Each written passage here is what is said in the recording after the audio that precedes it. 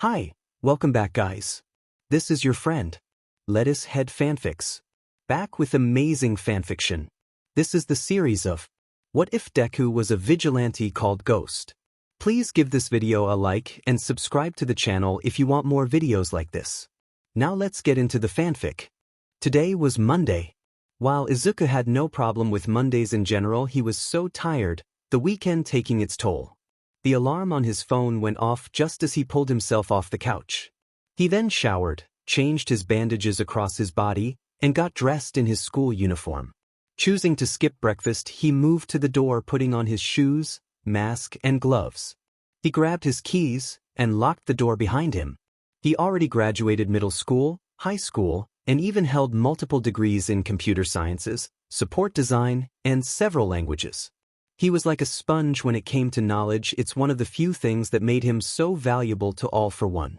Yet he attends regular middle school for appearances. FO had explained that appearances matter just as much if not more than that action. Look at the politicians running the country, the man said when he was younger. They know nothing of what they speak about. They run in circles during their speeches, but why do people trust them? Simple, they look like they know what they are doing. They show up, they puff out their chests, and speak with strength and false confidence. Yet the public trusts them. It's sad, but the man was right. He's right about a lot of things. But by Izuku showing up to school once in a while, there was an assumption and confirmation that he is alive and present in the world. He arrived at school early like always, moved to his desk beside the window, and held his head in his arms, attempting to nap before everyone arrived. At least this would be over at the end of the week, cause the end of the semester and graduation was upon them. It wasn't even 8:05 when Bakugo showed up. Bakugo used to have quite a temper when he was younger, but the forced therapy seemed to help. There was a knock on the desk where Izuku lay. "Hi Katsuki," Izuku signed, not moving. "Good to see you're attending class today, nerd." "It's good. Auntie's wondering when you're coming over for dinner next so she can make katsudon. When I have the time. Between school and work, I'm spread a tad thin." He signed. Yeah, I know." The bell rang and Izuku finally sat up, pulling his books out and getting started with the lesson, even if he already knew it. Sometime later, in homeroom, the teacher was going around taking each of the kids' future career info pages and commenting on some. Bakugo applying for UA's hero course. "You will make a perfect hero." Explosions popped as Bakugo began shouting about how he was the best. His god complex may never change, but he's better, Izuku thought to himself. "Midoriya, yours is blank? You were given this to fill out over the weekend, did you not have time?" The homeroom teacher asked, a sharp smile taking his face. "Deku is just incapable of anything in the future." One yelled. "Yeah, what's Deku going to do with himself? He can't speak, he barely attends school, and he doesn't even have a quirk," another said. The whole class had their comments about his inability. Bakugo watched him closely, and he just let all the words they said wash over him. Bakugo eventually had enough and brought the attention back to himself, something about being the best hero. Izuku was just too tired. With that, the bell rang and the school day ended. Bakugo had been called out of class to talk to the principal earlier, not that Izuku really cared. As Izuku packed his bag, some of his classmates began to approach. "Hey Deku, you're probably too stupid to understand us, but just know we are rooting for you," one of them said, smiling. "Yeah Deku, rooting for you to take that swan dive off a roof," another shouted, causing both to laugh.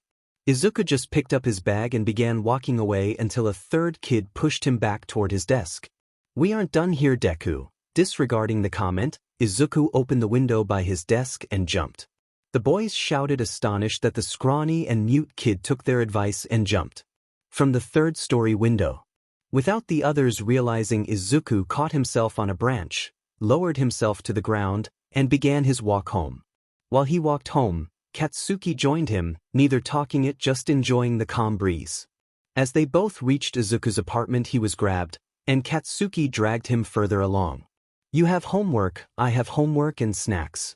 And with that, Izuku fell into step with Katsuki.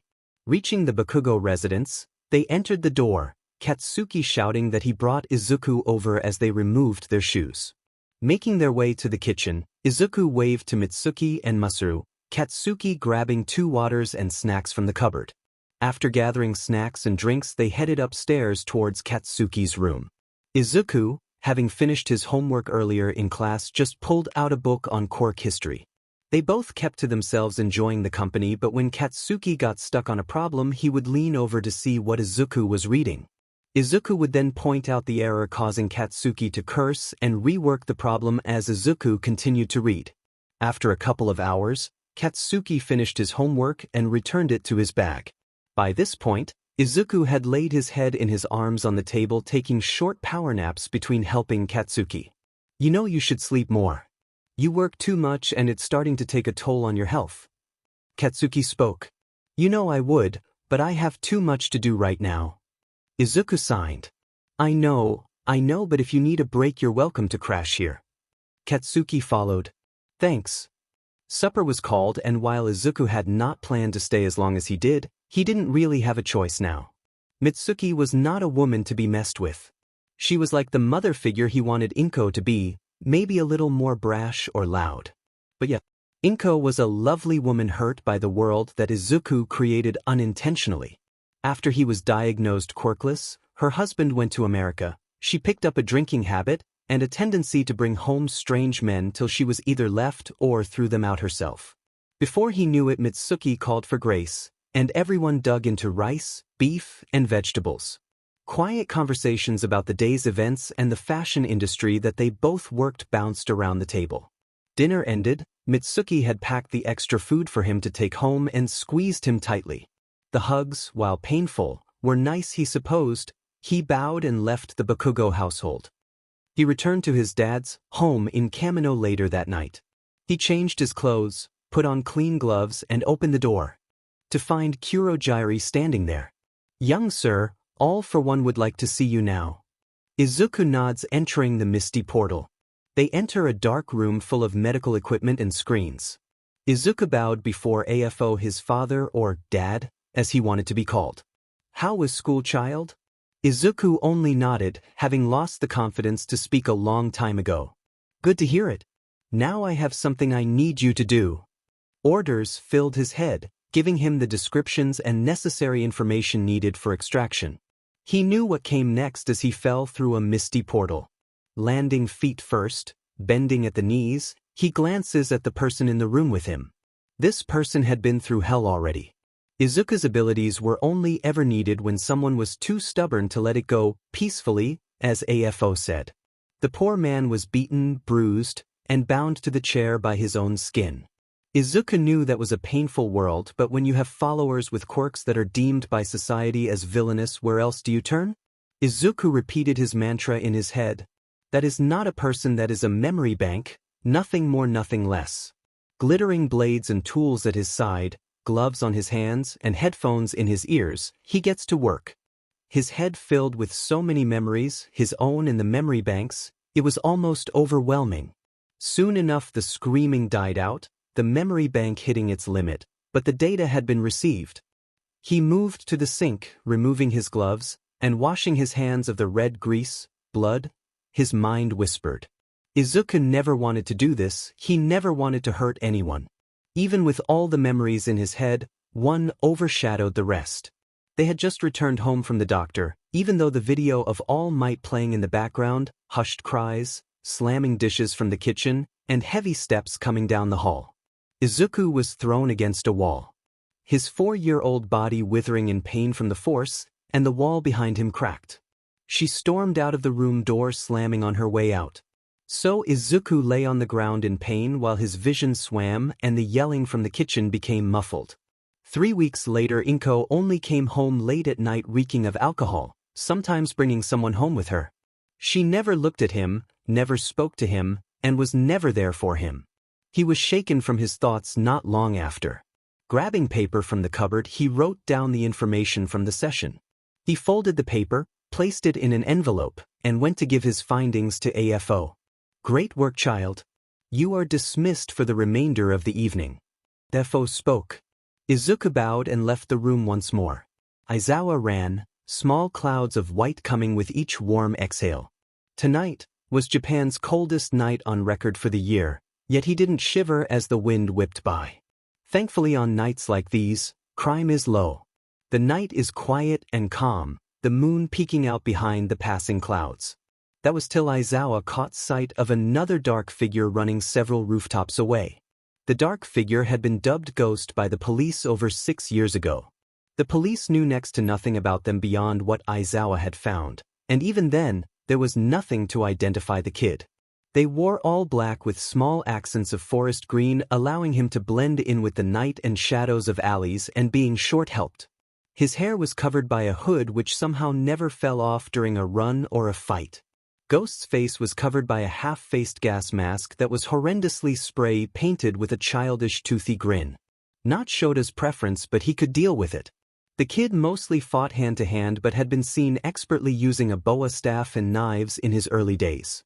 At the end of the day and hundreds of takedowns, Ghost had gained Shota's trust and possibly, not intentionally, a parental instinct toward the child. A scream in the distance pulls the hero out of his thought. He glances at Ghost, who nods, and both pick up the pace over the rooftops. They ran. They jumped. They fell. Shota slowing his descent with his capture scarf and Ghost sliding down the wall with his gloves.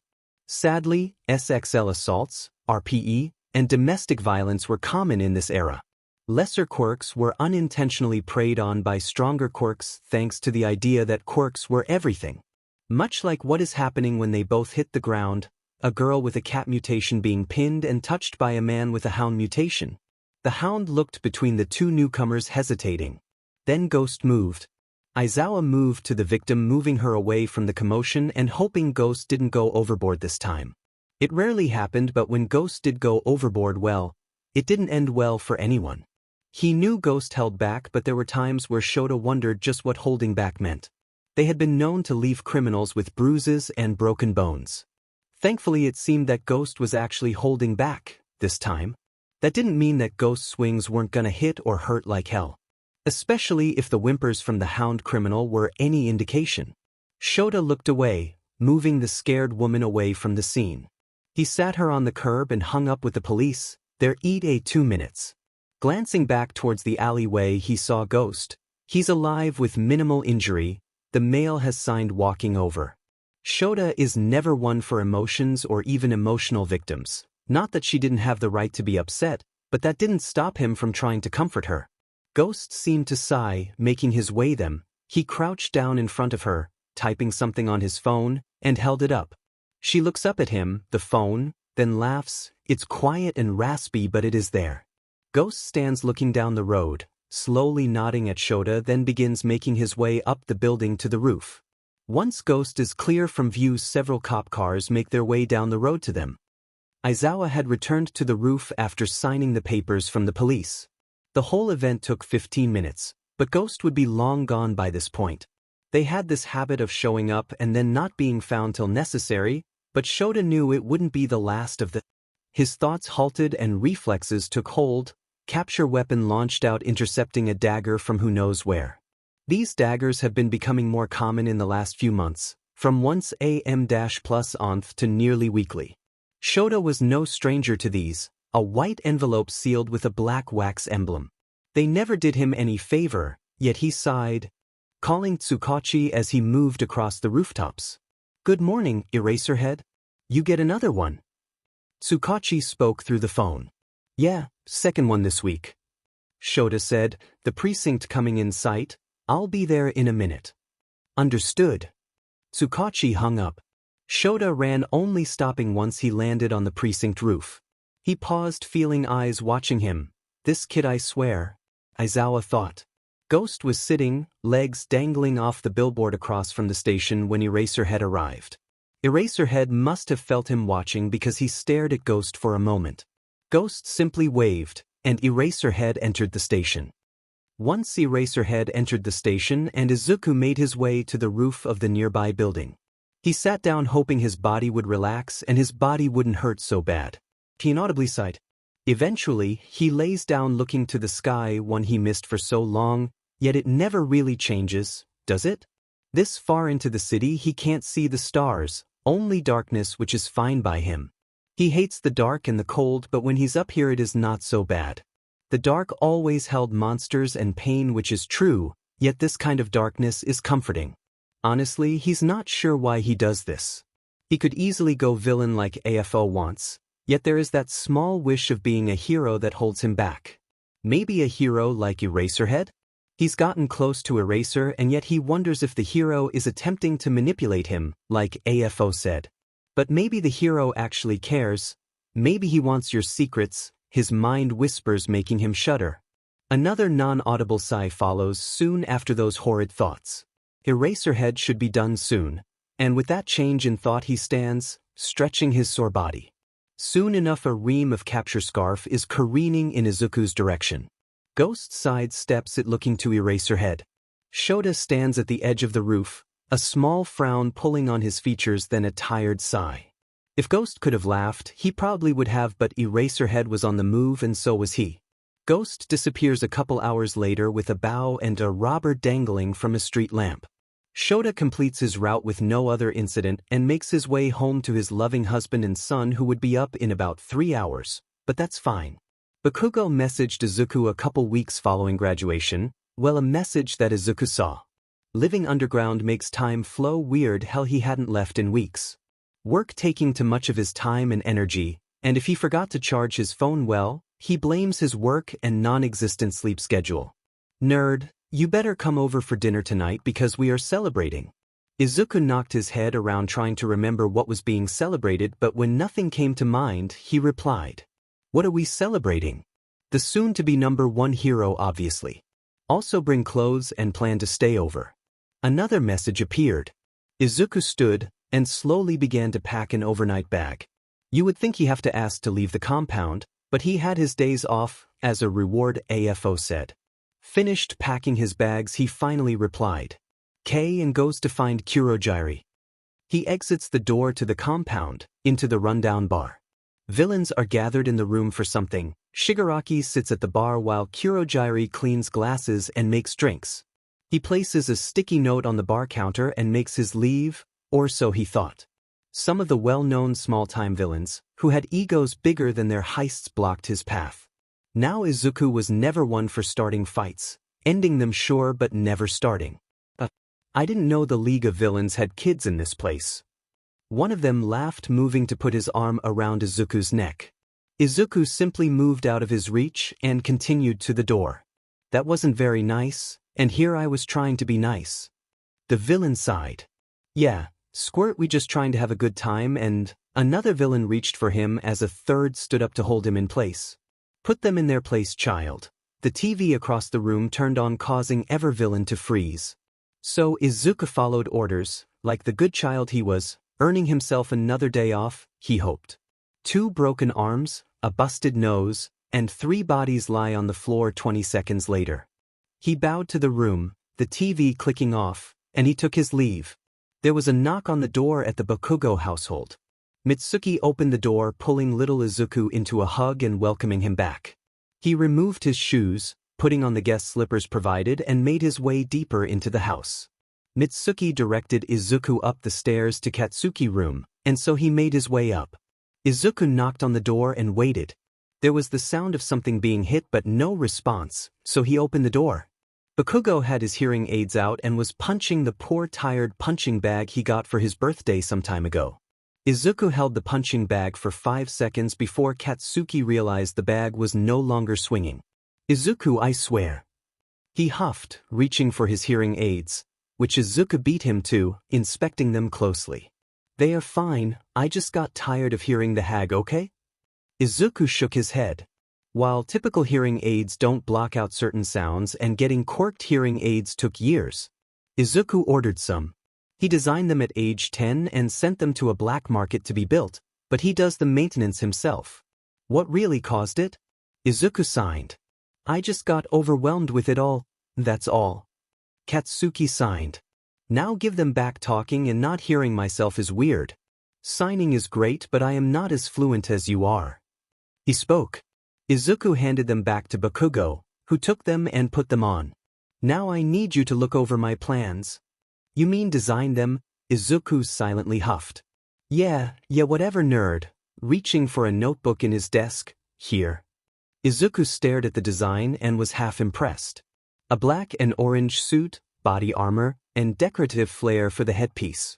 Lord King Explosion Murder written in the top corner.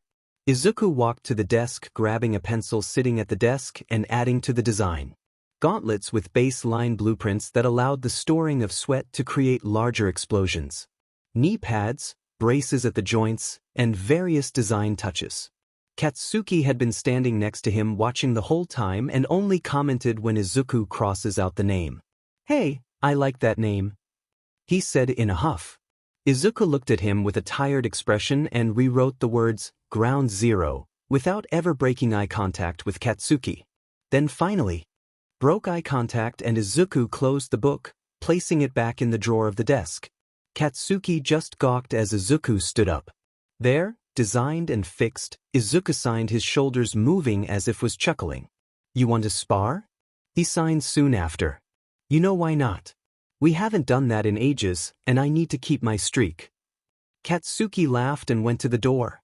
"Yeah, losing streak." Entering the backyard, they both stretched for 5 minutes and set up their stances to spar. They both nodded and Katsuki took the first swing. Even after the multiple times Izuku had told him the right hook was predictable, that's what Katsuki did. Izuku slid forward, getting between Katsuki and his swing, shifting shoulder into Katsuki's chest and grabbing his left arm. Up and over Izuku's shoulder, and Katsuki was flat on his back, wind knocked out of him. "If you roll when you get slammed to the ground, it would help with your recovery time." Izuku signed, looking over Katsuki. "Yeah, but if you didn't fight so dirty I wouldn't have to hit the ground." Katsuki glared. "Sounds like a you problem," a small smile reaching Izuku's lips. Katsuki got back up from the ground and the next match started. It went like this for some time, Katsuki being pinned to the ground, Izuku offering tips, Katsuki ignoring those tips in many cases. They spared for about 30 minutes before Mitsuki hollered about setting the table. They hadn't really sweated any, so they simply washed their hands and set the table for the evening. 5 minutes later they said thanks and began to eat. Curry and rice, spicy as always. Bakugo announced to his parents that he had been accepted to UA and both were very proud. Mitsuki even going as far and holding her son in a chokehold that she called a hug. Masaru and Izuku laughed, though Izuku did so with no sound. Once everyone calmed down and Katsuki caught his breath, the conversation turned to Izuku. "Izuku? Do you know what you're doing now that you're done with middle school?" And at this Izuku thought, "I was thinking of studying abroad, but I'm still waiting to hear back from schools." He signed. The whole Bakugo household looked stunned. "That's so exciting. You'll have to let us know before you go so we can celebrate, okay kiddo?" Masaru eventually said and Izuku nodded. Dinner ended. Masaru began to clear the table with Izuku copying soon after. Both parents insisted he didn't have to. Katsuki grabbed and all but dragged him back to the yard. Both boys returned outside to continue their sparring match when Katsuki spoke up. "Were you serious about going abroad?" Swinging with a left hook. Izuku shrugged, dodging right and kicking the back of Katsuki's knees. Then next thing Katsuki knew, he was pinned to the ground, face in the dirt, again. It went on like this for 3 more rounds before Katsuki had enough and activated his quirk. In turn he was still put into the ground. Izuku eventually called end of the matches. Katsuki called dibs on the first shower, not that Izuku minded. Izuku always took longer to get done because the damage his quirk and work for AFO caused, not that Katsuki knew that. After they both showered, Katsuki went to bed and Izuku scrolled through his phone, catching up on the news he missed from being in the compound. Izuku's phone beeped. Glancing at the notification, he saw Eraserhead's contact. Location sent. Shota hadn't planned on getting involved in a raid with no backup, but crime doesn't wait for you to make a call. He was doing fine, reaching up to his comm to call in support, then he was spotted by the same guy he was tailing. He pressed his comm, speaking only to pause. No sound could be heard, a sound-dampening quirk, he thought. Eraserhead dropped from the rafters, eyes flashing red and erasing what quirks he could. Ducking under punches and kicks, then sending out his own, he reached into his belt pocket. Eraserhead blindly sent a location and hoped that someone could send help with the limited information. That's when he turned, moving to take on the next villain, when a silver barrel flashed before his eyes, and before he could react he fell to the group in a hot pain. Shadows moved in, his vision going dark, and the sound. Izuku hadn't planned to leave tonight. Hell, he had planned to sleep, but that idea just went out the window. And so did he, a single sticky note placed on Katsuki's forehead saying he would be back in the morning. Ghost moved in on the location when he heard a gunshot. Dropping in through the ceiling window of the warehouse, he found Eraserhead shot in the center of the room, surrounded by villains. Soon enough, every man and woman in that warehouse was lying face down unconscious. He moved over to Eraserhead and saw that the man had at least used his capture weapon to stem the bleeding in his side. His breathing was steady but his eyes were closed. Ghost slowly moved Eraserhead to the door of the warehouse, leaning him up against the wall and leaving to find a first aid kit. Shota eventually came to, opening his eyes but regretting it immediately. The warehouse lights were not bright, but they sure felt like it. He let his eyes adjust and eventually looked around. Ghost was walking towards him holding a white box with a red cross. First aid kit, he thought. As he walked, Shota noticed he was looking around the room at the now unconscious and tied up villains. Ghost made it to Eraserhead and squatted down in front of the man. Ghost reached behind Eraserhead, removing the man's knife from his belt, then proceeded to cut the capture weapon wrapped around his stomach. Eraserhead flinched from the returned pain. It was a clean shot at least. The bleeding mostly stopped, but that didn't stop Ghost from wrapping it with the first aid kit's materials. Please remain calm as you have a non-fatal bullet wound, but blood loss is not fun. Ghost sighed after he finished expertly wrapping the injury. Almost sounds like you're talking from experience, kid. He laughed, which only caused the vigilante to pee his head like a puppy, and wasn't that concerning, Eraserhead thought. Everyone's alive, well, that you took out, right? He asks. The vigilante nods and turning his head to checking for movement. When none is seen, he looks back at Shota and nods again. Have you called the cops? He then asked. Ghost shook his head, then motioned to his mouth. Yeah, good point. He moved his hand to his ear, pressing slightly. Eraserhead, we were starting to worry. You missed your check-in. Tsukachi answered a moment later. Yeah. Well, I need you to send officer and an ambulance to XXXX. Location. Eraserhead spoke slowly, the blood loss making him tired again. Are you okay? We are on the way. Tsukachi said hurriedly. Yeah, thankfully it was a clean shot, but like Ghost said, making eye contact with the child, blood loss is not fun. ETA 5 minutes. Stay awake, Eraserhead. Tsukachi said right as Eraserhead dozed, only to be startled awake by a vigilante booping him on the nose. Kid, I am awake, he started to slur. The sirens are close, or Shota's ears were ringing. Thankfully it's the former, he was so tired. When the cops busted into the room, they found Eraserhead leaning against the wall, looking around for something. His eyes landed on Tsukachi, who was now in front of him. Tsukachi, any idea where Ghost went? He was just here, and I swear if that kid get caught I will eat my scarf. Tsukachi was laughing. EMTs arrived and carted Eraserhead off the scene soon after. Officers moved the villains to cars and off to stations for processing. Finally, just as Tsukachi was about to leave, a single letter with a green seal dropped from the ceiling. He looked up, yet no one was to be found. Opening the letter, he was startled. The underground is shifting. New targets are being collected. Be aware and watch your backs. Izuku never really leaves the scene. He watches, observes, and maybe panics a little. He may not be completely aware of what happened, but his hero, partner, friend, almost died tonight. Sure, he had been missing his nightly activities the last couple weeks, and those in the underground knew it. But he hadn't expected someone to nearly kill Eraserhead. Thank God I had been at Katsuki's tonight, he thought. Once the ambulance leaves, Ghost pulls out his phone and begins tracking Eraser back to the hospital, soon following to make sure his mentor doesn't bleed to death. Between seeing Tsukachi to Hisashi squealing, he slowly regains consciousness. He blinks slowly. It's so blurry, he thinks to himself. When he finally forces himself to blink repeatedly and open his eyes more, he nearly has a heart attack. The person Hisashi, his husband, is talking to is none other than Ghost. Hisashi looks at Shota, then smiles, one of his "guess who I met" smiles that just makes Shota want to sleep forever. Shota also glanced around the hospital room. He and Hisashi had their fair share of time here, but he wanted to laugh when he saw the window locks sitting on the bedside table. After some water, a check by the doctor, where Ghost hung outside the window, and sitting up, does he say anything to them? Thank you. Ghost just nods, not that there is much to say, as if he would speak. Now, where have you been? You aren't answering your phone and no one has seen you in weeks. Aizawa shouts. I told you I had some situations come up and would be off scene for some time. He signed. Yeah, but you could have answered my messages. Aizawa's eyes were glowing red.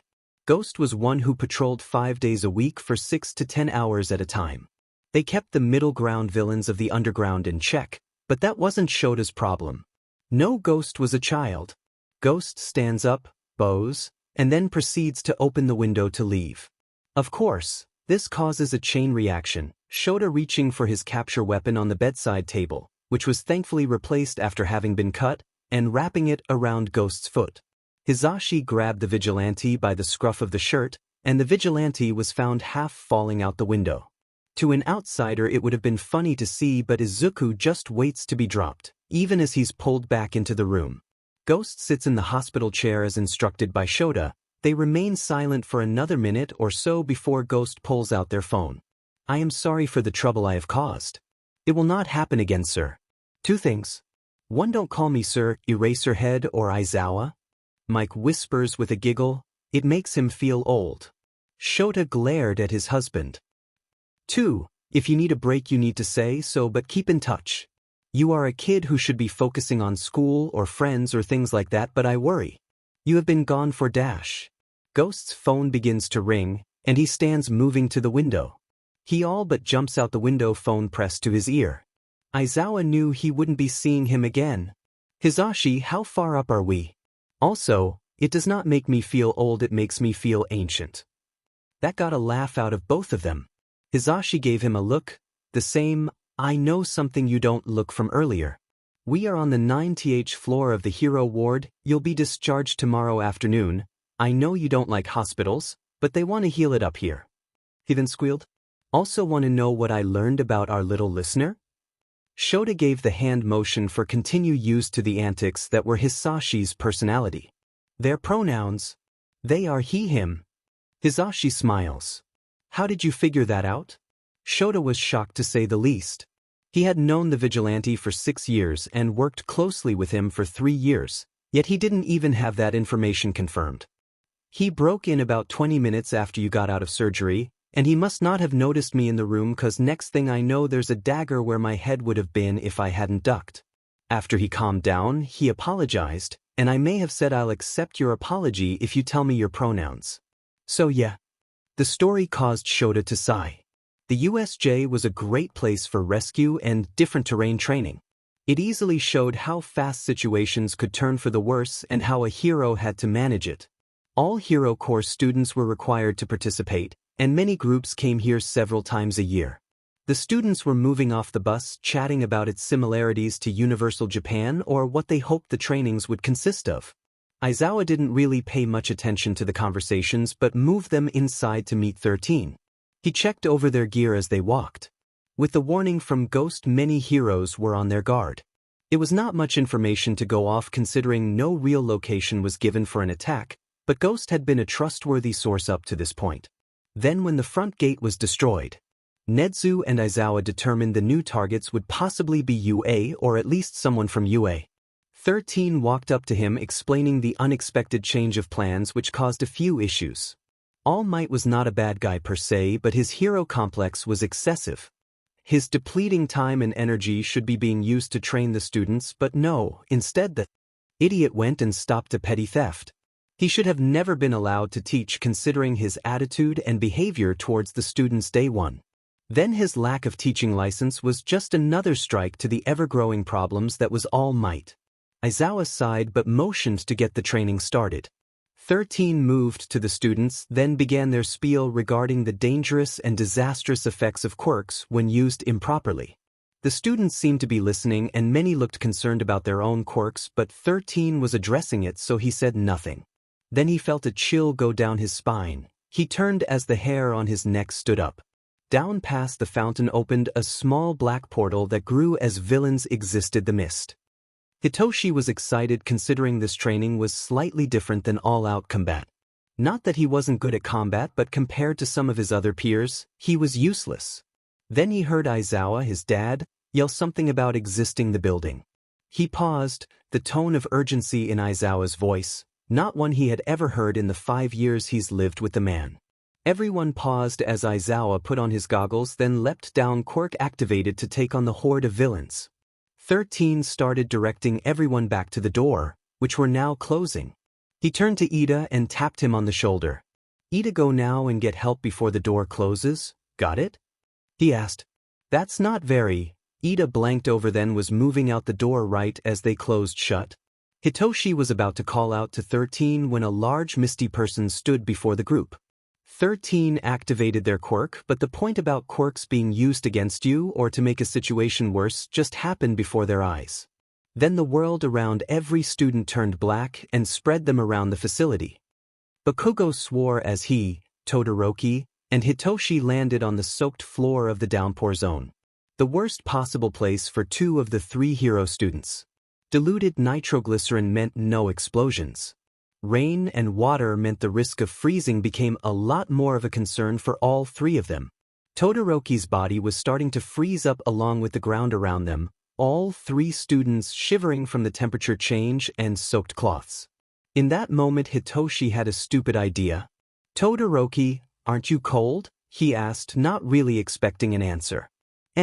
No, Todoroki blanked over. Hitoshi reached over grabbing a shivering Bakugo, then turned to Todoroki again. Sorry, but use your fire to warm yourself, clear us a path of the villains, but don't hurt yourself or others. He ordered, hoping his commands were clear enough to get them out and not hurt anyone. His stupid idea paid off as bright orange flames lit and warmed the area, scaring the villains. Bakugo, seeing the opportunity, grabbed them both, dragging them through the now cleared area. It was still on fire, but they had minimal encounters with the villains. The ones who did try to attack them were met with fists, ice, and capture scarf. When they finally left the zone, they were met with their teacher being thrown into the ground, a large black creature standing over top of him. While the students were sent out across the facility, Aizawa was taking out the crowd of villains. They were no match for the hero, and while Aizawa would have rather gone after the kids, he had other problems. Aizawa turned, seeing a blue-haired man walking over. The one leading the raid. The man moved to grab the teacher's elbow, a nasty grin showing under the corpse's hand covering his face. You know, Eraserhead, you're pretty cool, but I figured out your quirk. 3, 2, 1 inch. Shigaraki counted down, and Aizawa blinked, pain erupting from his elbow. Aizawa swung, forcing Shigaraki to let go. The man letting go and hopped back out of the wa'i, laughing. The teacher's arm hanging uselessly at his side, but he had fought one-handed in the past and it wasn't gonna stop him. Shigaraki, a student has escaped. The mist man's voice trailed off. Shigaraki looked around the room, then shouted in pain. Aizawa looked at the villains again, only to find one holding his shoulder, a dagger sticking out of it. You little beach. You know what, I don't care what you say. Shigaraki yelled out, then turned to Aizawa, smiling. No, kill Eraserhead. Before Aizawa had any idea what was going on, he was grabbed, the wind being knocked out of him as he was slammed unconscious into the ground. Izuku had simple orders.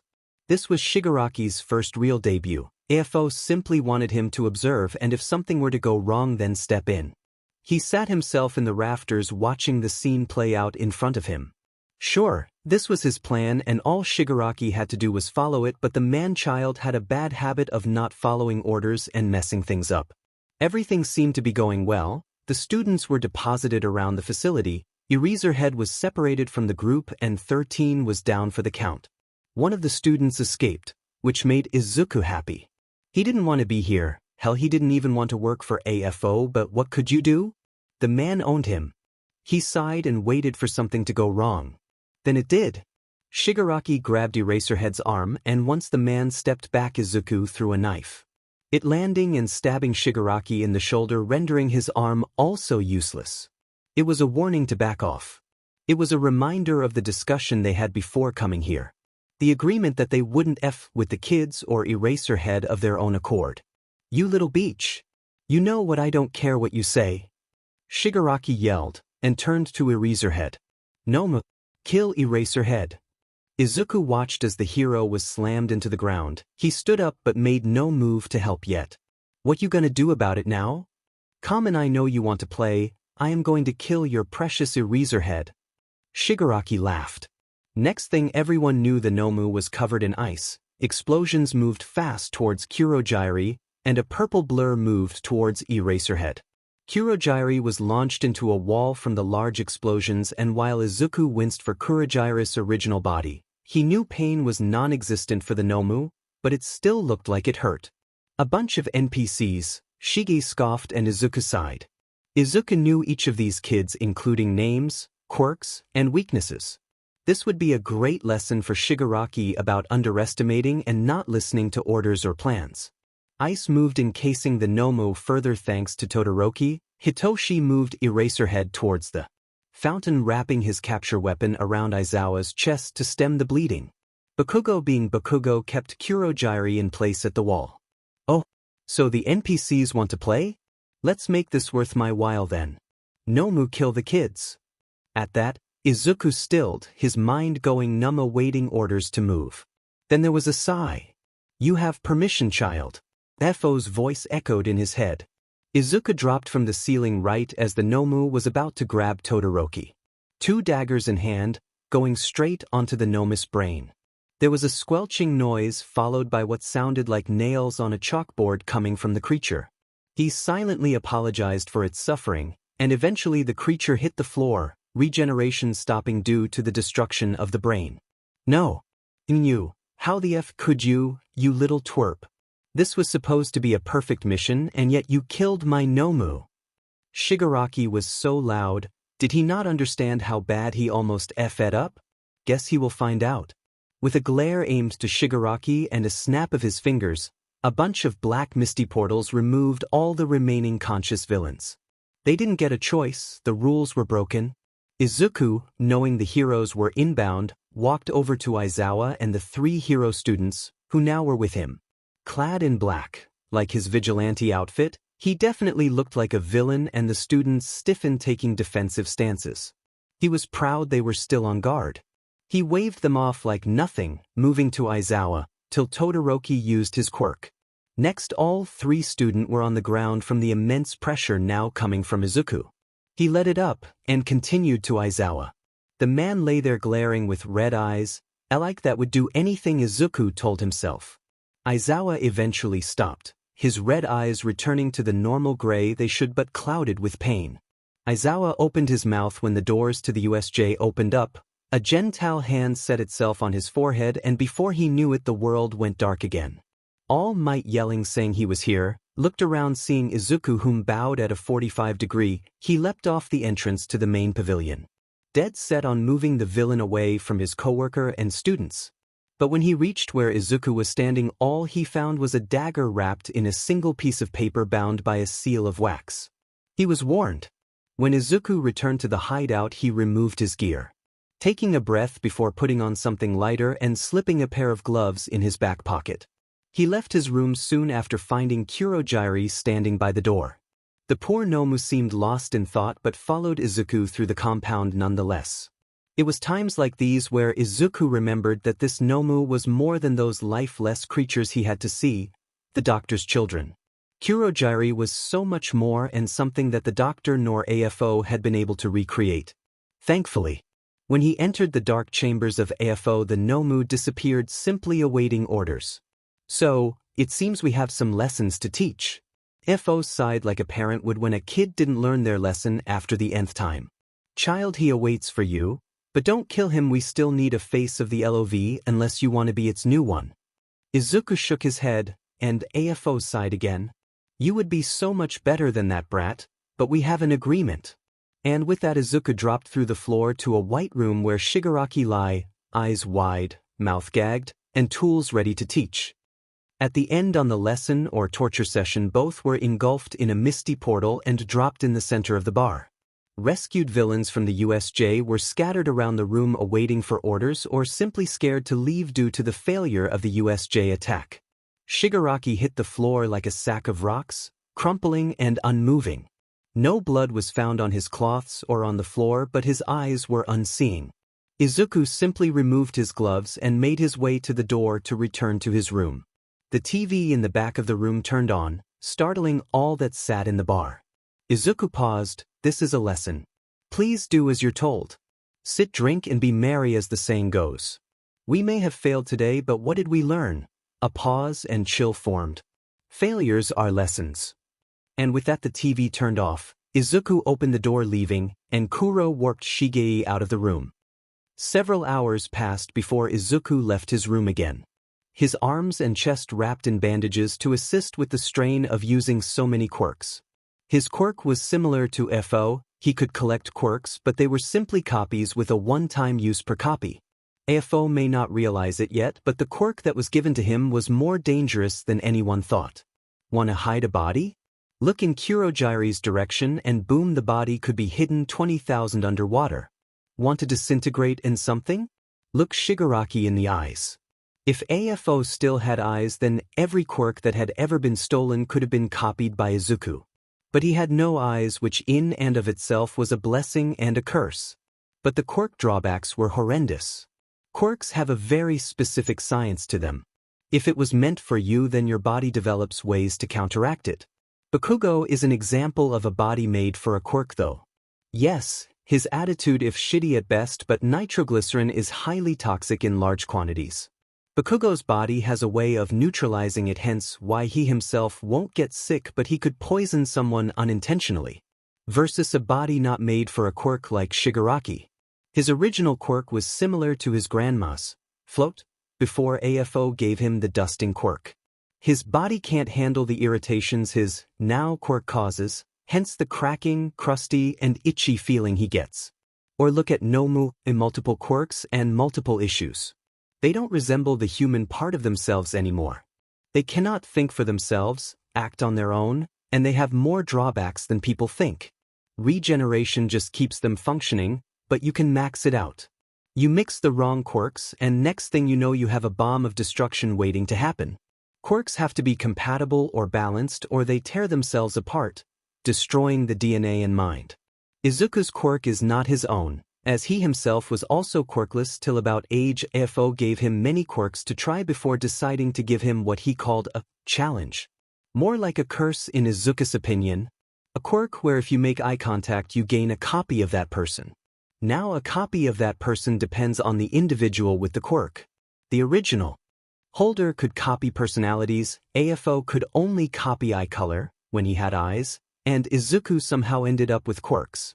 AFO is not aware of the extent of his copies or how many he can keep at a time, but he does know what it copies and activation. With a heavy sigh, Izuku leaves his room again, dressed in his vigilante gear and leaving the bar not too long after. He's not out to fight crime necessarily, but doesn't stop him from finding it. A drag bust here, SXL assault there, and 2 kidnapping later, he finds himself sitting on the edge across the street from the hospital where Eraserhead is being treated. There should be no injuries remaining, thanks to an amazing healing quirk he copied some time back, but they are probably keeping him overnight for observation purposes. How someone goes from several broken ribs, a broken arm, leg, and severe damage to the eyes, only Izuku knows and could explain it. Aizawa lay, eyes covered with gauze, cause the doctors are still worried about his eyes, which were fine, hell they weren't even dry. He tries to recall the last thing he saw before blacking out when he feels the bed sink slightly. Aizawa doesn't move, his muscles tense slightly, and he holds his breath. Gloved hands grab his, twisting them so that the palm faces up, and then tapping begins. Ghost. Aizawa whispers, relaxing slightly. Hi, feeling. Ghost tapped out slowly. Good actually, but this gauze is pissing me off.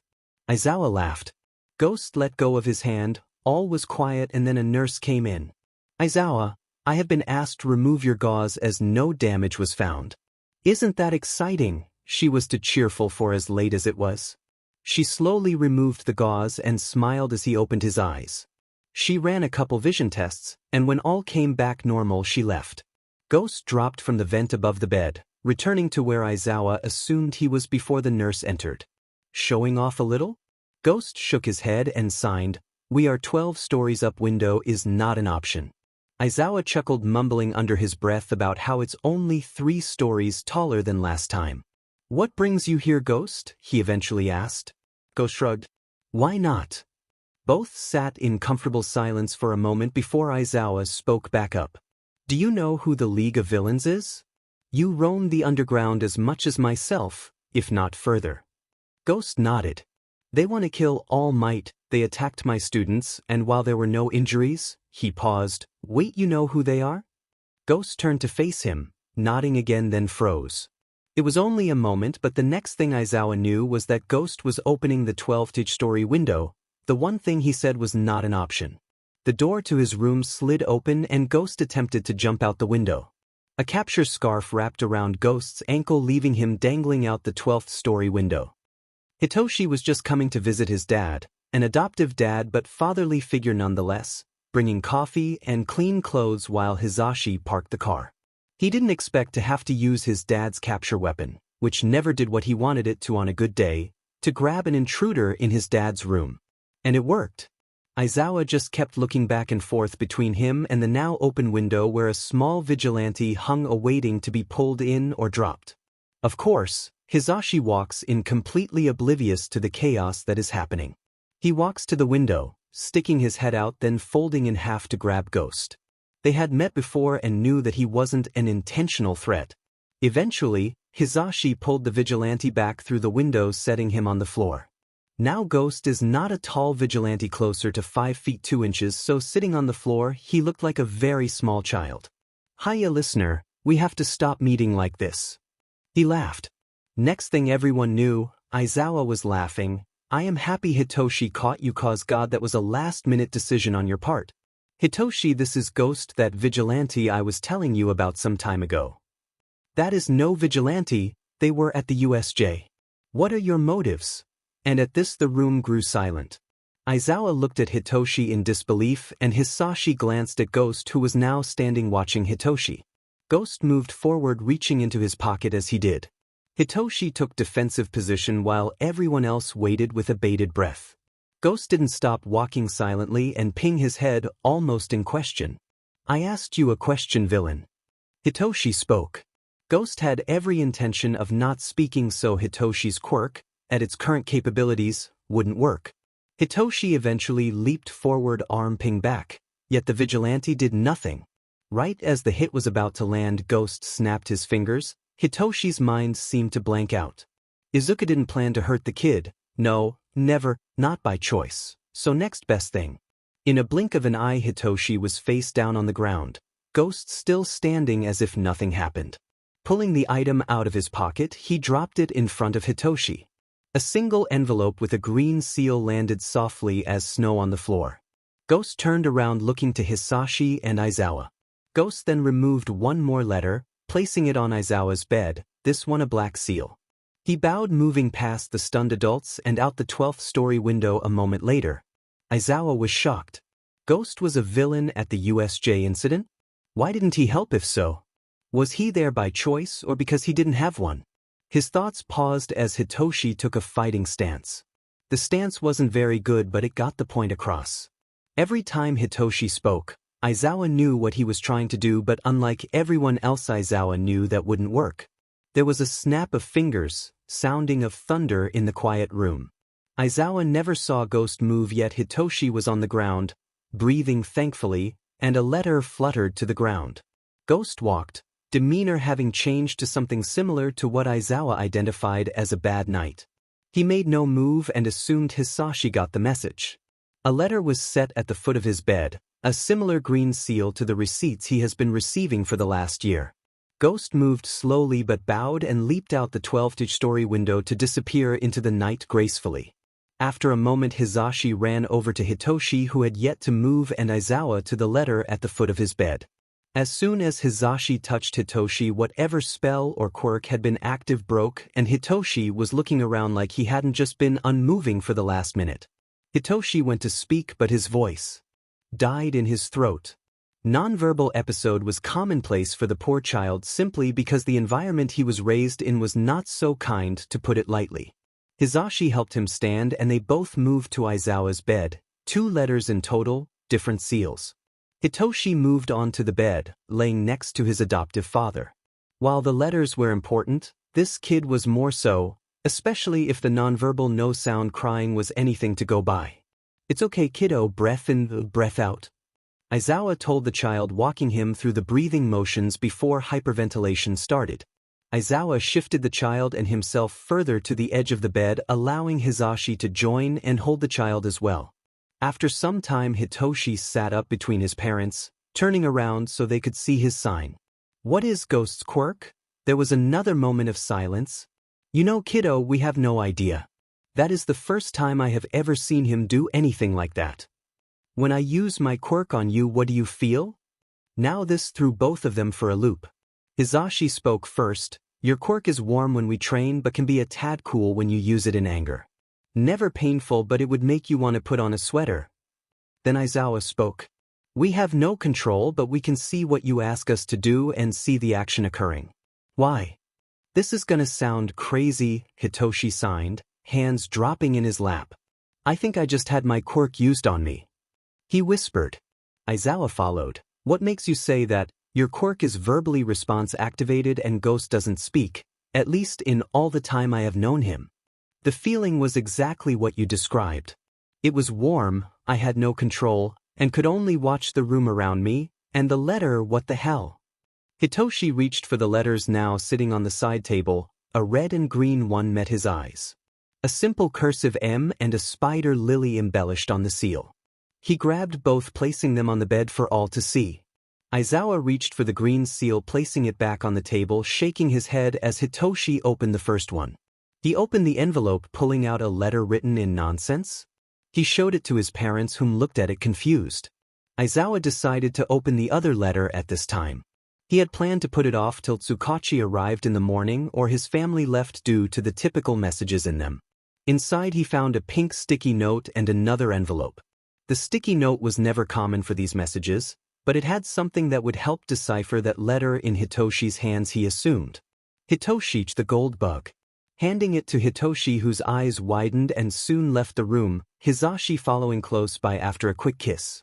With both of them gone, he opened the other envelope. "Sir, I tried. He failed. Next target possibility, sports festival. He is after more than one for all. The gold bug." It was a story written in the pre-quirk era and one of the few stories from that era that Hitoshi loved. It was a story of cryptography and finding true treasures. Not of heroes and villains like most stories in today's world are. He needed paper and a pen in order to decipher it though. Hitoshi sprinted out of the hospital room towards the reception area. Doctors yelled at him to walk and that it was a hospital, but he paid no mind. Turning the corner, he slowed down over the receptionist, who looked at him confused. Her gold eyes catching his as she smiled with pointed teeth. "Sorry, I need some blank paper and a pen."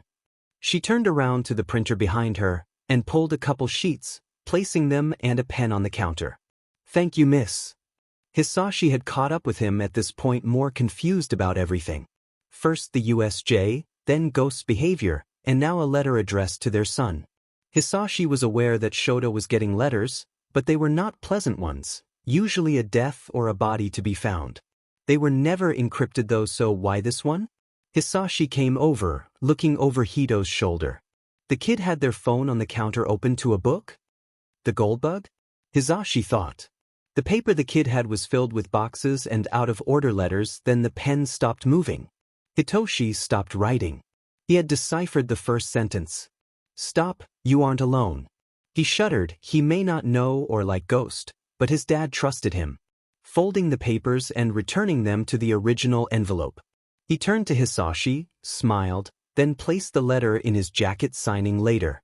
Hisashi, not knowing what to think or what that letter said, only reached over, grabbing Hito's shoulder. "How about some coffee?" he said with a smile. "Yes, please," Hitoshi signed. Shota read the message repeatedly. "The SF? What is OF? Who's OF?" But one thought stopped them all. Who is after it and what will happen if they get it? Tsukachi finally had a day off, and what happens? The UA is attacked, Aizawa is in the hospital, and there are hundreds of criminals with testimonies that need to be completed. Sometimes, he wonders if he should just move to a small cottage in the woods and never see or deal with people again. Sometimes. He was shaken from that thought when his phone rang. Thankfully, Izawa had no injuries, but Recovery Girl still said he needed rest. So why was he calling at this time of night? Eraser, you're supposed to be resting? Netsu didn't need this. First, the break-in was caused by some unknown source, as it sure as hell wasn't the media. Then there was a large mess in the break room and the footage was missing? It couldn't be a coincidence. The afternoon started fine as he drank his tea. That was until he got a call from an unknown number. There was an automated countdown, then everything in his office went haywire, his computer went black, then footage popped up. The USJ? A black portal began to open, then the footage cut out. Whoever called and caused his office to go haywire knew what they were doing. Every lock and security protocol activated, teachers and students were trapped in classrooms, every building on campus went into lockdown, including the USJ. Netsu was trapped in his office for 20 minutes. He unlocked everyone trapped in classrooms and buildings 5 minutes later. Tenya had been trying to get into the main building, but when everything unlocked, he rushed straight to Netsu's office. Sir, there are villains attacking the USJ and the whole of the UA campus. Netsu interrupted, placing a headset over his head. Heroes are on the way. Tenya ran out of the room afterwards to make his way back to his classmates. The footage for the USJ returned, showing an image of All Might rushing towards a figure clad in black. That figure disappears in a black portal of their own. Students were escorted out of the complex. Shota walked out of the USJ but was immediately escorted to an ambulance. Everyone seemed fine. Reports from present heroes came through confirming it. He tried to pull up the footage after it was cut out, but it seemed to have been hacked as well. He had hacked all the way into the night trying to recover footage, track the caller, or even determine the total damage to the security system after the cyber attack. The only thing he had managed to do in the several hours was write an override program and talk to Recovery Girl regarding the injuries Shota should have sustained. A phone rang, his personal? Eraser, you're supposed to be resting, Tsukachi stated over the line. You may be cleared by Recovery Girl, but she also told you to rest, Netsu said. Shota sighed, sliding out of his bed to pace. Listen. I know who our correspondent is, their target, and part of a goal. But besides it all, do either of you recognize a thing or person called OFA? There was a sharp intake from both callers. Izawa, I am on the way. Tsukachi spoke. Who is our correspondent, Shota? Netsu asked. Ghost. He was apparently at the USJ, but he came by and dropped off 2 letters, one with a green seal and one of red. Strange, the only seals we know are black, correct? Netsu followed. No, we did get one after Izawa was shot on patrol. It too is red, Tsukachi said over shuffling of papers. Tsukachi, I am assuming you contacted Yagi? An affirmative hum could be heard across the phone. Good, I will be on my way as well. Izawa, I am 20 minutes out. And Tsukachi hung up. Shota. Netsu in a serious manner, how much do you trust this vigilante of yours? With my life, my student's life, and my family's life. So be it. Netsu said cheerfully in Shota's opinion. He will be accepted into UA in the coming weeks. We can discuss all the details later. See you soon. Then the line went dead. Shota was so confused. Ghost entering UA? Not that he didn't mind, but Ghost had a hell of a past, and even if Shota didn't know any of it. Hell, as far as Shota was aware, Ghost hadn't killed while on patrol, but what about outside of it? How would the summer camp handle? He was startled from his thoughts by the door sliding open. There a nurse stood, her golden eyes meeting his. She skipped forward, her blonde space buns bouncing with each movement. Izawa-san, we need to draw some blood, her eyes glinting dangerously. I thought Recovery Girl said I was cleared? He spoke. She seemed to tilt her head slightly. Is that so? She said that she found something missing in the paperwork. Strange she didn't mention anything? But if you say it's needed. Yeah, it was kinda buried with all the other diagnostics. I should be quick and mostly painless. She set some equipment down on the side table. Right? Shota made his way to the bed, rolling up his sleeve. She pulled the alcohol gauze out of the sterile package and walked over, getting blood. Delicious, she thought to herself, and once done she placed a band-aid over the poke site and left after saying thanks. Soon after, Hitoshi and Hisashi entered the room bringing coffee and quiet conversations. Shota told his family to head home, especially since it was so late. While 2 of the 3 members of his family were used to long night hours, poor Hisashi was not. Shota didn't like keeping Hisashi up more than he had to, considering the man worked 3-day jobs and the sleep was necessary for someone so high-strung as him. Eventually, they both left saying that they would bring more clothes tomorrow and get him discharged. Shota was standing by the window enjoying the cool breeze and quiet night, his late-night patrols keeping him from getting any rest or relaxation, when the door opened. Netsu, Tsukachi, and Yagi all entered the room. "Aizawa, you seem to be well. That is a relief," Yagi said. "If you had been there for your students, then this situation would probably have never happened. I know you're the #1 hero, but you have a duty to your students first." Shota was seething. Had it not been for Ghost, Hitoshi, Bakugo, or even Todoroki could have died. And those were just the students who got close to the Nomu. What about the other students who had to face real villains with no training? You are lucky no one is hurt, cause otherwise, you would have been lucky too. I think he gets the point, Aizawa. Netsu interrupted. Now shall we get to business? This is in regards to the message Aizawa received from Ghost. He has been a reliable source for missing persons even if they are dead. Aizawa moved from the window to the bedside table, pulling the letter out of its red sealed envelope, and handed it to Netsu. "Yagi, please explain the story of All for One and One for All, please." Not looking up from the letter, Yagi sputtered, "Wait, what?" He looked between his friend, his boss, and his co-worker. Aizawa rolled his wrist in a go-on motion and Tsukachi just nodded.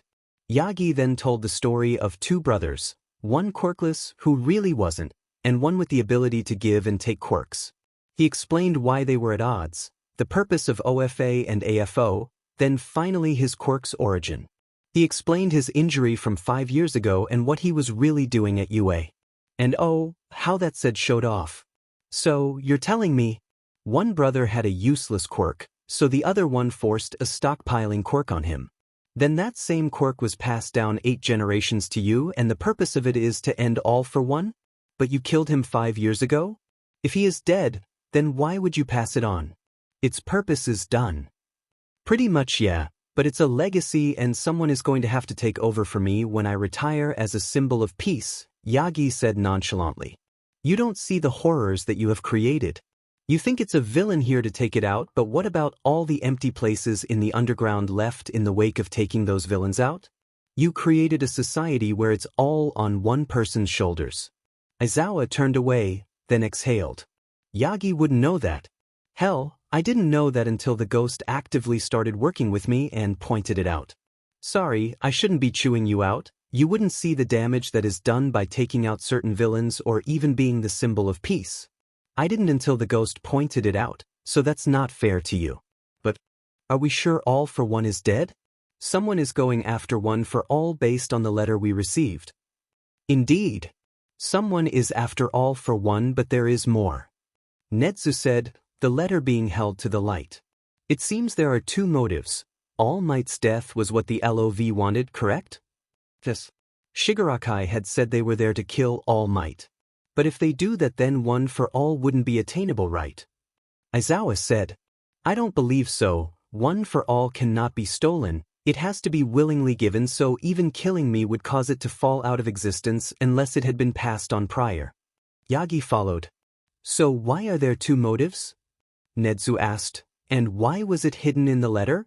The next day, Recovery Girl came in signing release papers. He was discharged an hour later with instructions to visit Recovery Girl when school started again or if he noticed any problems that he didn't have before leaving the hospital. The family returned home.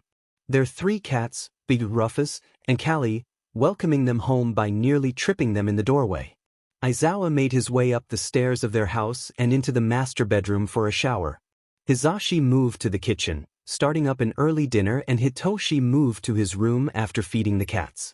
The gold bug cipher largely looked like a typewriter and a calculator got in a fight, but if you knew the story and had some paper you could figure it out.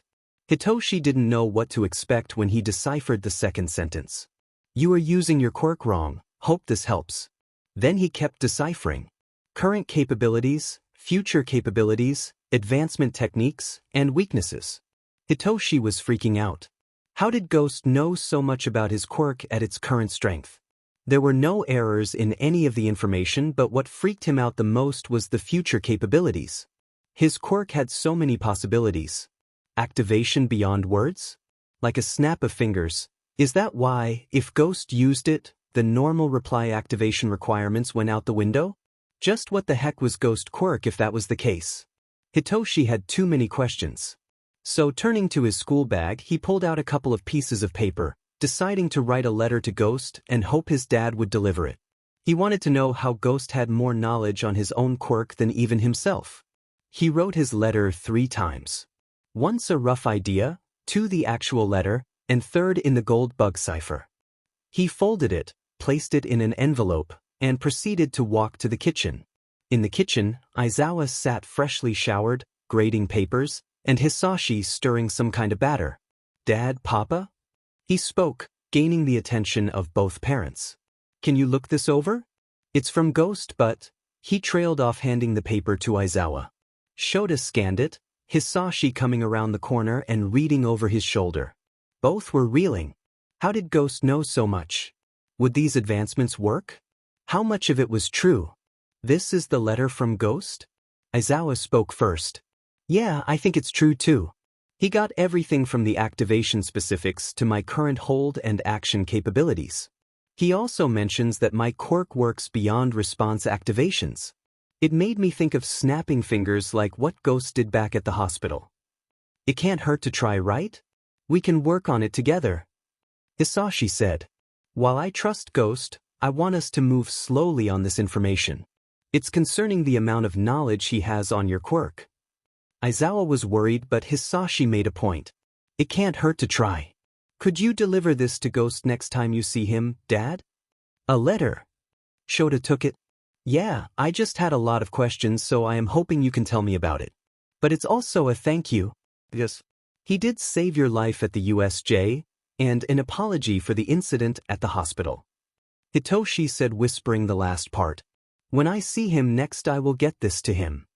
Shota stood, setting it next to his capture scarf near the door.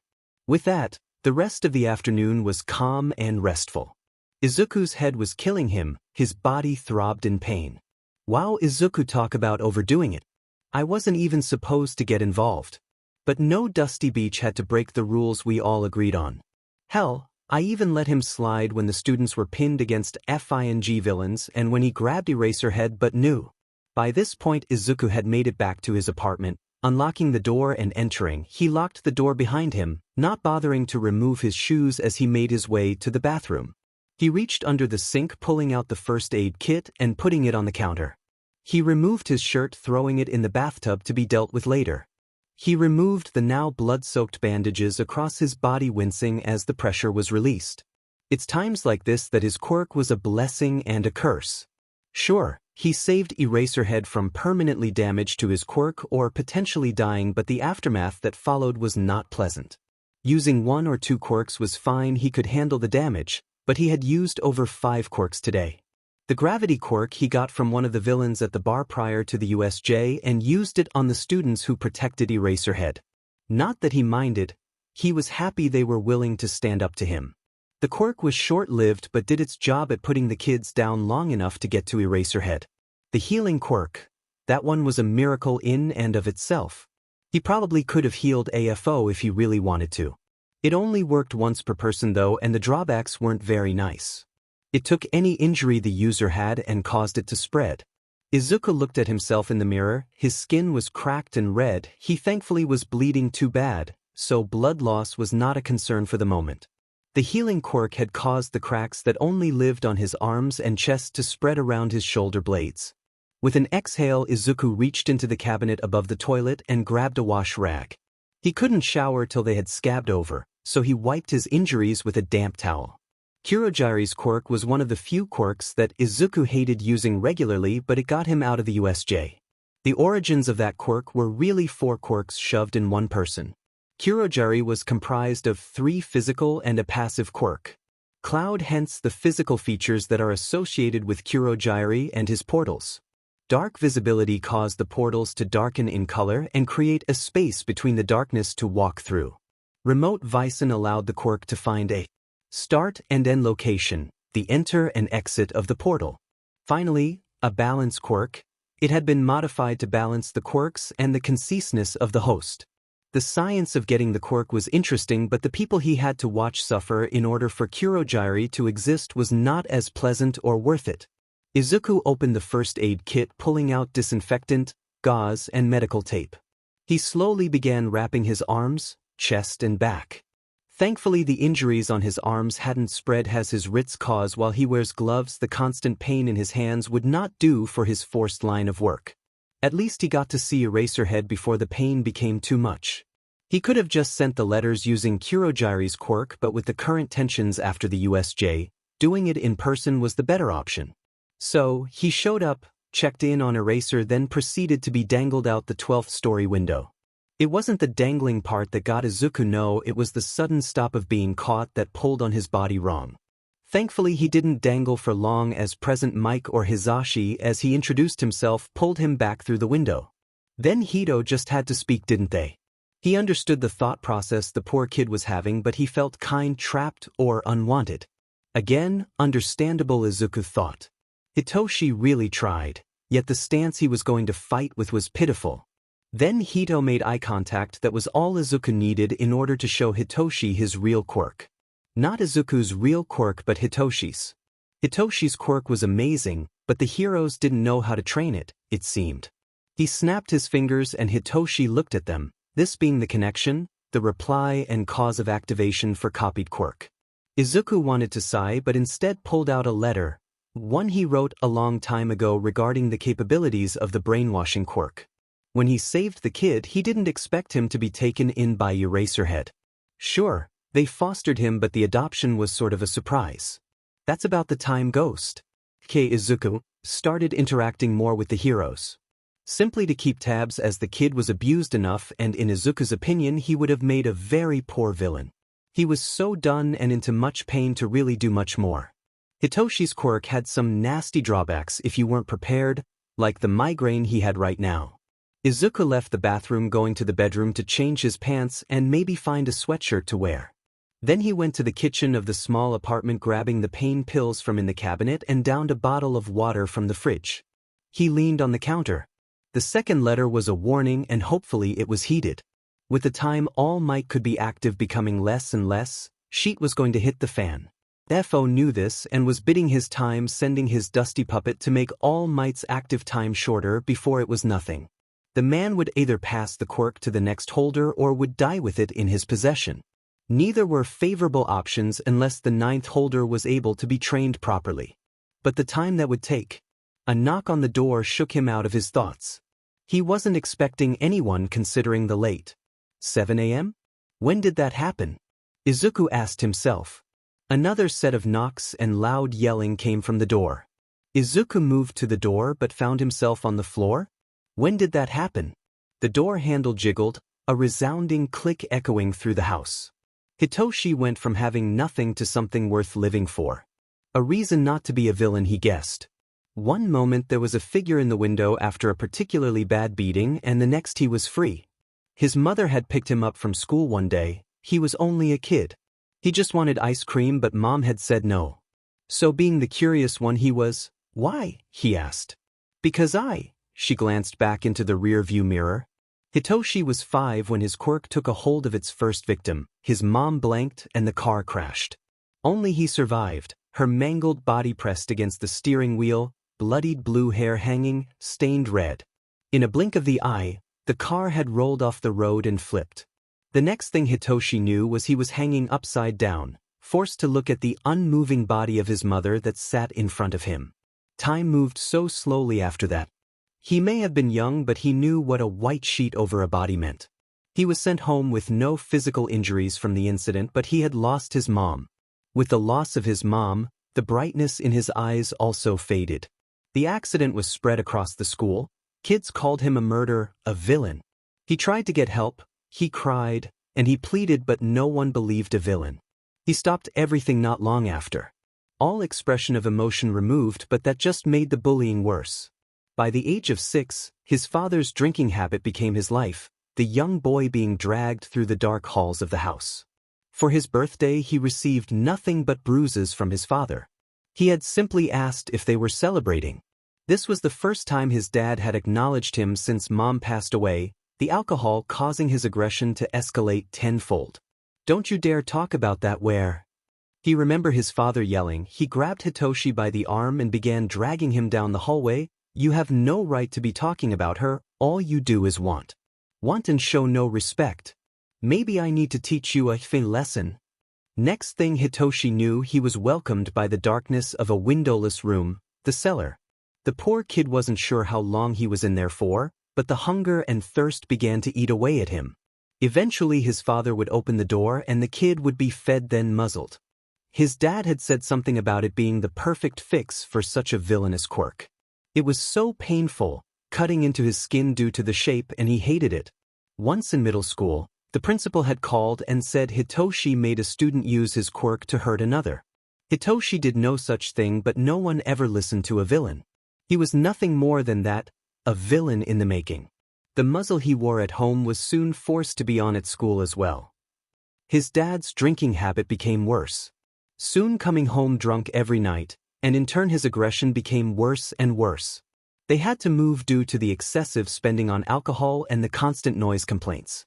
Hitoshi was pulled from school soon after. Not that anyone noticed the kid with the villainous quirk covered in bruises had stopped showing up, almost like he didn't exist in the first place. Hitoshi was 10 when his father beat him so bad that he had several broken bones and blood that made him feel like he was drowning behind the muzzle. He was locked in his room, his body limp. His eyes shifted to the window. There stood a figure in all black, ping their head. "Why? Please help, please help, please," Hitoshi thought. The figure disappeared a moment later. Hitoshi closed his eyes, the world of pain slowly fading. He lay in the room unmoving even as his father re-enters the room to continue the beatings. Someone was shaking him? He opened his eyes, coughing repeatedly as someone picked him up and moved him. His father was nowhere to be seen, so where was he? He made eye contact with a different figure, their gray eyes filled with worry. Hitoshi's consciousness faded back out as he was loaded into the ambulance, hearing someone talking to the EMTs. It was a couple days before the young boy woke up. This time, though there was no pain, he opened his eyes and winced when he was met with bright ceiling lights. As the brain fog cleared, he reached up to his mouth. "The muzzle. I didn't do anything, I didn't. Please listen to me. Why can't I breathe? Please help." His panic stopped as a gentle head was placed on his own. Hey. It's all right, you're safe." Hitoshi's panic seemed to be no more as his purple-eyed met worried gray ones. He recognized those eyes, the same one who helped him. He looked around the room after the gray-eyed man moved away. In the corner there sat another man, this one of red and green eyes, so warm and bright, Hitoshi thought. It was then that Hitoshi felt safe, calm, and an odd sense of comfort as he watched both adults talk about general things like the weather. It was during the discharge into Shota and Hisashi's custody that they explained what had happened. Hitoshi learned that while Aizawa had saved him, a vigilante had tipped him off. He was grateful. As time passed, Hitoshi stopped letting his past control him as much. Sure, he had his doubts, but he had support now. He began to train his quirk, gaining more control over what he and others deemed as villainous. Life seemed to get easier. His new birthdays overshadowed the ones where he was abused. The people around him were also shunned by society for villainous quirks. But he felt like he belonged and was welcomed. There were nights where he would wake up crying and either Shota or Hisashi would come to comfort him, reminding him, distracting him and staying with him till he relaxed enough to sleep again, sometimes in the arms of his fathers. Fathers, such a funny word. Then it happened. "Dad, can you help me with this paper?" he asked. The whole household froze. That was the day that he was held the tightest, the family crying and laughing together. He finally moved past his past, he guessed, it being the best birthday ever. Even today they stay by his side through it all. "If you ever need anything, please don't hesitate to come and talk to me. We will always be there for you." Hisashi said on the way into UA, Shota nodding along. Really? He asked. Yeah, the man said smiling, the smile that always put the kid at ease. The smile that got Hitoshi to smile for the first time in years. After the USJ incident, his parents were being so hovery and it just said Katsuki off. So much so that the next day he packed an overnight bag and hopped out his bedroom window. Izuku had been ignoring him since the attack, but then again Izuku had a bad habit of letting his phone die. Katsuki arrived at Izuku's apartment checking his phone again, but still there was no reply. He rapped on the door loudly and there was a sound of something falling behind the door. You effing idiot, if you're in there, open the door. Katsuki yelled and kept knocking on the door. Eventually he got fed up and grabbed the spare key Izuku had given him a while back. He stuck it in the lock and rattled it till the lock spun. Goddamn nerd, thought you told the landlord the lock still? He stopped. Izuku was lying on the floor face down, his eyes closed and his breathing shallow. Sheet. He slammed the door and slid to Izuku's side, shoes bedmed. Izuku, I swear, what did you do this time? Katsuki picked him up and moved him to the couch. When he set Izuku on the couch, his hands came back red. Katsuki ran to the bathroom and froze again. There was bloody bandages on the floor and the first aid kit lay open in the counter. He grabbed it and towels, shutting the bathroom to deal with later. When he entered the living room again, Izuku was sitting up holding his head in hands. Izuku, and he froze. His red eyes met clouded green ones, but what made him freeze was the noise that came from his friend, a low growl. Izuku, it's sure they had spared, but Izuku never attacked first. Katsuki found himself on his back, a knife digging into his neck in warning. Izuku was breathing heavily like a scared animal. He seemed lost, if the constant glancing around the room was any indication. Katsuki had never seen Izuku like this, and they had known each other since they were born. Sure, Izuku didn't used to be quiet, but then his mom moved to America and he moved in with his dad. He hadn't made a sound since he was, Izuku, it's Kaken? You're okay, you're safe, breath? He repeated the words over and over, not moving. The knife was still pressed against his neck, but the pressure seemed to be lightening the risk of being cut, minimizing. Then there was something wet hitting his face. He opened his eyes to see Izuku was crying. Another thing he stopped doing after his mom moved away. If the growling didn't freak Katsuki out, the tears sure did. Izuku eventually removed the knife from Katsuki's throat as Katsuki moved his hands to Izuku's cheeks gently and rubbed circles on them. Breath, he whispered as Izuku cried. It was some time later that Izuku calmed down enough. He had collapsed on top of Katsuki's small breaths escaping lips. Katsuki breathed a sigh of relief. He twisted them around so Izuku was no longer on top of him and stood up. His neck had a nick, but that had scabbed over at some point. Katsuki's biggest concern was the slight red ting to his cloths. Katsuki picked up Izuku, carrying him the bathroom. He would have taken him to a hospital, but Izuku had mentioned that hospitals didn't accept quirkless people, so he didn't want to risk a problem considering the situation. Katsuki entered the bathroom, setting Izuku in the tub and removing his sweatshirt. Katsuki itched in a breath. The badges were blotching with blood. The injuries probably having opened during the movement, but how did Izuku get injured? And this badly? Katsuki left the room, entering the spare bedroom and its bathroom. Izuku thankfully kept several first aid kits around the apartment. He returned a moment later. Izuku was still asleep, it seemed. He breathed a sigh of relief at that, considering the situation that happened not even 10 minutes prior. Katsuki may be a strong individual, but this scared him beyond comprehension. His quiet friend who kept emotional reactions suppressed, snapping in fear. Fear of him? Or maybe not him, but being attacked by something. But what? He began removing bandages and tried to remain calm. The damage was bad.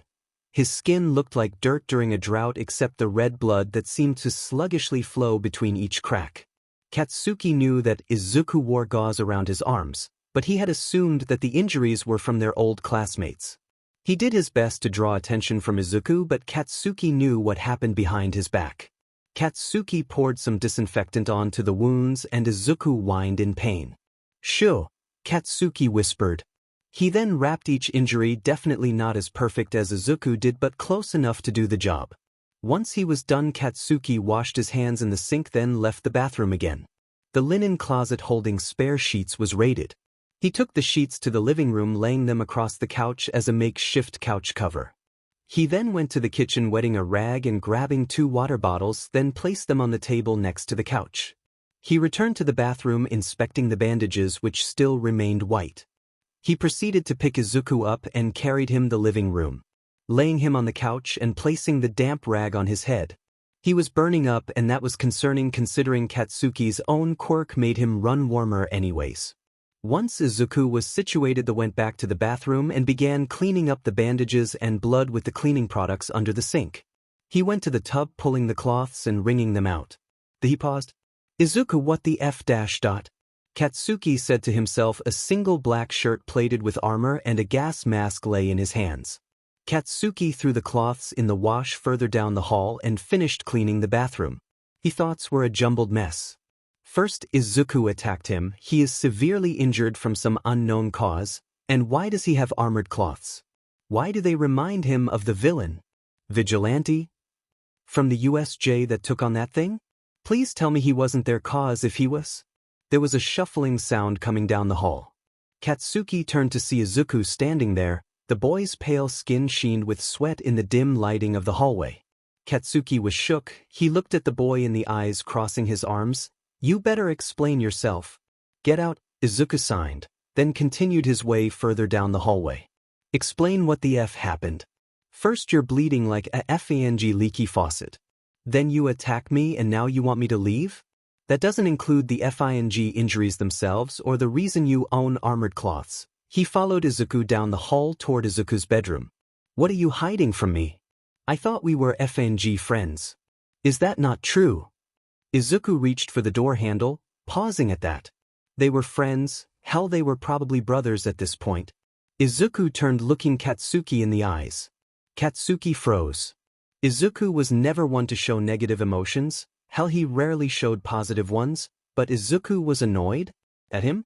That's when Katsuki saw something he never saw before, Izuku's green eyes flickering gold. Then Izuku looked away. With a heavy exhale coming from Izuku, he opened the door to the bedroom and motioned for Katsuki to enter. Katsuki moved to the desk chair sitting while Izuku rubbed his eyes and leaned on the door frame. You're going to keep your mouth shut till I am done, you understand? He signed. Katsuki nodded. Izuku opened his mouth and moved to the bookshelf. He removed a set of books and the whole thing opened up. Izuku removing a black notebook from behind it. Then shutting and replacing the books. Inko never left Japan. I have a job that requires me to be out at odd hours and I am no longer quirkless.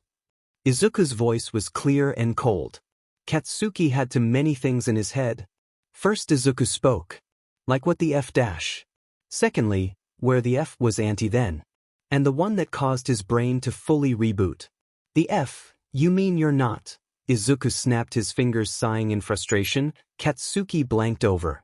This reminded him of purple motherfucker. Thought you were going to keep your shut till I was done. He signed, walking over to Katsuki and tapping him on the nose. This breaking the hold over Katsuki's mind.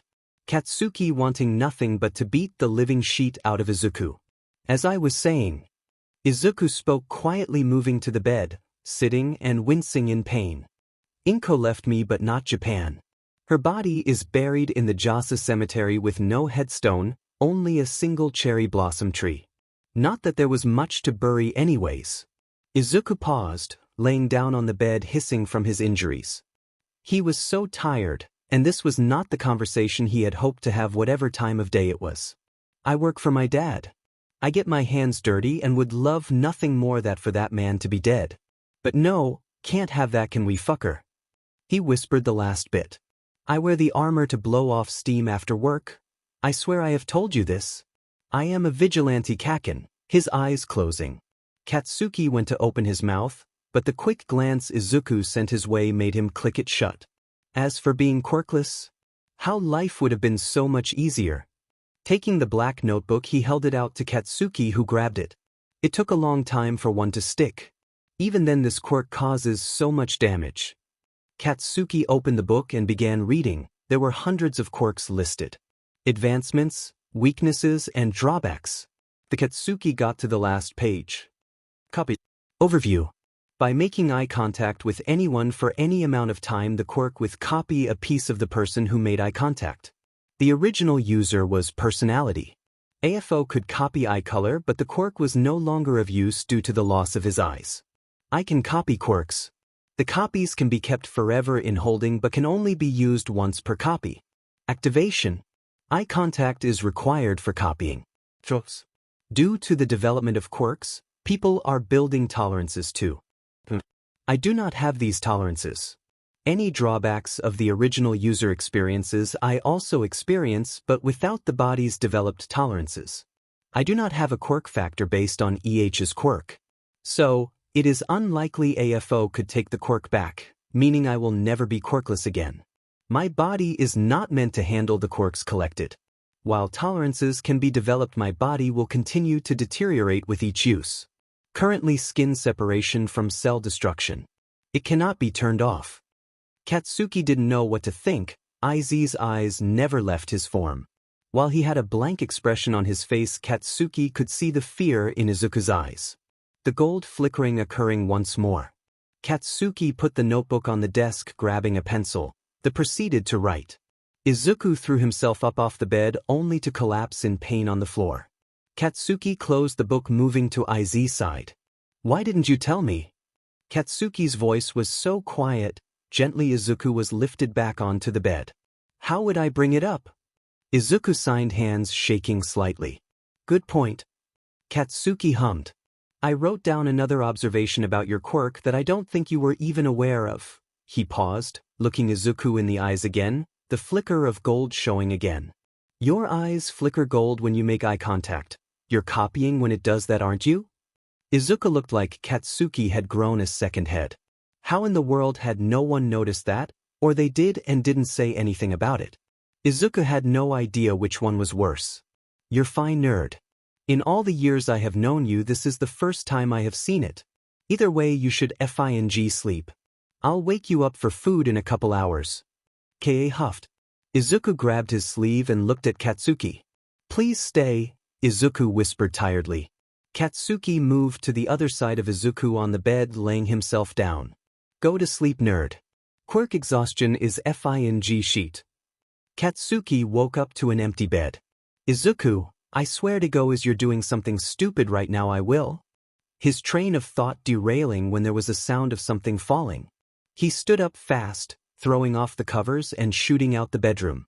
He turned into the kitchen to find Izuku cleaning up a box of spilt rice. Sighed, then entered the kitchen. You know I told you to rest and that I would wake us up for food, right? Izuku looked up. He seemed more normal, or what Katsuki knew as normal. Yes, and call this an apology for everything, I guess. He finished picking up the rice, standing and swaying slightly. Katsuki came up behind him, preparing to catch him should he fall, but Izuku just turned to the sink, throwing the dry rice in a strainer to be washed. Curry, and Izuku nodded. You need more spicy if so? Cabinet to your left, he signed. It was a quiet and calm affair. They cooked dinner together, then sat down to eat. Katsuki called Grace and they dug in. The teachers of UA arrived at the main building. The sports festival was around the corner, and now was the time to discuss plans considering the warning Aizawa had received from Ghost. Good evening. Thank you for attending prior to the start of classes. We need to discuss the upcoming SF, including security. While Aizawa was in the hospital, he received some information from a trusted contact that the next target of the LOV would be the SF. What did the HC say? Aizawa spoke. They are worried that if we cancel the sports festival, then the heroes will look weak. This is a matter of public image and the face of the heroes. The sports festival will go on, but there will be more restrictions than usual regarding safety. Netsu paused, clicking his computer. The projector turned on, showing a map of the sports festival arena. We have spaced out each year's sports festival, 1 ST year on Friday, 2 ND year on Saturday, and 3 RD year on Sunday. We are only allowing parents and families among heroes and their sidekicks. We will be broadcasting it as we have no choice regarding the HC.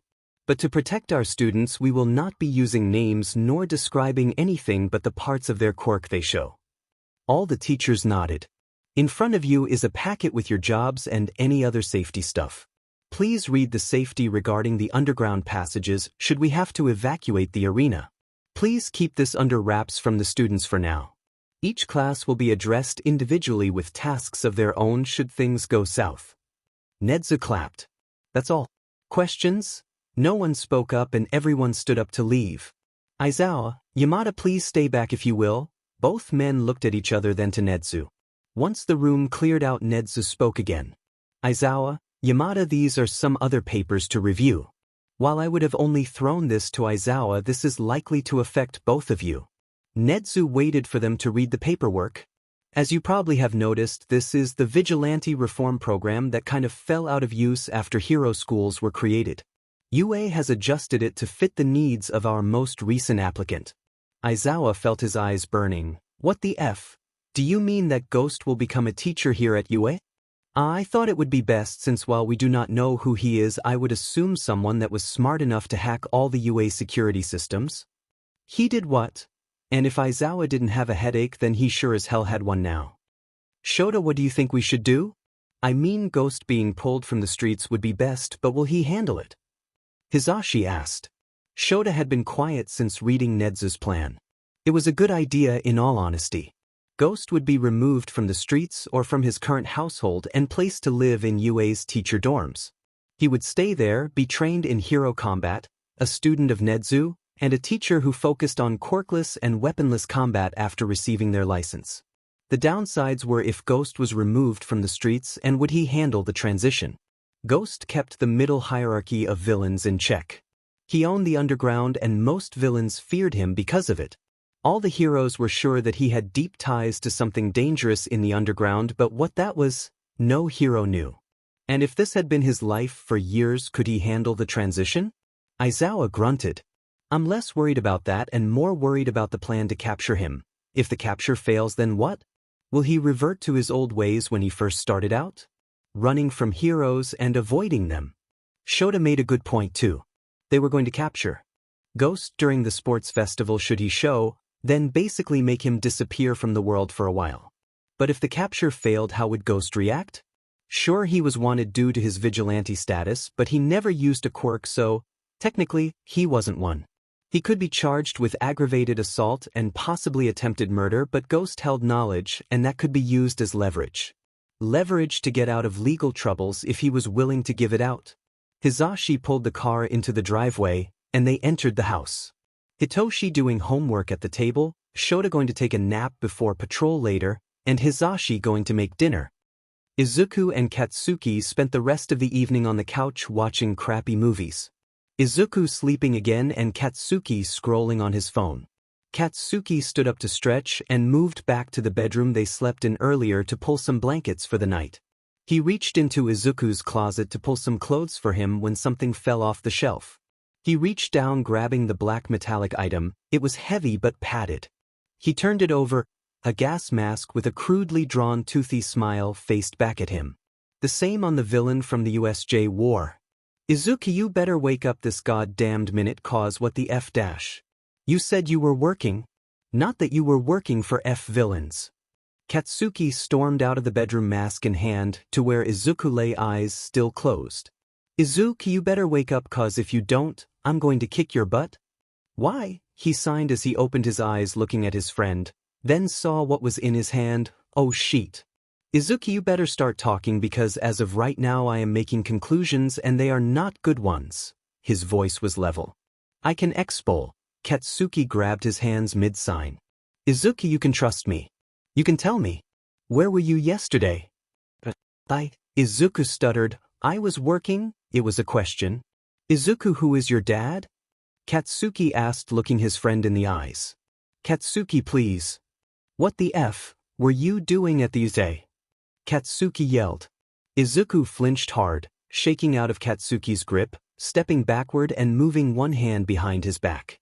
Izuku knew Katsuki would never hurt him intentionally, but for some reason his body felt he was in danger. I just want an answer. Why were you there at the USJ? Why are you working with the villains? Izuku shook his head. It's safer if he doesn't know. I have to protect them, they cannot know. Izuku, I swear, tell me. There was a sting on his cheek. Moving his hand to it, it came back red. A knife was lodged in the wall behind him. When he looked back to Izuku, he wasn't there. In his place, a single letter embellished with a wax seal. The same seal Auntie Inko used, a cursive M and a spider lily. The moment his knife left his hands, Izuku realized he effed up. He was overwhelmed, stressed, and just afraid. Not of Katsuki but of everything he had been protecting them from. What if those dangers came after his family? Katsuki, Mitsuki, Masaru, and Eraser? Izuku would rather die than face that, so he ran. He exited the portal he opened, crashing face first onto his bed. He could trust Katsuki to lock up the apartment for him. His only concern was the notebook that he didn't put away, but it was left on the desk. He could have called it to him, but he didn't want to risk that information falling into anyone's hands but his own. His body still hurt, but it was becoming manageable now. The exhaustion he felt, not so much. He laid there for a while, numb and unthinking for the time. Then someone knocked on his door. He stood up, moving slowly to the door, and opened it. Kuro in all his misty glory stood there. Izuku rolled his wrist in a go-ahead motion. "Sorry to bother. All for one requested your presence." Izuku glared, causing Kurojire's mist to vibrate, then he shut the door. Izuku removed his hoodie, checking his bandages and adding more where they were starting to bleed through. He put on a clean shirt, pants, and gloves. He grabbed a black medical mask, setting it on his face, grabbed a notebook labeled Sports Festival, and exited the room. He was in charge of planning the raid on the sports festival. After the failures of Shigaraki, AFO wanted a raid that pushed the heroes to their knees. Then Shigaraki could re-enter the stage and be puppeteered by AFO in a more even playing field. The funniest part is he wrote this plan months ago, having expected the USJ raid to fail. He made his way down the hallway to AFO's quarters. Locking his expression and pushing a number of emotions to the side, he entered the room. "Child, you seem well enough. As you probably have guessed, the next target will be the sports festival." Then AFO smiled. "It seems you have a plan already?" Izuku held the notebook out. "Oh child, why don't you come closer, Izuku complied, moving forward to be just within arm's reach of AFO. The man grabbed the book, then thumbed through it. "This is a great plan, child. I do like how Shigaraki is still at the front, you controlling from the background. It reminds me of myself. I think this plan is great, but..." Izuku concealed a shiver. "I feel that you should make some kind of presence during the raid. At some point we need to set up the spotlight for you. I think now is the time. So make an appearance, attack a hero, and maybe shed some blood like you do during extractions. What do you think?" Izuku said nothing, he simply nodded his head. "Glad to hear we are on the same page." AFO cheered.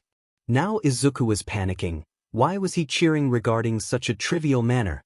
"So, now on to the next thing," his tone dropping into ice. "You have been warning the heroes." It wasn't a question. Izuku dare not move, it's just better to take whatever comes. He learned that when he was younger, do not run, do not speak, do not make noise. I think a lesson is in order. Izuku? The smile that crossed AFO's face was all Izuku saw before darkness. Aizawa woke up from his nap and joined his family for dinner. The family conversed about the daily nonsense, the news, and the sports festival. Hitoshi had watched so many over the years, but to be able to participate in them? He was ecstatic. "Shota, did you read through the jobs for this year?" Hisashi was so excited. "Why?" "No, I assumed I would be walking security like I do every year." And how Hisashi's smile widened. "Not this year, baby. You're with me." Then there was a thud and laughter. The thud being Aizawa's head against the table and laughter from Hitoshi. "Common, it's not that bad. But, need coffee?" He then started clearing the table as dinner came to an end. He had his coffee, kissed his husband, hugged his son, put on his scarf and grabbed his keys. He placed the letter in his inner pocket and waved goodbye as he left the house. The USJ had happened a week ago, students returned to class on Monday, now the sports festival was 24 hours away, but that is not what was on Aizawa's mind tonight. No, it had been a week since anyone caught sight of Ghost. Aizawa knew the kid tended to disappear for large amounts of time, but he always told him when he was off the scene so Aizawa could cover. But there was nothing but radio silence. He also noticed that for the last week, the underground has been quiet. That correlation can't be a coincidence considering the groups he keeps in check. But if even the common muggers and thieves are even in hiding, then what the hell was going on? Izawa moved across rooftops, checking in with Tsukachi as he went. It wasn't just his patrol area where crime seemed to be non-existent either. Even some of the daylight and twilight heroes were noticing the drop in crime. Then something hit them. A person in black? Ghost? He threw his capture weapon, catching the vigilante from falling over the edge of the roof. He pulled him up and released the vigilante. Ghost? Where have? He stops when Ghost moved behind him, small shaking hands gripping his jumper, and heavy breathing fills the night air. Why is he shaking? What the hell happened? Then there was movement where he just saved Ghost, silver armor coming up over the roof's edge. Ingenium? What is he doing here? Sure, he likes to keep tabs on vigilantes, but he's a daylight hero in Hosu. Why is he here? Ingenium. Eraserhead, long time no see. How have you been? Tired. What brings you to the city of Mustafa? Isn't your district Hosu? Izawa asked, trying to draw attention away from the vigilante. You always are. He laughed. Yeah, but there are a couple of rumors I had to check in on. First, Ghost.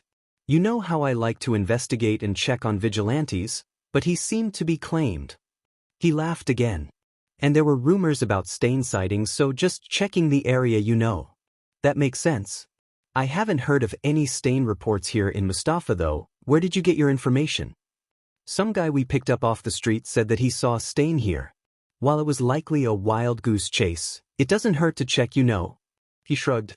Well, seeing as the vigilante I wanted to meet is claimed, I'll leave you to it. Bye, kid. He waved bye and began his descent down the assumed ladder he climbed up. Oh, one more thing, Eraser. You may want to check their injuries. And with that he disappeared into the night. Ghost didn't move the whole time even after ING disappeared. Ghost, he tested quietly. There was no response. Ghost, if you're injured I can help you. But I need to look at you. Ghost shifted, followed by the release of Izawa's jumper, the warmth of Ghost being pressed against him also leaving. Shota slowly turned to face Ghost only to find the kid at a full 45-degree bow. That's when he saw the damage. There was a puddle of blood where Ghost had been hiding behind him, the smell of iron strong in the air. Even when bowing, Ghost was clearly favoring one side and one arm hung limply. Ghost, how bad is it? Shota asked. There was nothing, no acknowledgement, no reaction, nothing. Izawa called out again and moved forward. He eventually crouched in front of the kid, placing a hand on Ghost's shoulder. That did get a reaction from the kid. A knife flashed in his field of vision but did no harm as his capture scarf surrounded the blade. Ghost. The kid looked up at him. How bad are your injuries? Ghost stood at full height and shook his head. That sounds like bullshit to me, kiddo. I have some first aid supplies on me. You were the one who said, bleeding out is not fun, right? Ghost hesitated, then he turned on heel and ran up and over the roof edge, falling into the alleyway. Izawa moved after him, but when Izawa jumped over the edge, no ghost, blood, or signs the kid was even there existed. Izuku had no intentions of returning to his apartment until he could talk to Katsuki, but now, he didn't really have a choice. He landed crouched in his kitchen, but then his legs gave out from underneath him. The room spun for a while before he even tried to do anything but breathe through the pain. He eventually made his way to the bathroom, removing the first aid kit and crawling into the tub. There he pulled out the suture kit, removing his shirt with a hiss, and began the tedious process of patchworking. Each stitch pulled at his mind, bringing forward the memories of the past week. I think a lesson is in order, Defo said. Next thing he knew, he was dropped in a black-walled room that reeked of blood and decay. He hated this room. It was where all the people where all the memory banks he worked with came from and returned to after extraction. It was where the doctor made these monstrosities he liked to call babies. The Nomo factory. He was tortured for some time, he thinks, based on the doctor's random mutterings. Being originally quirkless gave the doctor so many weird ideas, but the one the doctor decided to try was making a copy of his quirk to give to a Nomu at a later date. But here's the problem. Izuku has no quirk factor to copy, So all the experiments were torture, no real conclusion being reached. He was drugged and cut over and over again.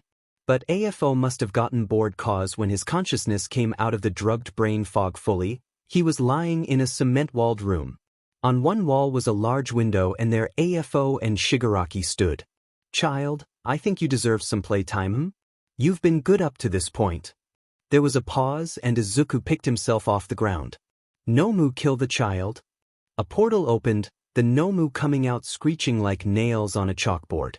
It had several arms, large black muscles, and a crystal-like formation on its back, but Izuku knew better than to judge a book by its cover. Izuku struggled against the Nomu.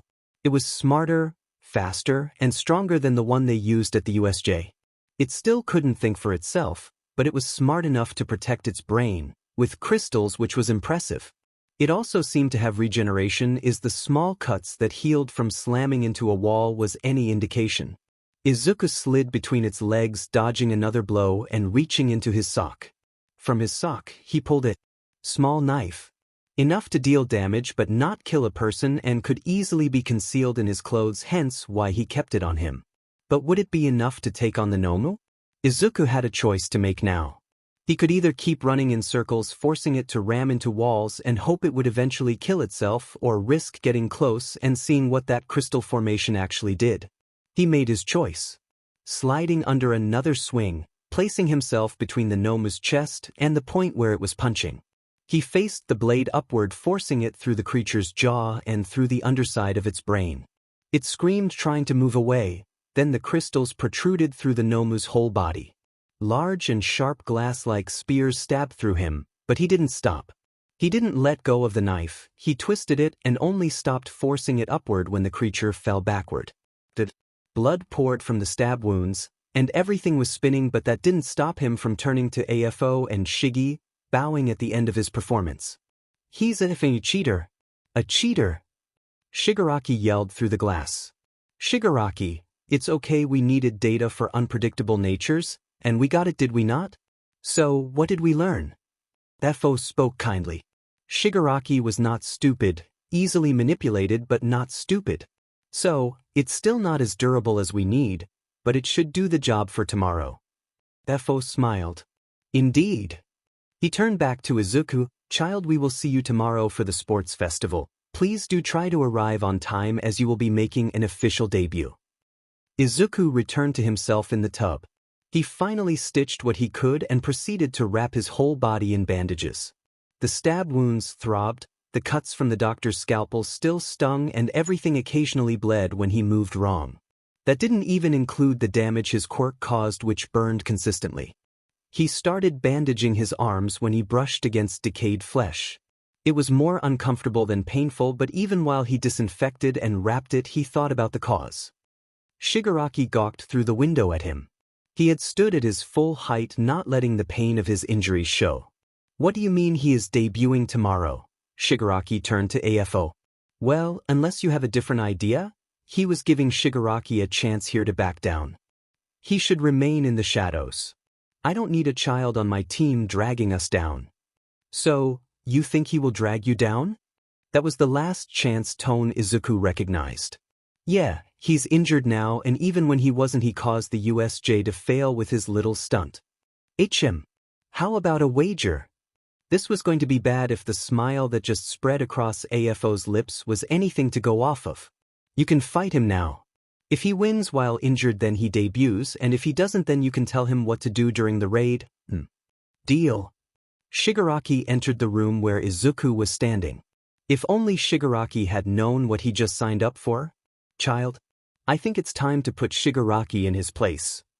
Defo spoke. Izuku simply bowed. He looked over to Shigaraki, dropping into a defensive stance. He allowed Shigaraki to make the first move. Izuku may be sluggish from blood loss and the general pain he was currently dealing with, but that didn't make him any less dangerous. He had orders, he was going to follow them, he couldn't go through any more right now.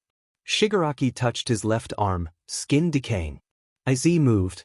He grabbed Shigaraki's wrist, pulling him forward and off balance, then kneed him in the gut, bringing his other elbow up and slamming it into Shigaraki's back. He let the boy hit the floor, then proceeded to walk circles like a predator around its prey. Anytime Shigaraki attempted to get up, he would be knocked back down. In the end, Shigaraki needed to be seen by the doctor. A shattered kneecap, broken ribs, several broken fingers, a broken nose, and several bruises.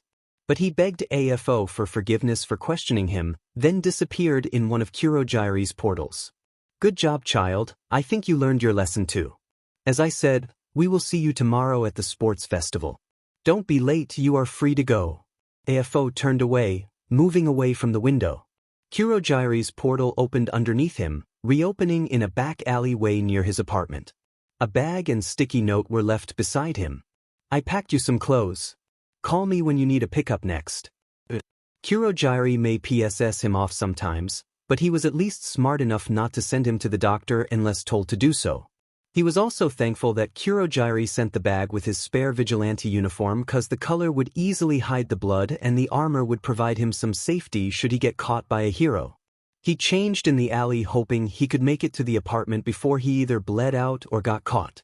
But of course, his luck just kept getting shittier and shittier. Ingenium came around the corner right as Izuku zipped up the bag and had put on his mask. Izuku ran as fast as he could, finding a ladder farther down the alley and jumped up onto it. He may have almost slipped twice due to the blood and near-useless arm. Fing Shigaraki. Then he has the wind knocked out of him. Eraser. Izuku looked at himself in the mirror. He looked like a mummy from the neckline down. He moved out of the bathroom and to his bedroom. He put on a large shirt and crawled into bed. He eventually succumbed to sleep, whether because he was so tired, in so much pain, or blood loss he didn't know. Izuku woke up some time later. It was still dark outside and the clock by his bed read 5 a.m. He had roughly 6 hours till the raid. He sat up in bed and breathed through the throbbing pain across his body, willing it to go away so he could stand. When it did, then he went to stand. The room spun and he grabbed the desk next to his bed sheet. He hadn't been put through something this bad in years. Izuku didn't really make mistakes anymore. You receive enough lessons, and you learn to just stick to a script. But no, Izuku had to go spilling info to the heroes. He didn't regret it one bit, but the repercussions were almost enough to deter that behavior in the future, almost. The room eventually stopped spinning, so he moved forward with his day. First, he had to shower because the grime, sweat, and blood from the past week was just gross. He walked into the bathroom attached to his room, removing the bandages and taking stock of the injuries. He let the warm water wash over his body, clearing the grime and blood. It also helped his sore body and let him breathe for what felt like the first time since after the USJ. He finished, then started checking his stitch work from last night and took his time disinfecting each one. He proceeded to rewrap his injuries, placing more gauze and tape over larger injuries should they tear during the sports festival raid later today. He exited the bathroom wearing sweatpants and not worrying about a shirt. The bandages covered every scar he had from the neck down. He moved to the bag Kurogiri sent with him, checking for his phone. He turned it on and was shocked to see it had been charged. Kurogiri, I swear there are times I am happy Shigaraki can't dust you. He wanted to laugh. He had several missed messages and calls from Katsuki, which was to be expected considering he had been MIA for a week. He hadn't expected the large number of messages and calls from Eraserhead. Sure, he knew the man cared. But still, he ignored all the messages for the time being. Izuku put his phone on the counter. The dizzying effects of blood loss becoming more and more manageable. He pulled a bottle of water from the fridge and moved to the couch to sit for a moment, then he would get ready for the raid, he guessed. He didn't really have a choice but to go, especially if he wanted to protect Katsuki and Eraserhead. He could run, he guessed, but should AFO find him, then he might as well be dead along with the people he had meant to protect. He could report it to the police, but AFO was a powerful man with moles everywhere. How else did AFO find out about the information he had been passing to the heroes? That was another thing. He had been giving information for years. Sure, they weren't full callouts like his last message to Eraser was, but who reported it? Izuku closed his eyes, thinking of everyone he had ran into, everyone who knew the info he gave out, and who Eraser would have told. Sure, one of the moles in the police force may have said something, or there was a nurse at the hospital. Izuku sighed. There was no use in thinking about it right now. It was too late to fix it, and it was just proof he needed to be more careful. Katsuki got up the morning of the sports festival. He was ready to come out as number. He got dressed and began the morning routine, a run, a shower, breakfast, and on his way to UA he will stop at Izuku's apartment. Izuku's hadn't answered a single message he sent. Sure, it said Katsuki off, but every time he got mad about it, green eyes flickering gold and filled with fear made the anger bleed out of him. Izuku may put a strong front up, but Katsuki had to wonder what Izuku would be if he removed it. Would he be the kid Katsuki remembered standing up to him at the park? Giving a hand when Katsuki fell in the river? Katsuki's phone alarm went off, shaking him from those thoughts. He packed his bag with spare clothes and Izuku's notebook. He picked it up after Izuku ran since he couldn't figure out how to open the bookcase. Sure, he could have left it, but if Izuku was hiding it, then he obviously didn't want prying eyes to see it. He hollered that he was leaving, then shut the door behind him. The sports festival this year had a lot of security measures, so his entire class was required to be there an hour early in order to be briefed. He moved down the street, stopping at Izuku's apartment on the way. Katsuki unlocked the door to the apartment, entering the place. He moved through the apartment and found a couple signs that Izuku was there last night, if nothing else. The bed was unmade, and the first aid kit was left open on the counter. He moved to the desk and found a single sticky note. "We will talk later. Keep your guard up." He pulled the note and shoved it in his bag. Katsuki then left the apartment, locking the door behind him. The room was filled with both 1A and 1B when Aizawa, Ken, and Nedzu arrived. 1A quickly shut up when Aizawa walked in, and Ken's students were thoroughly confused. "Good morning, everyone." Nedzu spoke. "We asked you to come in early this morning due to the concerns surrounding recent events. You will all be in charge of assisting with evacuation should anything happen today. Students, you are not to engage if something does happen. You may be on campus, but due to the lack of training you all have, you are only to help with evacuations." Ken followed. "Indeed. Questions?" Aizawa asked. "Ida." "Sir, what should we do if a villain is attacking but no heroes are present? And is there a large risk of an attack? If so, then why are we holding the SF? Due to the recent attack on the USJ and the lack of crime over the past week, we here at UA would like to be prepared for if something happens. Yes, heroes will be present, and we are hoping that their presence will deter any potential attacks. But should something happen, being prepared is the most important step. Now let's go beyond. Plus ultra, the students shouted. Izuku returned to base a couple of hours later. He dropped down into his room, glancing around. Someone had been in there. Stuff had been touched.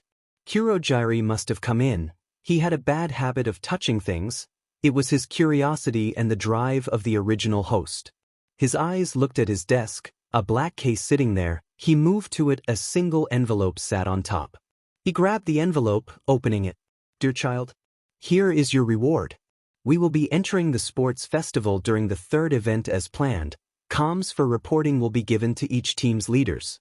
Shigaraki will be the main voice, but you will take control when things fall apart. Don't fail me, child." Dead. Setting the letter to the side, he opened the case. He removed its contents. Iz sighed as he began putting the gear on. A white button-up covered the padded armor beneath, and the cuffs rolled up, showing the bandages across his arms. The pants looked like plain slacks, but he noted the material as more metallically reinforced than cotton. He placed the black metal mask on his face, the metal cutting into his cheeks. Finishing the outfit, he had black gloves, combat boots, and a vest that hid the knives he carried. A single collapsible boa staff and comm remained in the box. He clipped it to the belt he wore for his vigilante gear. He didn't use weapons much anymore, but if they were being given by AFO, it was assumed that he would have to this time. He placed the comm in his ear and exited his room, making his way up to the bar. The sports festival was going great in Hitoshi's opinion. He had placed 7th in the round.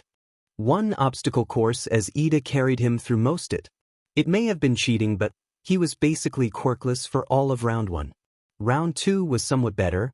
Bakugo had come and dragged him towards his own group. The group consisting of a crazy support student, Mei, Uraraka, Bakugo, and now him as the rider. The goal was to keep the points they had. Sure, Bakugo wanted to go after Todoroki, cause the million points, but thankfully Hitoshi was able to talk him out of it. They dodged around teams and stole points from lower point groups. In the end, they placed second and were qualified for the final event. The group went to lunch and Todoroki sat with them. Todoroki may be kind of standoffish, but in some ways, it reminded Hitoshi of his own life prior to being rescued. Lunch came to an end and the final rounds were announced, but so did the chaos. "I think it's time." FO spoke through the screen in the back of the bar. At this, every villain stood up, Kurogiri opened a portal, and the group began leaving the bar. "Child, do not fail me," he reminded Izuku as the group cleared the bar. Izuku bowed to the screen and then left the bar. When he exited the other side, groups of villains began to move to their location. Some calling out on the comm that they were in position. After all the groups were in place, he nodded and Shigaraki glared at him but pressed the comm in his ear. And so, it began. Shigaraki and Izuku walked together through the halls as people's screams could be heard outside. The villains that were brought were basically cannon fodder. Their jobs were to cause as much damage and panic as they could. They were also there to draw the heroes into one location. If they get caught, well, that's on them. Izuku pulled Shigaraki around a corner and held up a hand. "We can get to the outside down this hallway," a hero yelled, running right past them. They returned to their walk after the heroes ran around a corner further ahead. "I can't believe you are leading the front. Like I'm supposed to be AFO's successor. Who are you to take that from me? Not to mention the stunt you pulled at the USJ." Shigaraki rambled on. Izuku just kept quiet, listening to the comms that were slowly becoming quiet due to the heroes' presence at the arena. They eventually made it to their location, Shigaraki going quiet as he looked out into the arena. There were heroes trying to help evacuate the stragglers, help those trapped under the rubble, and take down the rest of the cannon fodder. Some caught sight of them in the tunnel. Shigaraki smiled, his skin cracking under father's hand. He stepped out into the light of the arena, hands out as he laughed. Izuku shook his head, following close behind Shigaraki. Sure, he was to debut, but he better let the man have his fun and do his best to stay out of it for as long as possible. Aizawa and Hisashi sat in the announcer booth together. Sure, Aizawa had no interest in announcing the sports festival, but Nezu wanted him to keep an eye out for unusual activity from above. The rat probably just wanted him to do something different and keep Hisashi in check. Whatever the reason, he got to see Hitoshi compete, which was worth all the yelling from his husband. Hitoshi had grown from the small child that never spoke to someone who used his quirk with confidence. Sure, Hitoshi had his moments where he couldn't talk or he would apologize something the two of them deemed stupid, but he had improved. Plus, neither Hisashi nor himself could really be mad, considering they also had days where it seemed like nothing changed. Hisashi would become overly quiet and Shota would hide in the bedroom. It was what it was, but therapy helped. Hisashi announced the final round, one-on-ones. They were common practice for the first-year sports festival. He relaxed in his seat, but the froze as his stomach flipped. He shot up in his seat as explosions and screams were heard. In his ear, Nezu spoke, "Heroes, activate the safety measures." The explosions shook the stadium, but the students did their jobs.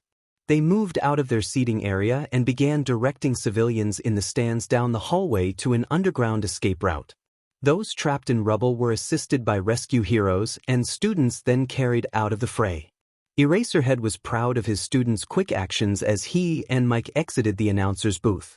That's when he caught sight of two new people down in the main arena. He recognized Shigaraki, the man's blue hair and hands across his body. The man was laughing at the chaos he caused. But the green-haired child seemed concerned, or maybe worried. Mike ran to the stands to assist in taking out the villains. "Nezu, we have two people in the arena. One recognized as Shigaraki and another whose identity and quirk are unknown. Moving to prepare for engagement." There was confirmation over the comms. He made his way to the entrance behind the individuals. After a moment, several heroes landed in front of the two villains. Shigaraki was already stepping forward, hands reaching out. The heroes moved, dodging and going on the offensive just as quickly. Eraserhead activated his quirk and Shigaraki stopped looking at his hands. At this, the green-haired child turned, looking at him straight in the eyes. Eraserhead threw his capture weapon towards the child, keeping his eyes on both of them. Izuku simply sidestepped, then jumped away, creating distance between himself and the hero. Eraserhead had a feeling that this kid was more dangerous than the one who claimed to be the leader of the LOV. Shigaraki shouted in frustration. He relied too much on his quirk in Izuku's opinion, but when you're against almost a perfect counter for all quirks, people tend to get pissy. Get on with it, child. He heard AFO's voice break through the noise on the comm. Izuku reached behind his back, his boa staff opening to full length as he twirled it around himself before holding it in offensive manner. Sure, this boa staff was lighter than the one he used as a child, but it felt right in his hands. Eraserhead jumped forward, quirk activated, throwing his capture weapon right at the person. The boa staff entered the scarf's trajectory and Aizawa wrapped it around the weapon. But to his and everyone's surprise, Eraserhead was pulled towards the character, his weapon tangled in the boa staff. Izuku didn't really want to hurt Eraserhead, but he didn't really have a choice now. As he tugged the hero towards himself thanks to the boa staff, he removed a knife from the holster under his vest. To have telegraphed his movements, but he still wasn't expecting Eraserhead to completely abandon the scarf to avoid a blade. Eraser rolled out of his scarf, using his quirk once more on the green-haired child. He moved forward, knife in hand, and quirk activated, but the child simply sidestepped, repeatedly avoiding the blade with grace. The child would attack once in a while, slapping away a swing of the blade or kicking the legs out from under Eraserhead. But Izuku decided it was time. He collapsed the boa staff mid-fight and removed a knife from his vest, throwing it at Eraserhead's face. Just as he expected, Eraserhead dodged, but a small cut was left behind, beginning to bleed sluggishly. You useless idiot. Your job was to take out the heroes. I was right, this whole plan is a train wreck because of you, traitor. I cannot believe Sensei wanted you to come, you should be dead for your treason. It seems Shigaraki didn't learn his lesson.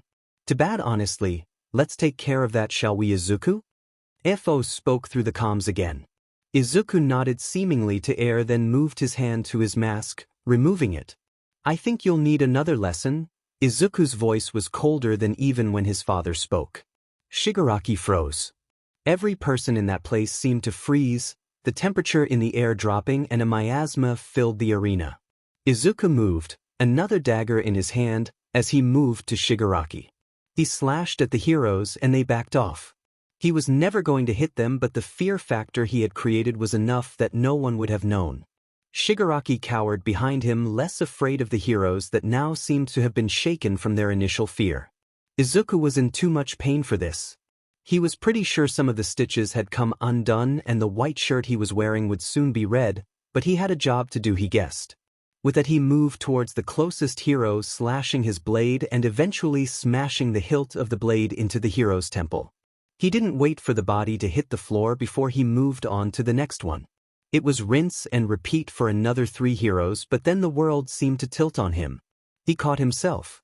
He noticed Shigaraki and several of the remaining villains had also started to re-engage with the heroes now arriving on site. He looked down at his arms and saw red.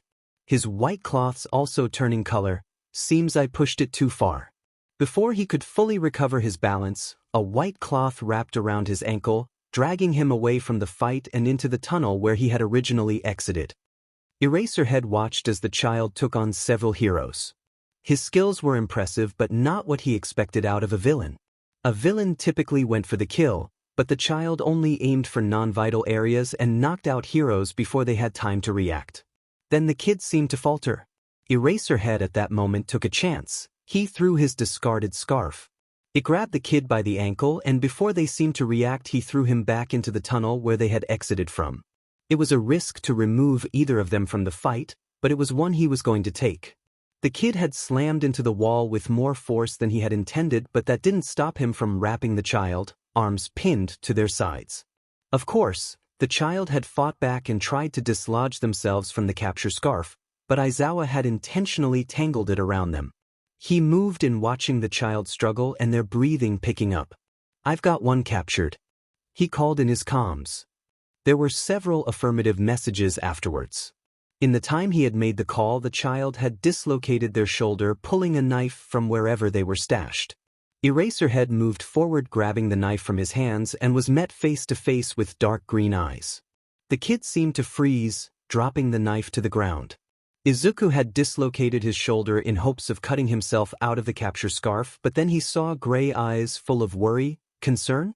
He froze, and I guess in that moment all the adrenaline he had finally left him. "Sorry, Aizawa, I tried to warn you," he whispered. Aizawa stared at him in shock. Deku, what the F are you doing here?" Someone from down the hall yelled as he closed his eyes, succumbing to the pain and blood loss. Deku, what the F are you doing here?" Katsuki yelled. Aizawa looked up at his student, who was supposed to be evacuating civilians, now storming his way to them. Once he reached them, he grabbed the child wrapped in the scarf and shook them violently. "Where the F have you been?" Radio silence for a week, then boom, "You're here. I am going to kill you." Bakugo kept yelling at the unconscious child. "The villains have retreated," Nedzu said over the comm link. "Nedzu, I may have ours captured in the south wing," he spoke over a direct line as Bakugo released the limp green-haired child after realizing he probably wouldn't wake up. Bakugo seemed to crouch in front of the kid, staring at his own hands and exhaling a shaky breath. "Bakugo, shouldn't you be with the other students helping evacuations?" Aizawa spoke evenly. "Yeah, we are checking for stragglers." He spoke. "So, the idiot is officially captured now, right?" "Yes, the villain has been captured." "Good, the idiot needs the FING break. Also, he not a villain, just someone who needs to be rescued by a goddamn hero." He cut Aizawa off with a gentle voice, but it was laced with concern. Aizawa was shaken. First, the kid wrapped in his scarf was smart enough to use it against him. Then come to find out it's Ghost? And now the brash Bakugo Katsuki is speaking fondly of the villain? "How do you know the idiot, as you called him?" Aizawa finally asked, sitting beside his student awaiting support to deal with the green-haired child. FO was livid. The child did his job, but then he disappeared? He called back Shigaraki, but when he tried to pinpoint his child, it came up blank. The raid started so well. The child's plans were always flawless when followed correctly. Even in all the years that his child had made plans, he never failed twice.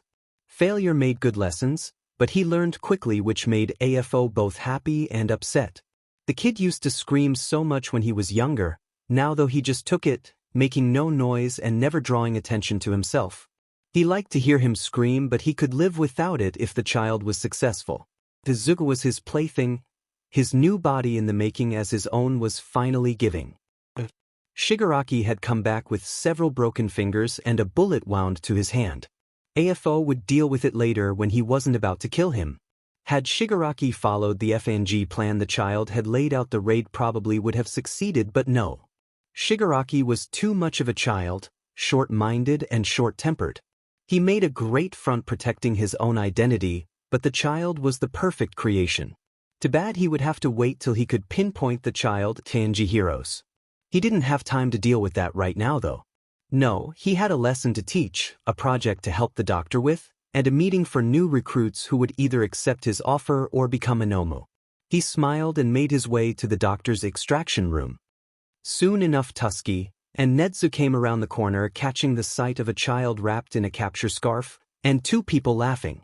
Aizawa caught sight of Nedzu and Tusky, then stood up, Bakugo following suit a moment later. Bakugo put himself between the now dubbed Izuku Midoriya and the newcomers. "Ah, so this is the infamous Ghost?" Nedzu walked up and looked around Bakugo's body. "Indeed. This is Ghost, aka Izuku Midoriya." Aizawa said. "Good. Let's move him somewhere more secure, HM? And maybe take care of his injuries before he bleeds to death, yes." Nedzu turned around, moving down the hall. Bakugo picked up Izuku, carrying him through the corridor as they all followed Nedzu out of the stadium and into UA's main building. They entered the nurse's office, where Nedzu then opened a side door. "We can take care of his injuries here, then when he wakes up proceed with the next steps." "Tusky, did you bring those cuffs I asked?" Nedzu asked, and the man in question nodded, handing them over. Katsuki set Izuku on the bed in the room, watching his breathing closely. It was so shallow. "Aizawa, you'll have to remove the capture weapon. Nedza spoke again. Right. The man sighed, removing his knife from its holster and cutting the material away. There was a lot of blood leaking through and even staining the metal alloy of the capture scarf. Bakugo, please go grab the large red bag from the overhead of RG's desk. Aizawa spoke evenly, but internally he was panicking. Did he not have someone to help him deal with the injuries from last night? Nedzu placed the cuffs on the kid's arm, but when they didn't light up, all three men were confused. Bakugo came back with the large red bag, setting it on the bedside table. He looked at the cuffs. That FINGBSTRD, he chuckled. Would you care to enlighten us, Bakugo? Aizawa spoke. Nope, this is one thing I won't talk about unless he says to. Bakugo began unbuttoning the vest and now red shirt below it. They'll call in RG as this is beyond basic first aid. Nedzu said, walking out, phone in hand. There were a lot of bandages across his body. They were bright red, fresh with blood. Katsuki stopped, instead moving to Izuku's gloved hand and held it. Recovery girl showed up a few minutes later, then kicked them all out while she worked. She repeatedly exited and entered the room where Izuku lay. It was an hour later till she finally sat down, looking at the four people who were waiting. He's not well. He has lost a lot of blood, and I am shocked he's not dead yet. There was no energy to tap into, so he is currently on his own for healing. But I am more concerned about how he got them. I am sure none of the heroes he fought today fight with glass and crystal fragments or happen to have a scalpel as a primary weapon, she sighed. I took some blood and fragment samples, but I'll be shocked if he wakes up in the next 48 hours. Bakugo, why don't we have a hero escort you home as it is late now? Nedzu turned to the student. Like hell I am leaving him. He's been missing for a week. The blonde shouted, more in frustration than anger. Bakugo, it's late, and if he's not going to wake up for some time, you should go home and rest. If he happens to wake up, we can contact you. Aizawa looked at his student, who kept looking at him, then the door where Ghost lay. Fine, but you better tell me when he wakes up. And with that, Nedzu walks Bakugo out the nurse's office and to be escorted home by a hero for the evening. Aizawa pulled out his phone, texting his own family that he probably wouldn't be home tonight due to the recent development. RG turned to her work on the desk, scanning over blood samples and similar tests she pulled from the child, while Tusky opened his briefcase and began pulling out documents for Nedzu to read through. It was a quiet night till there was a scream and something or someone falling. Little Izuku was 3 when he learned to read. He excelled at anything he put his mind to and was a sponge regarding information from such a young age. His mama was a kind woman who loved him and daddy very much. She saved lives at the hospital as an ER nurse, taking care of those injured in attacks and even meeting so many heroes. His daddy was a nighttime hero. He would leave for the evening and be back before Izuku went to daycare. Mama's quirk was so cool too. She had a telekinesis quirk that worked on small object. He used to laugh when she faked juggled apples and oranges in the kitchen. Daddy's quirk was the coolest though. He had a fire quirk, one that could be shown as a big dragon. At age 4, while others had shown signs of a quirk, he was still just him. He would ask his parents about what they thought his quirk might be, and they had some fun answers. Fire manipulation, a stronger version of telekinesis, or maybe something completely different considering the variety Mama's family had. He was so excited. At age 5, Izuku skipped a day of kindergarten and went with Mama to the doctors. He wasn't sick, but they could see if he had a quirk. He sure hoped so. Sorry kid, you have an extra joint in your pinky toe. You will never have a quirk, so you might as well give up. The doctor had told him. When Daddy got home, he told him what had happened at the doctor's and how it couldn't be true, right? His daddy ruffled his hair and said something along the lines of, I hope not. A smile gracing his lips. Dad left for a mission that night. After Dad closed the front door, Mama seemed to have snapped. Izuku was hiding in his room listening to the quiet, I'm here, rescue scene over and over. Throughout the house he heard slamming dishes and moving furniture, then there were heavy steps down the hallway to his room. His door swung open so hard the handle left a hole in the drywall behind it. Mom moved forward, grabbing tiny Izuku from the desk chair by the collar of his shirt. You useless child. After everything we provided you with, you could be effing normal. Here's seething anger making her voice louder with each word. All you do if take. What are we going to do with you? She yelled. Izuku cried first in fear then in pain. He had been thrown against the wall, his small 5-year-old body crying in pain and the wall behind him cracked. With that she stormed out of the room leaving the tiny Izuku to slowly pass out. Dad didn't return. Something about moving to America to deal with the ever-increasing crime there. Izuku was smart though, he left because of him not because of work. Mom had received some papers in the mail and while she signed them angrily, he could hear her muttering about a divorce. As time passed Mom worked more hours and came home more and more drunk. She would even bring home strange men sometimes but by the next day she was either left or kicked them out herself. She would then go to work and repeat the same thing over and over. Mom had snapped whenever he talked to her so he stopped. Mom would snap whenever he left his stuff or his room was a mess, so he made sure things stayed nice. Mom would yell at him if he looked at her, so he learned to look indirectly at her. Mom would smile and Izuku wouldn't know whether she was happy or he would need to make sure to find another first aid kit. Their relationship fell out of the typical mother and child to more something of forced roommates that never talked. He didn't voice his opinion, though it was better this way by the longed for her attention.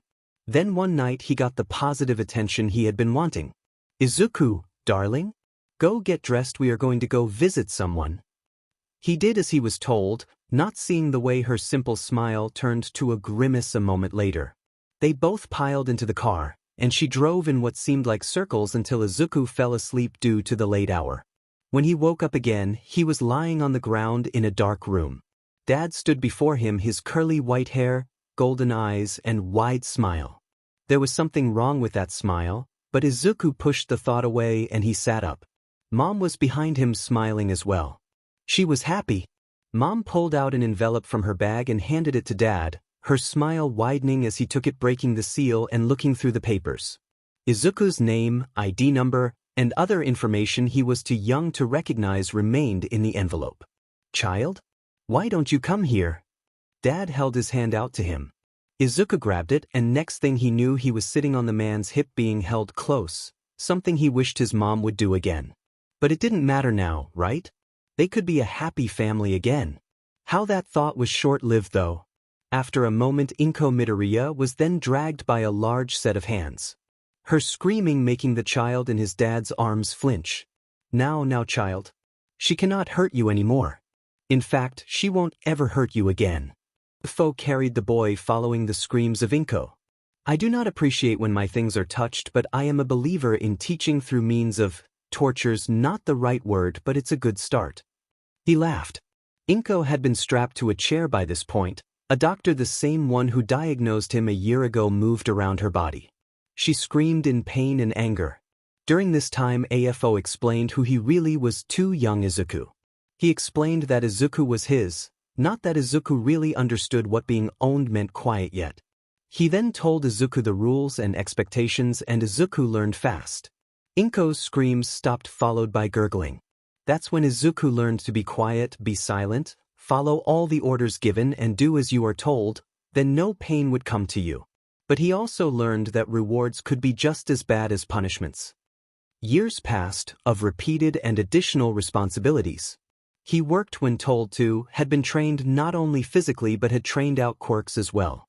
Being quirkless made him the best vessel, AFO had said. His body could take the strain of a quirk if given time to work with it, but more often than not the body would reject it after a couple months. Much to AFO's disappointment. But had been given the freedom to pretty much do as he wanted around age, he could leave the complex by himself, had a phone, a computer, and even still attended regular school on top of the extra schooling stuff. He started building a name for himself, having talked to several sellers in the underground getting supplies for the coming years. One thing about being in direct relation to AFO was that fear came with the territory and for those who didn't know him, that never lasted long or without injury to those who questioned him. He had been doing so well but maybe too well. Child, I have a reward for your success over the last couple years. This one will be yours as I have no use for it, a simple copy quirk but each user copies different things. I wonder what you will copy, he smiled sharply. Izuku hit the floor in pain, the world going black once the quirk took its place in his body. He wasn't used to collapsing from the addition or subtraction of a quirk, but when he woke up he had been strapped to the doctor's experimentation table. He thrashed trying to undo the tidones, freezing when the doctor entered the room. He hummed happily, then moved to Izuku with a large cart full of tools and bandages. "Don't worry. You're in good hands," he said cheerily as he picked up a scalpel and began his work. He cut and stitched Izuku repeatedly, trying to get any kind of quirk activation to occur, but there was nothing. The doctor sighed dejectedly. "Well, the original copy did depend on others," he said to himself, and he left the room. By this point Izuku was in too much pain to register much, but he did feel a cold hand touch his chest sometime later. So not physical touch either. What are the activation requirements? The doctor whispered, walking to his desk. Izuku opened his eyes, coming face to face with one of AFO's underlings. Izuku made eye contact for a second with Tsuda before Izuku screamed. Black vines sprouted around the room. "Sheet!" The doctor yelled. "This isn't you, right, Tsuda?" "No, I can't sprout this many in one go," the man yelled. The black sprouts began flailing, destroying the room. Some of the vines began to grow thorns, cutting the doctor, Tsuda, and Izuku. Some had cut through Izuku's restraints, but his screaming had ceased, his voice having given out as he stared blankly at the ceiling, unmoving. The doctor and Tsuda ran out of the room while the vines continued to thrash. The doctor moved behind the viewing glass. Papers were thrown, equipment was destroyed. Izuku seemed to have passed out, barely breathing. His skin was cracking and bleeding. After about 20 minutes the vines finally stopped thrashing, wilting, then disappearing into the ground. The doctor re-entered the room, intending to repeat the conditions, but a black portal opened underneath the unconscious child. "It seems the doctor did too much damage. That's disappointing," FO said as he caught the boy from the portal. There was blood and a sickly sheen across the child's face. Using one of his healing quirks, he took care of the pressing matters like blood loss and infection, but even healing quirks couldn't change the effects of quirk exhaustion. Maybe this one was too much? Maybe he's too young? FO went to remove the quirk before it killed the boy. This child was his replacement after all. Sure, the child had been given many quirks, slowly building up the body's tolerance to a quirk factor, but it seems this simple portion copy quirk was too much. The doctor ran in papers in his bleeding arms and a large smile forming under his mustache. FO looked up from the limp child. "You went too far, Garaki," anger lacing his voice. "Sorry, AFO, but that child has an amazing quirk now. The ability to copy others' quirks. But how long the copy lasts is unknown." Dr. Garaki smiled like a kid in a candy store. "There is also some other rarities of this quirk, it seems. He doesn't have a registering quirk factor. By the time I had finished cutting him apart, I had begun to wonder if the quirk had even transferred. It's very strange." "Indeed." AFO placed a hand on Izuku's forehead and activated his own quirk, attempting to take it back. But nothing came back. "You said he has no quirk factor?" "Yes, isn't that so interesting? He has a quirk but no quirk factor. It may be part of the reason he passed out when it was given to him, or why his breathing began to fail during activation. Are you not able to take it back?" Garaki looked at him in confusion. Seems not. FO may be old, but he had never heard of something like this. A quirk with no quirk factor? I will take over his training on this one once he recovers from severe quirk exhaustion. "Kurojiri, please return him to his room." The child disappeared from his arms a moment later. Seems this will be his quirk for the time. When Izuku recovered, he began wearing bandages around his arms, the pressure helping with the pain. His quirk seemed to hate him. Every time he activated it, all it did was cause pain, and Izuku was more likely to pass out than control it. Izuku could tell Dad was getting frustrated. Izuku couldn't control the copy quirk. AFO couldn't take it back, nor could he give the child another one. They had tried. Not only did IZ's current quirk fight him, but a person was not meant to have multiple quirks. When he forced another quirk on IZ, it was like a rubber band had been snapped. FO ended up with a migraine and IZ collapsed, not waking up for a week, quirk whiplash as he called it. The repeated experiments over and over again. Garaki liked to cover his eyes then cut him. AFO liked to see what quirks caused the most damage to the surrounding area. Soon enough Izuku had enough. his body and mind shutting down. Then AFO fought All Might, both men barely making it out alive. Izuku recovered what strength he could. He stopped using his quirk. He rebuilt the strength he had lost during the recovery PRD, extending patrols as a vigilante, using his free time to train and learn to deal with the pain. Sure, his quirk was volatile, but it was either push forward or die.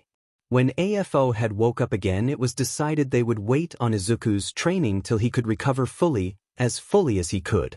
At this he decided to try something new with his quirk. He copied Katsuki's quirk. Izuku knew how that quirk worked, so maybe he could copy the quirk, and he understood how to take it. It worked well. That was when he started learning how to break apart quirks on the fly and found a fascination in quirk genetics and history. This was also when he learned how his quirk functioned. He could store quirks as well as copy, but he never told AFO or the doctor that. He never used another person's quirk unless he could make it look like he just copied it. He was 9 when AFO became fed up with him and the quirk he now possessed. Izuku had his quirk figured out almost perfectly by this point but never showed its real capabilities to anyone. He never used it out in the world and only practiced if he felt there were more to the quirks. He copied. Every quirk could be advanced if the user put in the effort. AFO wanted a vessel that would function as just that, but if the child's current quirk fought back when the time came for the transfer, then what? Shigaraki had some potential, but in order to be ready he had years of training ahead of him. That was when AFO decided to prepare them both as vessels. He allowed Izuku to begin acting more on his own, having his own ideas and activities which AFO thought was perfect. That time gave him the ability to prepare Shigaraki as his secondary successor, one who would be the face of the now growing LOV. The kids were still too young to run the league, but he could get them prepared to lead. Shigaraki as the face and Izuku as the shadow. His body hit the ground. Someone with gray eyes stared at him. Wanted him back. A lesson was in order. Aizawa moved to take care of his cats in the morning. 1, 2, 3. He mentally counted and waited for the fourth one to come over. The fourth one was more a curiosity than a real cat. He had found the cat on patrol the night prior and couldn't help himself. It was normally Hisashi's job to care for the cats in the morning, but something happened at the radio station, so he left Elia. After feeding the first 3, he began looking for the fourth cat. Checking his room first, then the guest room, then his 10-year-old son Hitoshi's room. Knocking first, he opened the door to see a lump laying beside his still sleeping son. He didn't actually see the cat, but made the assumption the lump was the cat. He turned and walked out, shutting the door quietly. Aizawa knew that the cats had days when they didn't want to move or even eat, so he wasn't too worried about it. Hitoshi called it No Bones Day, which was kinda funny. Soon walking to sit on the couch, turning on the TV and watch the news. There wasn't much going on, so he turned on a movie. Before he knew it, the 2 cats walked over, one settling on his lap and the other next to him. Soon his eyes shut and the noise of the movie faded out. He woke up to Hitoshi pacing, something the kid did when he was stressed and about panicking. Aizawa looked closer and saw the kid on the verge of tears, worried. He plopped the cat next to him and got up, walking over to his kid, putting a gentle hand on his shoulder, speaking in a soft voice. Hito, it's all right. He rubbed his shoulder, hoping to pull the child out of whatever had set him off. Can you tell me what happened? I'm sorry, the boy hiccuped, unable to get much more out. Aizawa pulled him in close and moved to sit with the child, rocking him gently, whispering comforting words. When the kid calmed down enough, he leaned back to look at him. Can you tell me what happened? Hitoshi looked at him. I think I killed one of the cats, he whispered, flinching when he heard his bedroom door open and saw a full cat skeleton walk out. Aizawa looked at the creature. Oh, don't tell you other father, but I brought home a new cat. He pat the boy's head, trying not to laugh at the shocked boy. Things seemed to relax a little, Hitoshi finding the skeleton cat interesting and messed around with it. The creature was called Sukaruten, or Sukur for short. Hitoshi mumbled it was a bones day under his breath, making Aizawa laugh. Now Aizawa didn't know that cat deconstructed when it was a no bones day. So one morning he woke up, make his cup of coffee and saw the pile on the couch, soon walking over while the coffee brewed. Curiosity got the better of him and he poked it. Mao, Aizawa jumped back and laughed, Thinking of the black cat video Hitoshi showed him a while back, soon meowing at Sukur, Mao, he received again and laughed. Hizashi woke up to the laughing of two boys and walked out of the bedroom, finally seeing the Bones cat. What the hell? Both Aizawa and Hitoshi were giggling quietly at the No Bones Day cat and its meow. Papa! It's No Bones Day, the boy yelled happy. Mao, Sukur said in return. I see that. Hizashi turned and walked away to go back to bed. He couldn't help but smile at his husband and son laughing at the skeleton of a cat. What a nice dream, he thought and lay back down. Izuku bolted straight up a scream, leaving his lips as blood came out his nose and eyes. He rolled out of wherever he was and straight onto the floor. Something snapped his wrists, but he could still fight, he hoped. He backed up against the wall, flinching when it made contact. He grabbed the knife from his sock as his others had been removed. Something moved in on him from the door across the room. He took the knife and attempted to stab the person. Assume everyone's an enemy. His vision was going black, but he didn't need to see to fight. Then something wrapped around his wrist. He grabbed it with both his hands and pulled whatever was attached towards him, moving the knife and swinging. A hand grabbed the wrist that the knife was in and pushed down till he dropped it. Izuku fell to the ground and took the feet out from under whoever was holding him. He took them out and picked up the knife again. Izuku backed up against the wall once more. His ears roared and his head hurt. He held the knife to his side, ready to take on whoever came after him next.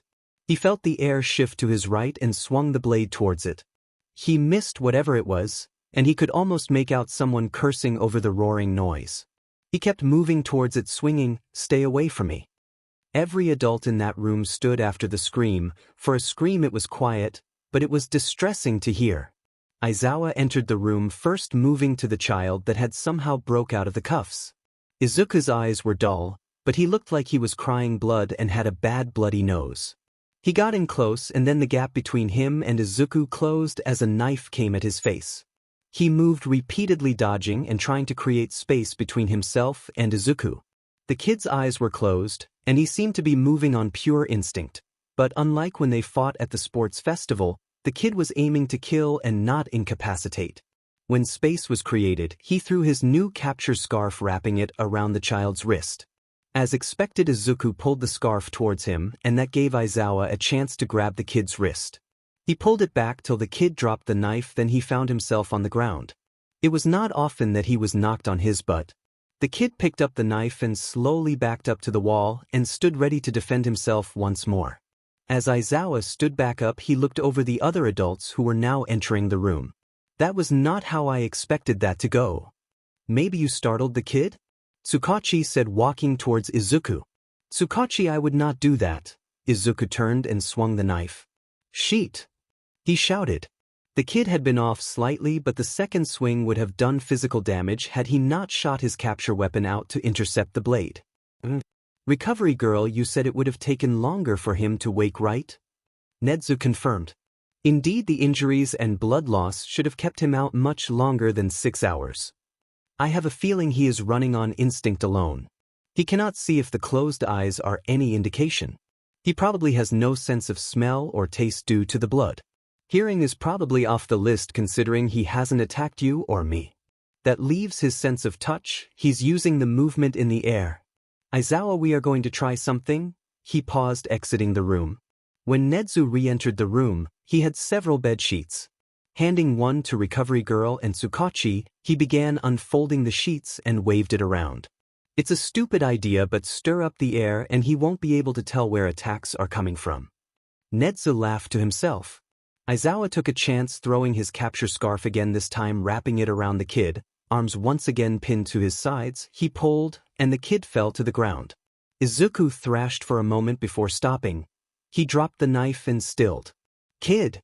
He got closer, keeping the scarf tight enough to keep him trapped but not hurt the kid. Midoriya? Still there was nothing. Aizawa crouched down, moving his hand to the knife and throwing it away from them. He then looked at the kid closer. His breathing was shallow, and when he checked the kid's pulse, it was weak. He passed OU? Tsukachi asked. Seems so. His body was probably on autopilot. He reminds me of someone who went through something like being a lab rat, Nedzu said quietly. If he is, we are going to have all kinds of problems with taking care of his injuries. RG stated, leaving the room to grab medical supplies. Izawa picked the kid off the ground and placed them back on the bed, then removed his capture weapon. How did he get out of the cuffs? Tusky said. He didn't unless you count snapping your wrist as getting out, Recovery Girl said, moving back into the room. Handing Izawa a damp towel, he wiped the kid's face down, while Recovery Girl rewrapped injuries and put his wrists back in place. Morning came. The other sports festivals were postponed to another date for the time being. It thankfully was not a large problem considering the second-year students would be doing their pre-planned projects and third years had work studies. Nedzu left periodically. He was working on keeping the public image of UA and the heroes up. There were many days Izawa was thankful for long nights, and not having to deal with the public was one of them. Nedzu was good at what he did, but first the USJ and then a week later the SF? The good thing that came out of it all was that there were no deaths. While heroes and civilians had been injured, their injuries were not life-threatening. He glanced at the kid who lay in a bed covered in bandages. There was one, but the public couldn't know that for now. The kid woke up periodically, but RG kept using his energy, so even though he woke up he mostly lay there, unaware of anything it seemed. The kid would also occasionally cough up blood or blink, but otherwise he was quiet and still. Izawa had been sleeping on the cot in the main office area when RG nudged him. He opened his eyes looking at RG, who motioned him to get up and help. She grabbed the red medical bag and they both entered the room. The kid was sitting up and looking around the room when his eyes landed on Izawa. It had only been 24 hours since the first time he woke up. The fact that the kid had managed to pull himself into a sitting position shocked them both. The damage he had sustained from not only the sports festival but from whatever he got into prior sure as hell wasn't healed. "Hi kiddo." RG stepped forward. "Do you mind if I take your vitals?" The kid nodded and held out his arms for her. He was much more docile, the same behavior that reminded him of Ghost. Quiet and calm but able to take anyone on should it be needed. He watched her closely and she talked to him as she went through each test. On a scale of 1 to 10, 10 being the worst pain you've ever had, how would you rate your pain? She asked. It really didn't matter the answer, she was checking several things with that question. He waited till she let go of his arms, holding up 3 fingers. She seemed to hesitate. "Are you sure?" He nodded. "I'm going to rewrap your wrists then try to heal you again, okay?" He shook his head, but RG must not have seen it as she removed new gauze and tape from the red bag. "All right dearie, let's take care of the wrists, shall we?" Izuku hesitated. "It's okay kid, she won't hurt you," Izawa said, moving from the door closer to the bed. Shakily he gave RG his hands. "Thank you. Now we just have to remove the gauze and wrap it with a splint this time," RG said mostly to herself. "Where is that fucker?" "I'm going to kill him," Katsuki yelled from out in the hallway. Izuku just shook his head, chuckling silently, and wasn't that weird to see? Ghosts never showed much in the department of emotions besides anger or blankness, he guessed. "You know Bakugo is gonna be livid, right?" And Ghost just nodded as Katsuki entered the room. "Where have you been?" Katsuki was seething, but he knew better than to yell at Izuku, especially after last time. Katsuki got a look as his friend. He knew the damage was bad, but Izuku had bandages from his neck to the tips of his fingers. His chest was also wrapped in compression bandages, and they seemed to go beyond the waistline. "You are effing idiot," he finally stated. Izawa huffed and RG smiled, but poor Izuku pet his head in confusion. "All right dearie, your wrist should be good to heal." "It'll just..." She stopped. Izuku had shifted away from her and seemed like he was about to leave the bed just to get away. Katsuki walked up to Izuku and whispered something in his ear. Izuku sighed, holding out his hand once again, and RG kissed them. The change was almost instant. His eyes became dull and his head became heavy, and Katsuki pushed him back in the bed. "See, told you." Katsuki smiled and Izuku closed his eyes. The blonde pulled a chair from the main unit and sat by Izuku's bed, scrolling on his phone. Izawa doing something similar, but instead pretending to take a nap. RG left the room to do whatever it was she did in the downtime. It was a couple hours later when Izuku woke up again. He flicked the sleeping Katsuki in the forehead and soon red eyes met green, flickering gold. "You know the gold is cool." "F off." I can't exactly turn it off. Izuku signed though a tad clumsily. He closed his eyes again before opening them as Katsuki poked him. They are trying to help you. Are you going to let them? He signed. Will they? Yes, we will. You just have to say you want it. Aizawa opened both his eyes. Of course, this causes both teens to flinch. He had been watching since he heard movement. Nedzu and Tsukachi are probably on their way here as we speak. Indeed we are. Nedzu said, coming through the door. Speak of the devil and he will appear, Aizawa muttered. Midoriya Izuku aka Ghost. The vigilante with hundreds of saves under their belt. Knowledge in hand-to-hand quirkless combat, weapons, and hacking skills that compete with my own. It is a pleasure to finally meet the one who left me security system in shambles for 20 minutes. Nedzu smiled as he made his way to the bed. He did what, and how, seemed to come out of everyone's mouth while Nedzu smiled and Izuku shook his head. He is Detective Naomasa Tsukachi, our lead police moderator. Nedzu introduced when the room quieted down again, that head police officer on your case. Izuku was confused. He knew he had a case file, but if the head of police was here, why was he not on his way to Tartarus? Or back with AFO? He didn't want either option, but he understood that he had fed up a long time ago. You're not in trouble, or well, you're in a lot less trouble than you would have been had someone else caught you. We just want to ask you some questions and gain some knowledge. Tsukachi said. But the one with the knowledge holds the power. So we have an offer for you. In exchange for information, you will join UA in a modified version of the Vigilante Reform Program. You will be protected under UA in the eyes of the law, but there will be restrictions and requirements that you must meet during your stay here. We have it all written out if you would like to read it. Nedzu hummed as Tsukachi unlocked the briefcase, handing Izuku a booklet of papers. Why? Izuku signed. What do you mean? Aizawa asked, moving closer to the bed. The nerd wants to know why you're helping him. Katsuki spoke and Izuku nodded. Aizawa spoke up. Are you a villain by choice? Izuku shook his head. Have you ever shed blood because you wanted to? He shook his head again. And finally, do you want help? Izuku hesitated. I have people to protect. If I take this help, the wall between them and AFO disappears. He finally signed. You could help by preparing the heroes for a fair fight. Nedzu said. Izuku looked at the packet in his lap, then to Katsuki, who nodded slightly. Izuku exhaled deeply, his shoulders drooping slightly. What do you want to know? You're not going to read through it first? Nedzu asked. I will, but depending what you ask. Izuku snapped his fingers. A single black notebook appeared in his hands. I may give it for free. Nedzu, Tsukachi, and Aizawa read through the black notebook. Izuku had been planning to take AFO out for years, but well, things kept coming up and he never had the manpower behind him to do it. Izuku and Katsuki read through the contract of the modified Vigilante Reform Program for the time.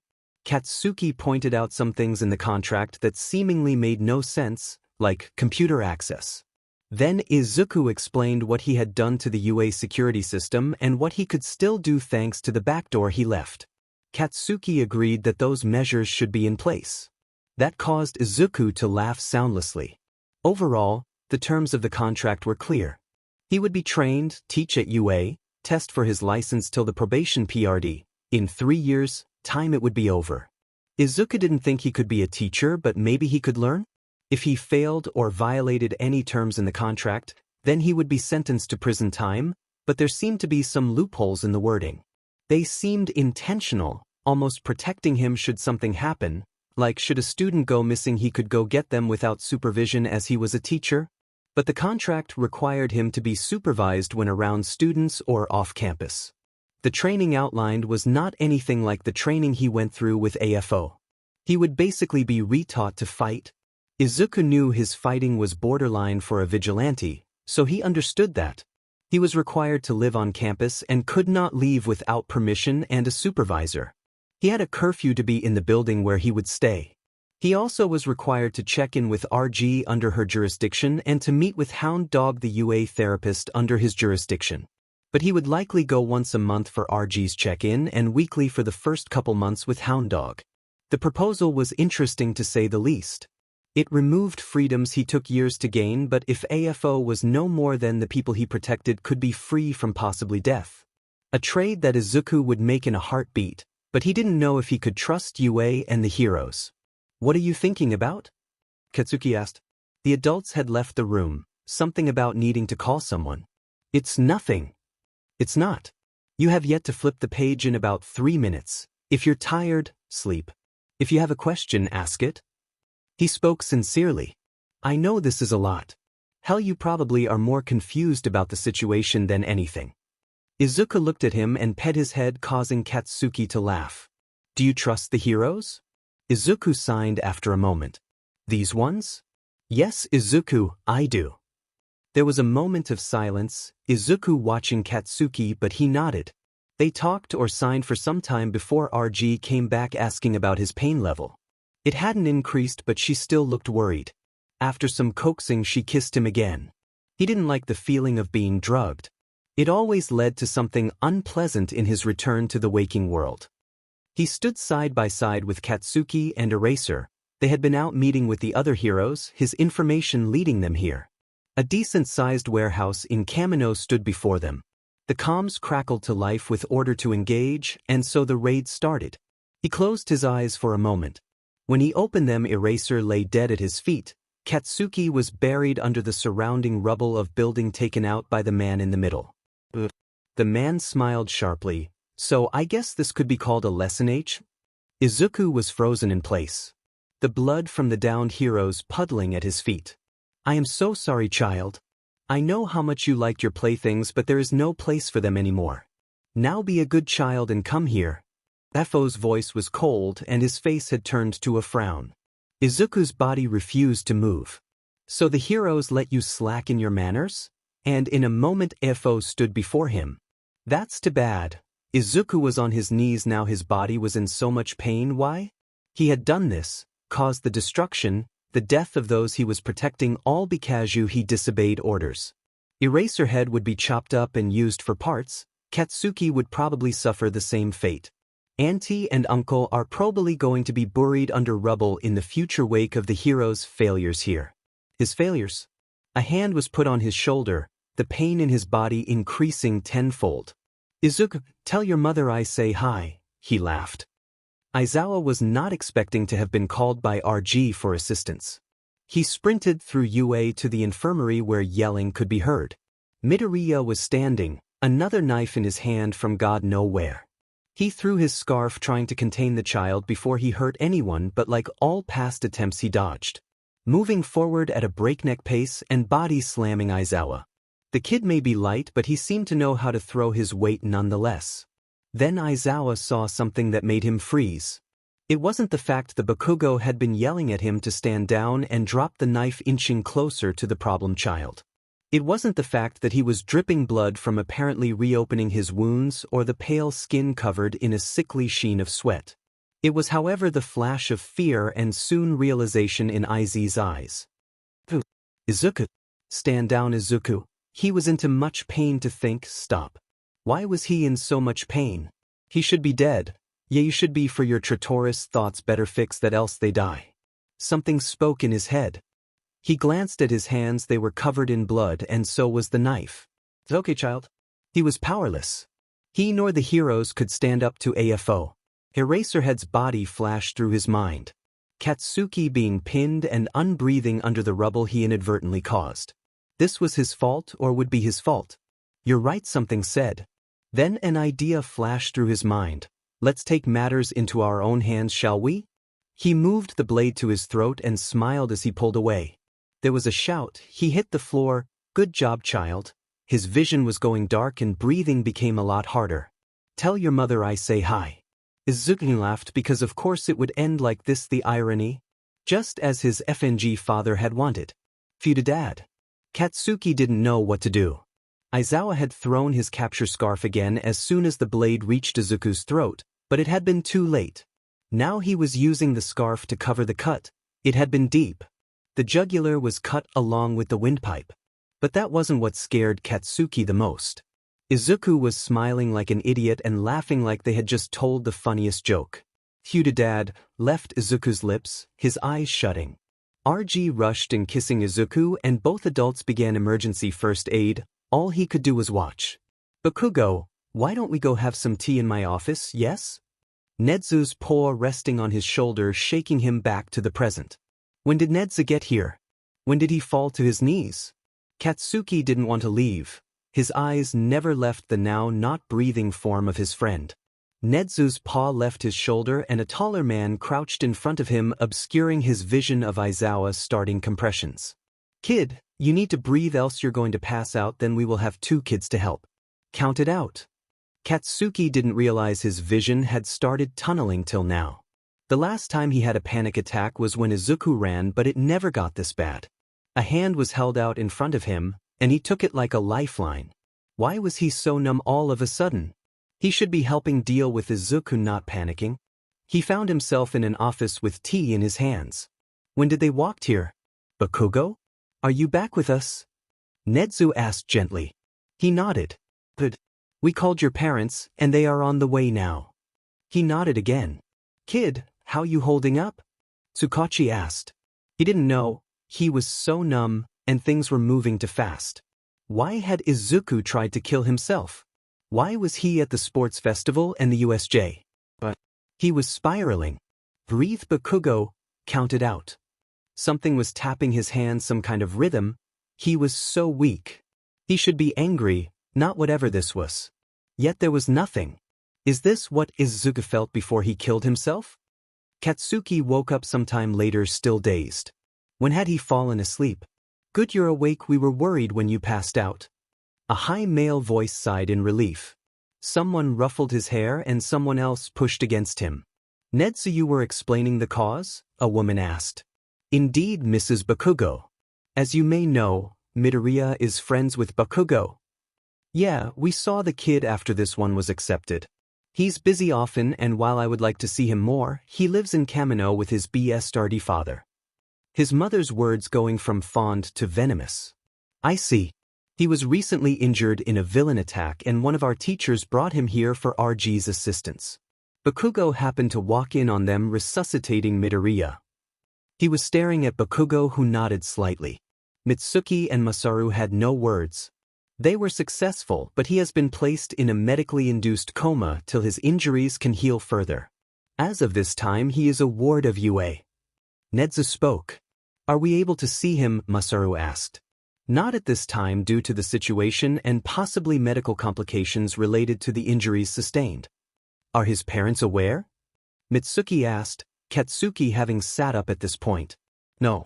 We have no way of contacting them. Nedzu said. Mitsuki pulled out her phone and handed it to Nedzu. A single contact listed for an Inko Midoriya. I don't have Hisashi's number, but I have his mother's number.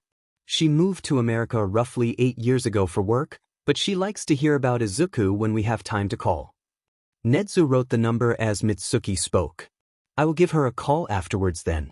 We will keep you updated on the situation, and we do request that all students attend mandatory and non-mandatory counseling, especially Bakugo considering the sports festival and now this. Mitsuki and Masaru nodded. The family stood up, saying their general pleasantries and goodbyes. Katsuki stuck around after his parents, saying he had something to ask. Then he faced Nedzu and Tsukachi. He's alive, he asked after a moment of silence. Yes, but he is on life support. He will remain in a coma till RG determines he's well enough to be awoken. She's projecting 2 weeks. Nedzu responded. And when he wakes up? The blonde asked, tone laced with worry. He is a ward of UA. He will be placed under a more severe watch and will be attending mandatory meetings with professionals as outlined in the packet you both read. Nedzu smiled. But he never signed. He did. Oh my god. I'm going to kill him for this. Katsuki laughed, then walked out the office door. So, he did sign it? Tsukachi asked. And Nedzu nodded, flipping to the page where Izuku's name lay signed and covered in blood. Izuku lay on the bed in front of Aizawa. After 3 minutes of compressions, they finally got his heart restarted. His injuries had opened again, but somehow new ones had also appeared. There were several new cuts across his body, and they all were very deep. RG had to stitch them closed and hoped that wherever they came from wouldn't make him more sick than he was. The kid was fighting an infection coupled with a high fever and seizures. Nezu had taken Bakugo out of the room when compressions started, but he had seen the look on his face. Bakugo was not going to handle this well. Nezu walked into the room sometime later, looking at the child impressed. "Why you staring at the kid like he has all the answers, Nezu? I am doing no such thing. I simply would like to know how he managed to program an AI to replicate his mother." Nezu spoke. Aizawa looked at Nezu, then went back to Midoriya several times. On another note, Bakugo was sent home with his parents. He will be meeting with Hound Dog next week and is aware Midoriya is alive but unwell. "Unwell is an understatement, Nezu," Aizawa said. "I must agree with Aizawa on this one principle.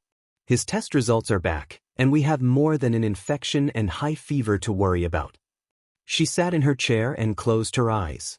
"First, none of the cultures came back with an answer for our infection. I ran blood work and was horrified that he tested positive for hemophilia. He bleeds constantly because his blood doesn't clot properly. And I ran a quirk identifier and he failed. He doesn't have a quirk factor, meaning no quirk." The room was quiet. That was a lot of bad news, but he's quirkless? Yet they all had seen him use some kind of quirk to call a notebook from thin air, unless... RG, how possible is it that the infection is from a quirk? Nezu asked. She opened her eyes, looking at Nezu. "I came to that same conclusion. As a medical professional, I have seen my fair share of incompatible quirks, but nothing this bad. This is also something that quirk suppressors could solve, but if there is no quirk factor to latch to, then it wouldn't do anything but make him worse because the medication is deadly to the quirkless population." Aizawa said. "Indeed. The best course of action is to let him rest and heal. I'll be monitoring his condition closely because of that. Assuming he doesn't hurt himself further, then he should be awake in 2 weeks' time. I'll set up watch shifts to assist you in his..." Nezu paused when he heard movement from the bed. RG stood up, pulling a syringe of fluid from the fridge under her desk. She walked over the Midoriya and inserted the needle in the foreline. "Even under heavy sedatives he wakes up," she talked mostly to herself. "A tolerance? That's concerning," Aizawa said. And the whole room nodded. This just got a whole lot more complicated if the thing that made his sleep was ineffective. RG, when was his last dosage? He had 10 milligrams of ketamine an hour ago. Everyone blanched. That was 10 times the amount for adults an hour. It was 2 days later when Izuku's fever finally broke. Everyone sighed in relief. They had also moved to different sedatives due to the insane dosage amounts, but ultimately stayed with ketamine due to it being the least amount per hour. That was an even scarier thought. How did he build up such a tolerance? It had been a week before that sedative became too dangerous to use. It seemed he had built up the tolerance to ketamine a while ago, but the exhaustion was actually what was keeping him down. RG used his energy to heal him faster, but she had to be careful about not pushing him into a rebound. Rebounds for recovering patients were bad news. If RG took too much energy, his rebound could look like a full-on heart attack or a seizure. The risks were just too high. Thankfully, the pull of energy seemed to keep Midoriya dazed, if not completely asleep. Something everyone noticed about Midoriya was that when he woke up, he mostly lay there unmoving. His body would spasm occasionally from the pain, according to RG. But overall, if he was awake, his eyes were dull, lids half closed, and his breathing became quieter than when he was sleeping, like he was hiding. RG pulled him off life support to breath on his own. Yet no real change happened. It was a week and a half when students returned to campus and Katsuki barged in demanding to see Izuku. His body was healing, but they were worried that visitors could cause more injuries. But to their shock, he didn't seem to realize someone was there. Katsuki yelled at him for a good 5 minutes about being stupid, but the boy still didn't move or react. It was finally 2 weeks and RG had cleared him. She removed everything but the bandages and hoping there would be some kind of reaction. There wasn't any till she pulled a knife to redo the bandages around his chest. "Calm down, kiddo, you're safe here. I need to remove the bandages so I can replace them, that's all." She spoke softly. The child in question shook like a leaf, his eyes not as dull but still clouded by pain. "Please stop. I won't do it again," was repeated over and over. It was so quiet she almost wasn't sure what he was saying. "Aizawa, come here for a moment," she yelled, stepping away from Izuku. "I need you to keep the kid calm. I am afraid he may panic." She put the bandage knife back in the drawer, pulling out a plain set of medial scissors instead. They re-entered the room. The kid had gone back to being still and quiet. "Izuku-diri? I brought Aizawa with me to help. We need to remove the bandages today and rewrap them. I have a pair of scissors this time around, okay?" There was no response until she started cutting the gauze. "Please." "I'm sorry." It was so quiet, yet Aizawa turned to the kid. "Izuku? Breathe, you're safe. I won't let her hurt you, okay?" While he spoke, she cut through the bandages. "Bakugo told me some funny stories about you. How you and he spar in the backyard. It's good to know he gets humbled sometimes." He continued telling stupid stories he had learned from Bakugo and even told him some about Hitoshi. The kid had stopped talking but didn't move. His eyes remained glued to the ceiling and clouded in pain. RG finished rewrapping the bandages 20 minutes later. She healed his injuries again and Izuku's eyes slipped closed. "That's new," he said as they left the room. She nodded. "What got me was when he said he wouldn't do it again, like being cut was a punishment. But then again, based on the marks his body has, I wouldn't be shocked." Nedzu said he reminded him of a lab rat. "I can see that now." She shook her head and looked at Izuku's chart again, then sighed. "You gonna be able to clear him this week?" Aizawa asked. "Yeah, but I don't know if I should. His injuries are still at risk of opening, but I am more worried about his mental health right now." "Sure, we can put him on a watch, but..." Aizawa nodded. He could be on a watch, but the 20 new stab wounds he had after slitting his throat were not of his own doing. "I have an idea, but I don't know if it will work or if Hitoshi can or will do it," Aizawa said. "At his point I think I am up for anything," RG said, and Aizawa nodded, pulling out his phone to text Nedzu first, then his family. Hitoshi and Hizashi arrived at UA the following day. Hitoshi bringing the coded letter he received from Ghost weeks ago. Ghost had been staying at UA for 2 weeks, come to find out. Most of the time he was asleep, so that could be why. No one knew. They opened the door to the nurse's office, waving to RG as they entered. Nedzu was sitting typing away on his computer, covering for Aizawa while he returned from patrol. Nedzu looked up when Hitoshi sat down across from him. "Good morning, Yamada and Hitoshi. I brought some coffee for you and Aizawa," placing the computer to his side and pulling out 2 thermos, handing one to Hitoshi. "Thank you." And with that, Nedzu returned to his computer. Aizawa and Tsukachi showed up 20 minutes later. Aizawa walked in and proceeded to flop on top of his husband and son. Tsukachi was attempting to hide his laughter, and both Nedzu and RG just smiled at his antics. "Aizawa, coffee?" Nedzu put the other thermos on the table between them, causing Aizawa to roll off his family's laps and onto the floor. "Now that we are all here, let's talk about why, as I have a feeling that Hitoshi's presence is a tad confusing." He closed his computer, placing it on the table. "Ghost, A. Midoriya Izuku us currently being protected by UA from villains. While we can mostly protect him physically, Aizawa brought to my attention that he may be under another person's influence." He paused, watching the reactions of those in the room. He took a deep breath, then looked at Hitoshi.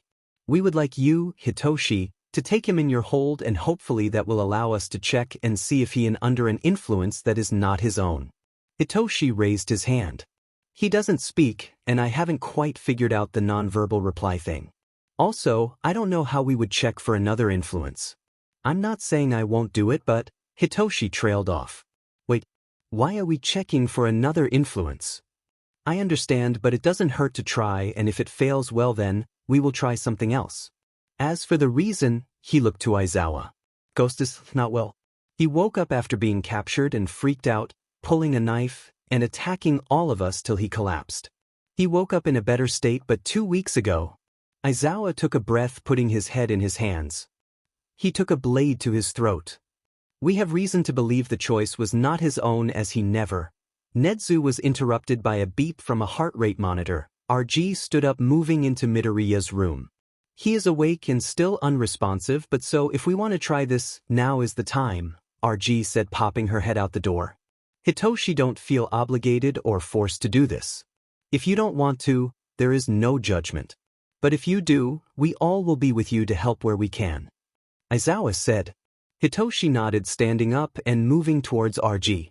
Ghost or Midoriya lay there covered in bandages that seemed to be slowly turning pink. He had an 4 in his arm and a heart monitor sitting on his finger. But Hitoshi noticed his eyes. They were clouded and dull, unseeing the situation around them. Hitoshi walked up to Ghost and hesitated. He opened his mouth and placed his hand on Midoriya's shoulder, but then Hitoshi felt his quirk take hold. Izuku was done. People kept coming into the room looking at him, touching him, and causing him more pain every time they changed the bandage. He was drugged over and over again. If the lost time was anything to go by, how long had it been since this had started? His dreams were violent and bloody, at least he hoped they were dreams. This reminded him of when he first failed AFO. He was strapped down to a cold table, his mouth gagged and his eyes covered. Garaki was humming all around him as he tapped various tools on a silver tray. He was cut, drugged, and had lost so much time. FO had stopped by several times, telling him that this was his lesson. He failed. Please stop. I won't do it again, please. I'm sorry, stop. That was the first time he learned that failure to follow orders, no matter how small, was a world of pain. Of course, he had failures as time went on, but he always corrected the behavior soon after. Someone touched him and everything seemed to disappear. Hitoshi? Kiddo. Yamada spoke, yet Hitoshi did nothing. Izuku had also stilled the spasms, having ceased, and his heart rate began to even out. Ghost, break out of the control of any other influences besides my own. Hitoshi spoke just above a whisper. The heart monitor crashed. RG and Aizawa moved forward, but Nezu held out a paw. Stop, Hitoshi commanded, his hand never leaving Izuku's, but both their eyes remained clouded. Hitoshi's quirk was forcing Izuku's heart rate to drop and his temperature to skyrocket back to dangerous levels. Hitoshi's lips moved, but no sound came from the purple-haired teen. There were times when Aizawa was about to erase Hitoshi's quirk and cancel the connection, but there were several risks associated with it. Hitoshi stood in a field of gold grass surrounded by large trees. The blue sky with passing clouds and a light breeze made the grass sway. He peered around and found Ghost standing off in the distance. Or at least he assumed it was Ghost. Ghost! He called. The green-haired child didn't move, but Hitoshi noticed their eyes flickering gold. There were 2 figures standing next to him. One was a man with curly white hair and gold eyes who smiled sharply. The other, a man with long black hair and purple eyes who glared at the other man. Ghost stood between them, unseeing the world around him. Hi, kiddo. He won't be able to hear you because this BSTRD decided it would be fun to play mind games again. The one with black hair spoke. He is mine after all. Lessons need to be learned one way or another. I'm Izuku? The other spoke, grabbing Ghost's face harshly, his fingers pressing into the boy's cheeks harshly. Who are you and where are we? Hitoshi asked both men. Well, child, I am his father and rightful owner. Hitoshi's quirk took hold. I think it serves the BSTRD right, the man laughed. I don't have a name, but I am a part of Izuku, and this is where I live. Beyond that I have no idea. Wait, my quirk didn't activate on. Hitoshi went blank, and the man laughed again. You're right, it can't work on someone who isn't, well, alive. But I also can use your quirk because you made contact with my owner or companion, friend. He said, releasing Hitoshi a few moments later. This is all for BSTRD. He is here because he owns a piece of Izuku's mind, kind of like you right now. You are holding a piece of his mind, but unlike that man, I have a feeling you aren't here to hurt him. The man's face turned dark. Unless I am misreading the situation. No, I am here trying to help Ghost wake up. Hitoshi threw his hands up, waving them in surrender. Could all 4, but he pointed to the other man, is your other influence and the one keeping Izuku trapped in his own mind. The man seemed to sigh, shaking his head. One of his quirks allows a user to manipulate those they have connections with. These connections could be romantic, parental, or in this case, fear. The connection allows one-way projections of images, like dreams, and can influence a person's choices, like the drastic measure my owner took. The connection could be overridden, but their connection is very strong due to their history and AFO's preferences of punishments or rewards. Hitoshi nodded. I assume you want AFO out of his head as well? Indeed. While I enjoy the company of the child, AFO sees me off. He always wants to hurt the child, physically, mentally, and in a quirked manner. That's all this man thinks about. I can't help much beyond protecting him here from the dangers AFO has brought in, but if I push too hard, well, he will pass out. But I think you could use more force here than I can do to the type of connection. I am 100% a part of him versus you and AFO who are only a part of him. He stopped glancing around the field before grabbing Hitoshi and Izuku's hands and running through the field. Glancing back from where they ran, AFO had disappeared, and standing in his place something dark began covering the grass. They ran for some time and eventually came to a stop near the forest edge. Stay here. Do not move. Should that thing, he pointed at the black sludge, get close to you, break the hold you have and do not engage. I want you to try to shake the hold AFO has on Izuku, but please be careful, he is weak and scared. Good luck, kiddos. The man turned away from him and moved towards the black sludge. Foe comes to kill him again. The man's voice faded as he moved further and further away. Ghost. There was no response. He closed his eyes, grabbing Izuku's hand and concentrating on the tug of his quirk. Ghost, break out of the control of any other influences besides my own, Hitoshi spoke. He felt a fraying feeling across the world he was in. The reality here seeming to separate, and like his head from the now headache he was currently feeling. Stop. Hitoshi commanded, his hand never leaving Izuku's. I am in control here. You will disregard all orders that are not my own while in my control. Hitoshi took a breath. You will break out of his control, you will not be afraid, I have you in my control. Pain flourished across his body, but he didn't stop. You will disregard all orders that are not my own. You will break out of his control. You will not be afraid. I have you in my control, Ghost. There was a shout to his left, but his eyes remained closed, and his hand held Izuku's tightly. Something shook him, but he didn't let go. Izuku Midoriya is mine. Something twisted spoke from a distance. No, he will break from your control. Izuku, break out of the control of any other influences besides my own. Pain caused Hitoshi's knees to buckle out from under him. He let go of Izuku's hand to catch himself and hold his head. His eyes squeezed tighter and the sound of footsteps could be heard approaching him. Thank you, Hitoshi. Good job, kiddo. It's time to wake up. The man from before said, gently pushing his head backwards.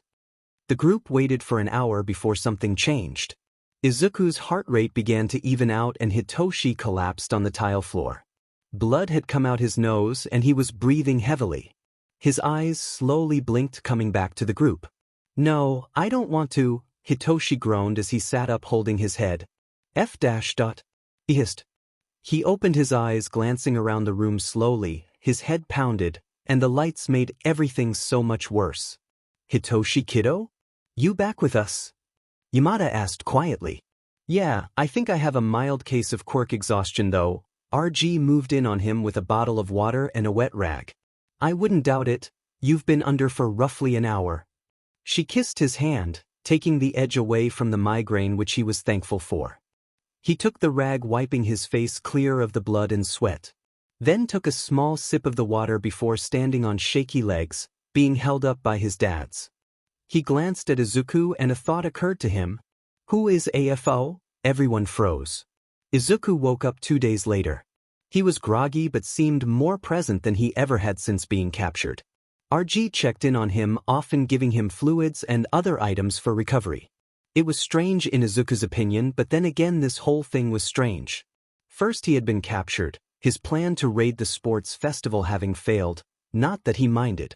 Then he remembers waking up periodically. They had offered him protection in exchange for information and he remembers reading it, but what happened after that? Hopefully, it would come back to him. Missing that much time was concerning to say the least. Sure, he had no idea how long he had been captured, but he glanced at RG, who was standing reading his vitals and putting them on a clipboard. She looked at him, eyes catching green before Izuku looked away.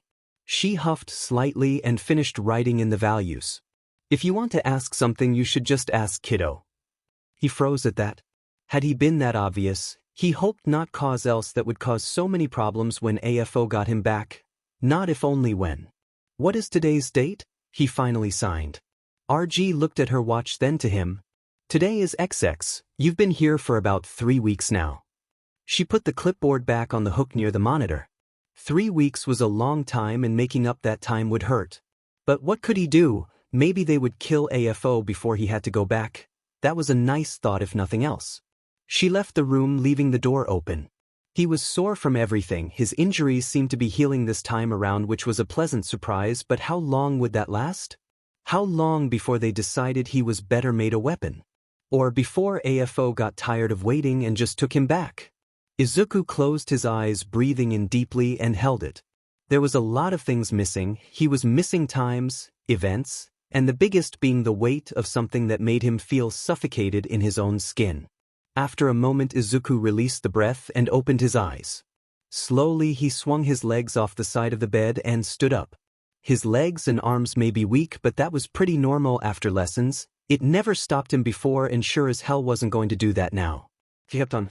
Hand on the bed, waiting for the pain to return to manageable levels, then began to stretch slowly. He was sore, but AFO nor the world waited for him on a good day. You should be resting, idiot. Katsuki spoke, leaning on the door frame, dressed in his school uniform. But if you're going to be up, then you can explain what the F you were thinking. Katsuki shouted in anger. When? What do you mean when? When you tried to kill yourself. That's a pretty big thing to just decide. His voice began trailing off when Izuku pet his head. When did I do that? He signed. He was so confused. Sure, he remembers raiding the sports festival, but he surely didn't try to kill himself, right? You don't remember, sheet. He turned, popping his head out the door. He then called. Yes, dearie? She was now standing in the doorway. Also, what are you doing? You shouldn't even be able to stand. Izuku just shrugged. There were too many other questions to deal with. He doesn't remember what he did to himself couple weeks back. Oh, Midoriya honey, what is the last thing you remember? I remember signing something. Iz signed, taking a breath, trying to remember anything else. I think I remember Shinso saying something, but I don't think that was real. We expected some kind of memory problems. Mental quirks are finicky little things. They depend on the user whether those under their hold remember what happens to them. Though that does confirm that he didn't willingly try to hurt himself or others. RG nodded. Memory problems were sort of expected. Hitoshi's quirk left the individual with memories of being brainwashed unless stated, but there were other manipulation, puppeteer, and brainwashing quirks where that wasn't the case. She left the room again. Izuku looked at Katsuki, their eyes meeting momentarily, but just long enough that Izuku's eyes flickered gold. It's still cool, Katsuki laughed, and Izuku flipped him off. I seriously cannot believe no one noticed, me included. He signed. Yeah, considering you and I make eye contact all the time, Katsuki chuckled. They spent the morning in friendly bantering till the bell rang, signaling the start of classes. RG entered the room with a cart of bandages and gauze, soon after. We are gonna change your bandages, then have you get dressed. If you're gonna be up and moving, then we should do something to keep you from getting bored. He paled slightly. She patted the bed. Sit down and we can redress your injuries, Kay? He did as she asked. He tried not to move too much when she pulled out a blade and began cutting the bandages off.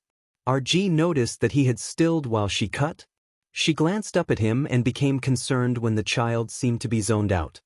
His eyes had clouded over, and while she expected him to be watching, his gaze was straight ahead, staring at the wall behind her.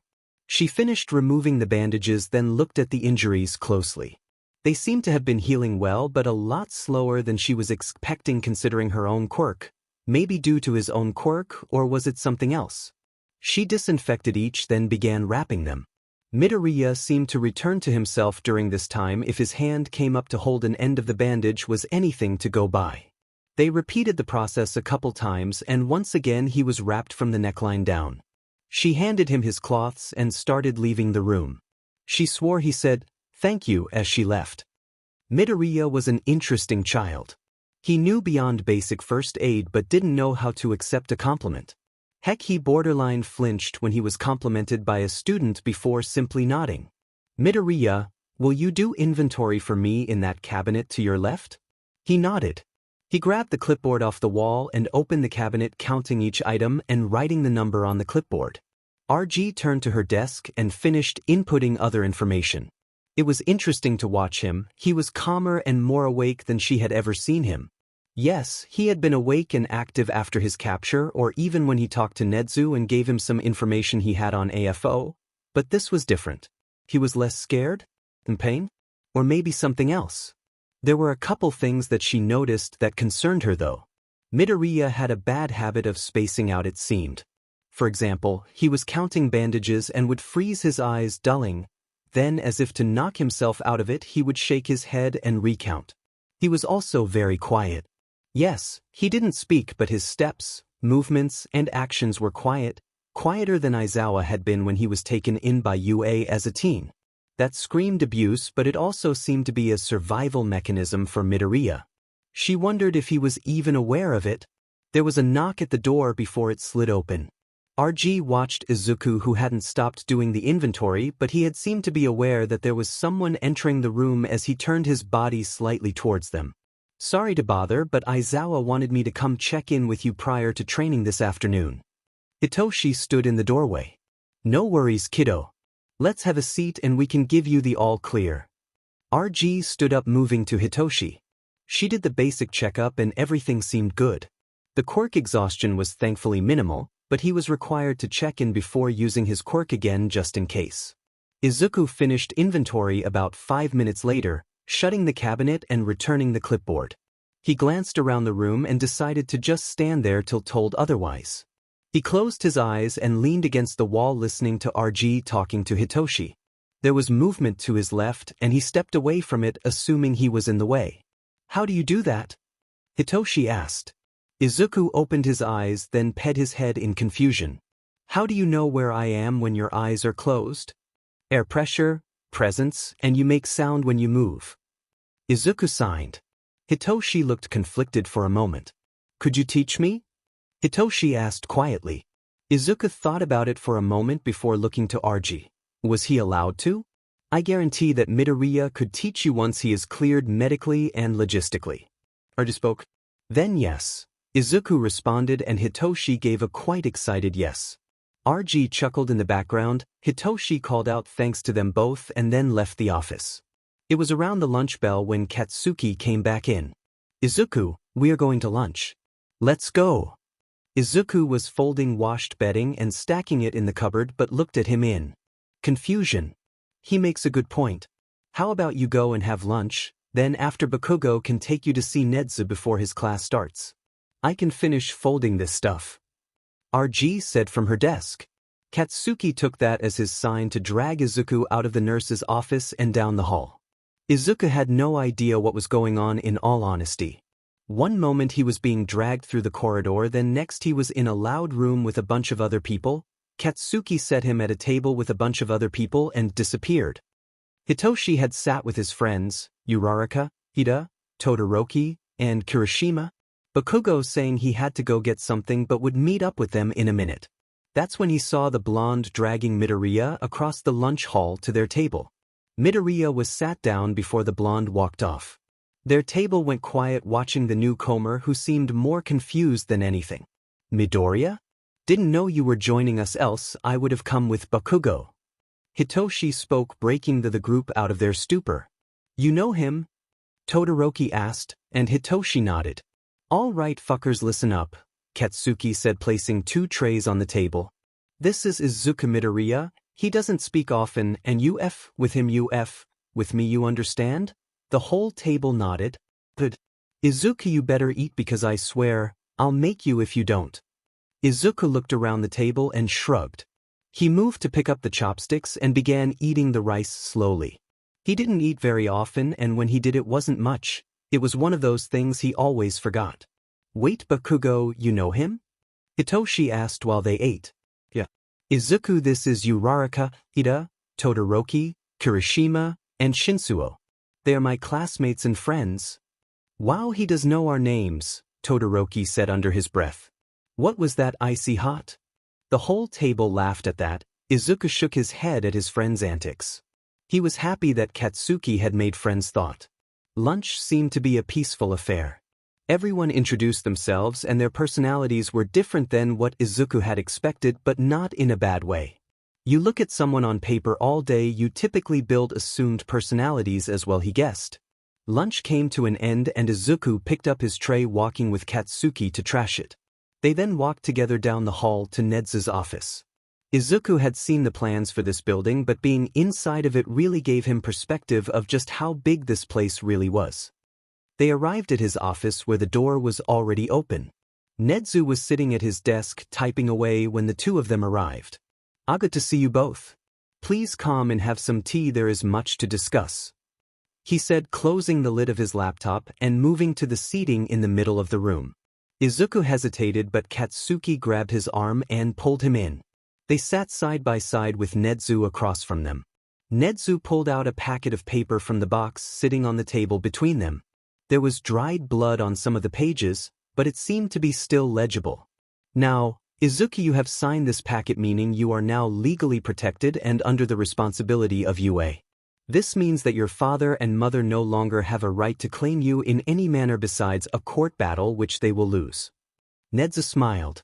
Also, you are now a part of the Vigilante reform program, modified of course to fit your unique situation. Should something arise that is not addressed in the contract, it will be negotiated, but that is a future problem if it ever occurs.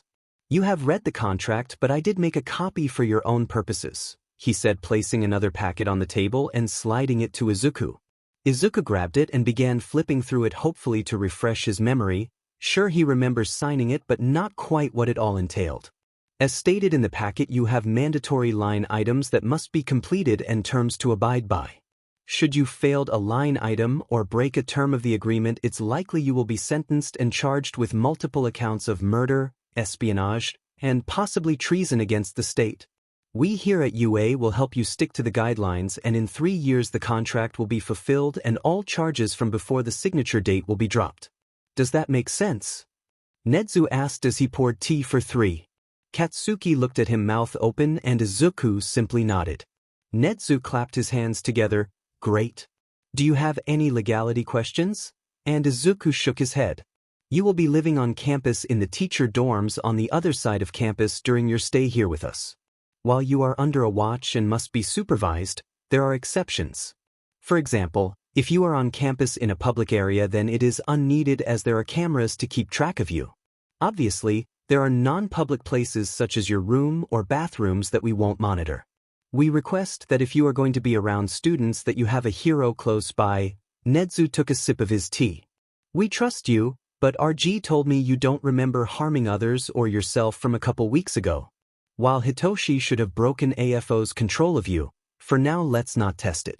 Do you have any questions? Izuku shook his head. Then we will continue. This will be your schedule for the next couple months here at UA. We will adjust it before the end of the semester. If you notice, you will spend a week in testing. This will allow you to gauge your academic, mental, physical, and combat levels. You will then test for your license when cleared mentally, physically, and combat fit, which could be a week from now or a year from now. When you are cleared physically, mentally, and logistically, you will be working with the UA staff to teach the next generation of heroes. Does that make sense? Iz nodded. Then I think that does it all. Bakugo, I'll write you a pass to class, and Izuku, I will walk you around campus then to the dorm. He handed the pass to a quiet Bakugo who waved. I'll see you later, fucker. Katsuki signed to Izuku before he left the room. How are you feeling? This is a lot, I know. Nedzu asked, and Izuku only shrugged. You can be honest here, you know. That will come with time, I think. Nedzu walked Izuku towards the dorms when a bunch of explosions were heard. Then there was ice. Shall we go look?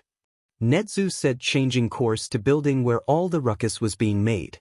He opened the door and found Aizawa had wrapped a set of blonde and red-white-haired teen in his capture weapon. They were shouting about being in the way, but shut up very quickly when Aizawa used his quirk. He turned around and found Nedzu and Midoriya walking over to him. Good afternoon, Aizawa. Afternoon, Principal, Midoriya. Izuku, fight me. Katsuki said, still bound in with Todoroki in Aizawa's capture scarf. Izuku just stood there watching in hidden amusement. Nezu, I don't like that gleam you have in your eyes. Aizawa sighed tiredly. Midoriya, how do you feel about starting your combat testing early? Izuku shrugged. He honestly didn't care either way.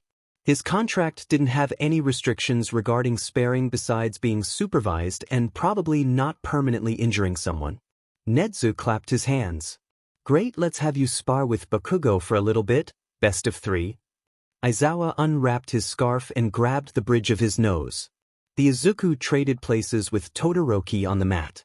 A white line surrounded the perimeter of the box, which he assumed would be out of bounds. The rules are simple. Best of 3, no time trial. Either pin your opponent to the ground for 5 seconds or toss them out of bounds. Quirks are allowed. There will be no maiming or kill shots. You will stop when I call match. Are all the rules clear? Both nodded. Begin. Spars were a common pastime for them. They knew each other well enough, and so Katsuki thought this would be easy. During their backyard spars, he always went easy on Izuku, more afraid to hurt him than anything else, but now he could go all out. So he did. Then Aizawa called the match. Izuku was okay just dodging. Katsuki's attacks were decent, but he was still too heavy on his feet.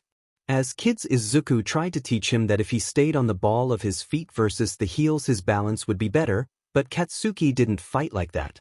Izuku dodged for about 2 minutes before he glanced at the UA staff. Aizawa and Nezu seemed confused. Sure, Izuku didn't dodge much when he was Ghost.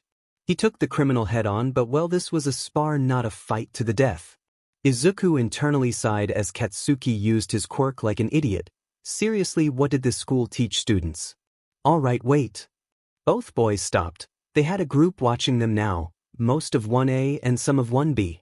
Midoriya, you need to attack as well, otherwise there is no point to the match. Izuku nodded. Begin. Katsuki was flipped up and over Izuku's shoulder a moment later. Katsuki had the wind knocked out of him. Izuku waited for him to stand or tap out. When Katsuki stood, Izuku turned, kicking him to the side and officially out of bounds. Match. The F. Izuku. Katsuki cursed, holding his side. Izuku held back, but he knew that even holding back and injured, that still hurt Katsuki. Bakugo, you still want to participate? And Katsuki didn't even respond, simply stepping back into the box. So be it, begin, Aizawa said. Katsuki charged at Izuku, quirk increasing his speed, but Izuku just sidestepped. Katsuki kept himself close, but this was a mistake. Before anyone knew it, Katsuki hit the floor, his feet having been swept out from under him. Then once again he was kicked out of bounds. Final round. Izuku sighed. He hated having an audience. Sure, this group was being quiet, but there was just something about being in the open that bothered him. AFO has eyes everywhere, something yelled. He looked at the audience carefully while dodging Katsuki's attacks. No one seemed to catch his attention, but that didn't mean they weren't there. It was like when AFO found out he was feeding information to the heroes. It could have been a nurse, a police officer, or even just someone walking by. He wouldn't have known unless he recognized them. Pay attention to... Katsuki yelled. He had stopped directly attacking. Izuku looked at him, seeing his hand had grabbed the pin attached the grenade-shaped gauntlets he designed. Eraser yelled something, but Izuku simply charged, his eyes flashing red. Yes, the gauntlet stored the excess sweat but did not ignite it. Katsuki did. Cancel his quirk, then he could no longer be the igniter for the nitroglycerin. Katsuki's hand was forced upwards and Izuku's eyes returned to green, and the gauntlet exploded outwards. Izuku rotated and finally kicked Katsuki out of bounds once again. Katsuki looked at him shocked. Izuku rubbed his eyes. No wonder Eraserhead uses eye drops. Maybe he should have just dodged out of bounds. Then the audience they had created from their spar cheered. He walked over to his friend and crouched down. Sorry. It's not your fault. But why the F did you hold back during our other spars? He shouted. Izuku shrugged. Were you holding back this time? Izuku nodded slowly. You fucker, I am gonna kill you. Izuku only laughed soundlessly as he stood up in response. He held out his hand to Katsuki, their eyes meeting. You're still a fucker. And Izuku nodded, helping his friend to his feet. By this point Aizawa had entered the ring. Same rules still apply. It's time to test your skills, Ghost, Aizawa smirked. Izuku simply nodded and moved into the ring. Ghost walked into the ring as Katsuki joined his classmates. The students seemed unsure. Aizawa, a pro hero versus a scrawny kid? The child in question had no weapons and seemed injured if the bandages peeking out from under his white button-up was anything to go by. But he did take on Bakugo, so maybe he would be fine? Nezu called start and Eraserhead moved. His quirk flashed, but it didn't seem to affect Izuku as he stepped around him. Eraserhead was grabbed from behind. He threw himself forward, seemingly throwing the child, but he seemed to change his grip, coming around and kneeing his in the face. The child then let go and spun around, kicking his straight in the chest and out of the ring. Vlad, King, Nezu, and the students were quiet as Eraserhead wiped blood from his face. Izuku ran a hand to his side. He had felt something pop, but he could deal with it later, he guessed. Eraserhead entered the ring again. He lowered his position and Nezu called start. Ghost seemed to be distracted by someone in the crowd, but he took that opening, or so he thought. He jumped, kicking toward Ghost's face. He tilted backward and Eraserhead took the chance, dropping low and going for his knees. But to his surprise, Ghost kicked his feet up into the air, flipping completely vertically, then onto his feet. Ghost grabbed one of his wrists, twisting it lightly but otherwise unbothered. Eraserhead decided to take a risk. He threw his capture weapon and attempted to wrap it around the child. Instead of catching it like he had in the past, he instead stepped around it. Moving forward on Aizawa, he guarded his face, but at the last minute, Aizawa felt his knees give out. He rolled, taking the impact but creating distance between him and Ghost, so he thought. Ghost kept moving on him. Eraserhead flipped upward, expecting Ghost to step backward, but to his shock, Midoriya blocked with his arms, then grabbed the leg and spun Eraserhead around him. He was thrown out of the ring a second later. Last round, should you both wish to continue? Nezu called out. Izuku may have strained his wrist if the pain and popping was any indication. It wasn't enough to stop him, but it was very uncomfortable. He glanced at Eraserhead as the man stood up. He was smiling. Eraserhead entered the ring once more. Nezu called start. Ghost, let's have you attack first. Aizawa called. He nodded. He never liked making the first move, but if that's what the man wanted, then so be it. He walked forward, hands open, taking a deep breath. Then he moved. Aizawa watched Ghost walk forward. His body seemed relaxed. He blinked.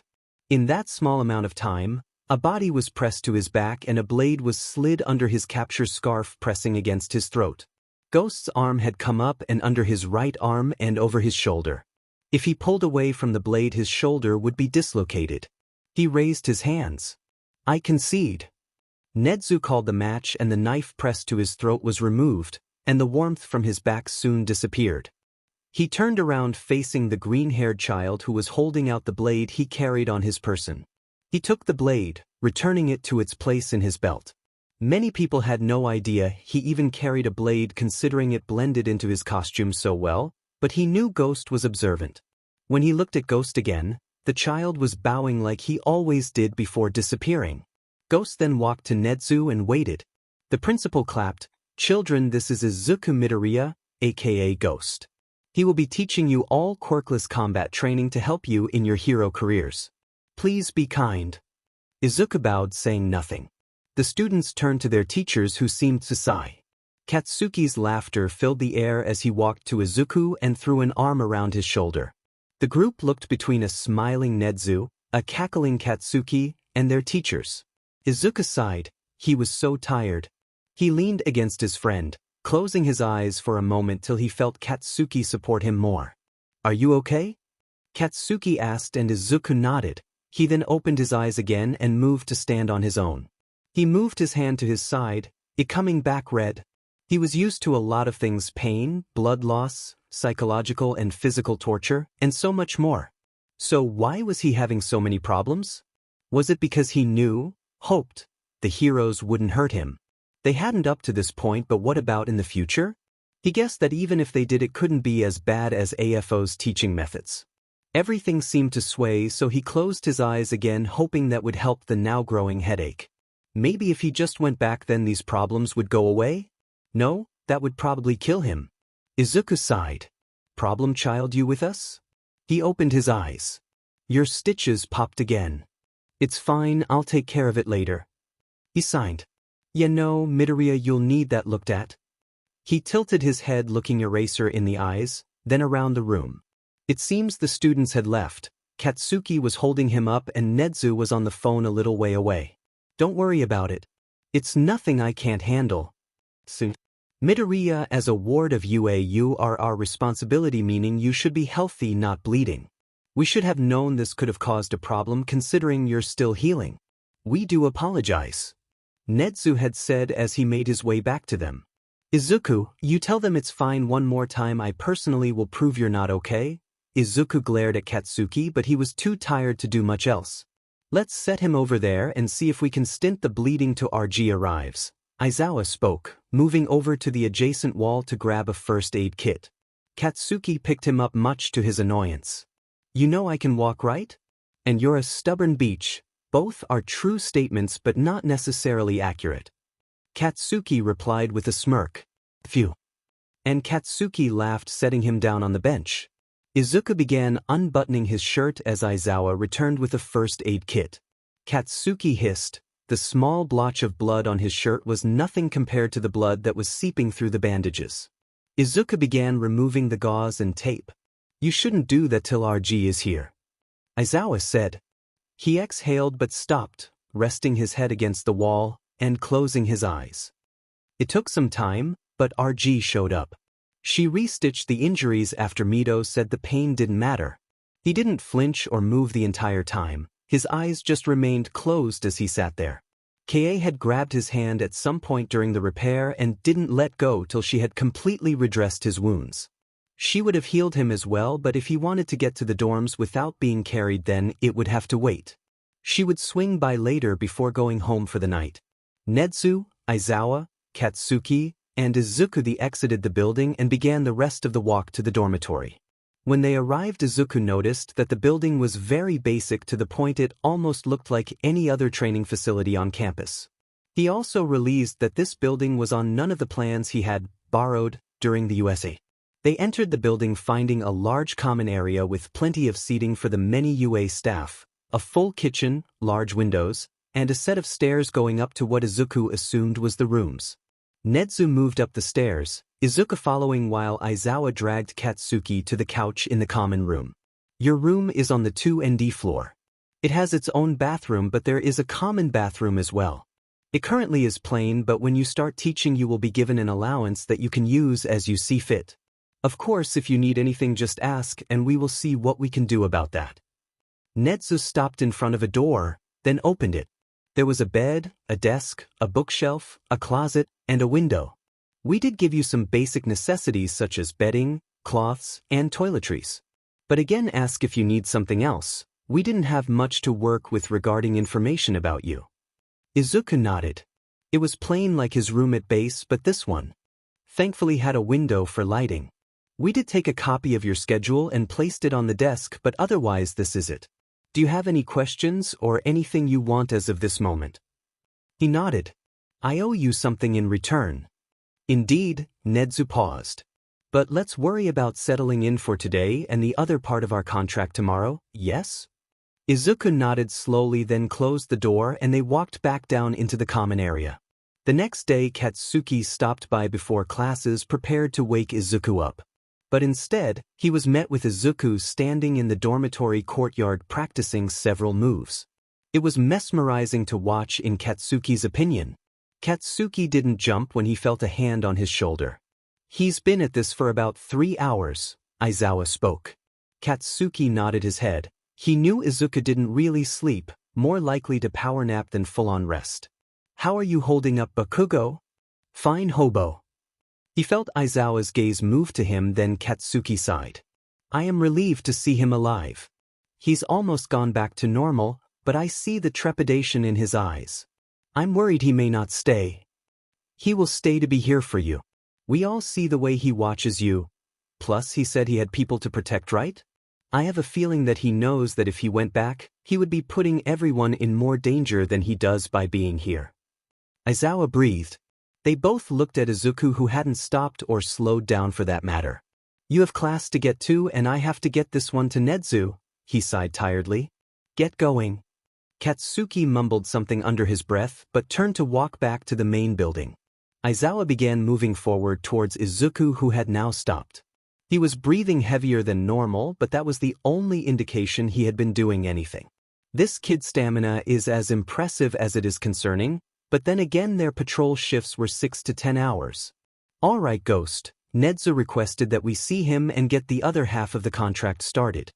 Izuku nodded, following him inside the building. The kid disappeared up the stairs and he sat on the couch setting a 20-minute timer, then closed his eyes. The timer went off and Aizawa sat up, then felt eyes on him. He glanced around, finding Midoriya sitting on one of the couches beside where he was napping. He was a light sleeper, but he also had good senses. He was a tad shocked that he never heard the kid enter the room. Aizawa stood up, popping the kankes in his back, and motioned for the kid to follow him. As they left the dorms, he reached under his scarf, pulling out 2 jelly packs. He turned around, walking backwards, and held one out to the kid, who looked more confused than anything. Aizawa opened his, placing it in his mouth, and the kid hesitantly took the other package. He turned back around and continued walking down the path, watching the kid out the corner of his eye. The kid eventually opened it and ate some of the contents. They arrived at Nedzu's office shortly after. The door had been left open, but even before entering he could tell there were others inside. Nedzu, All Might, Tsukachi, and the head of the HC, Madam President. A beach in Aizawa's opinion, even if that was who he was paid by. Good morning, Eraserhead and Ghost. Nedzu welcomed, pouring them tea and motioning to the seats across from him. As part of the contract to keep Ghost here at UA, he has offered to give us information on AFO and the others in the underground. Nedzu, when you said you had information, I didn't know it was gonna come from a child. One who shouldn't even qualify for the Vigilante reform program, I remind you. Madam President said. Ghost, why don't we get started?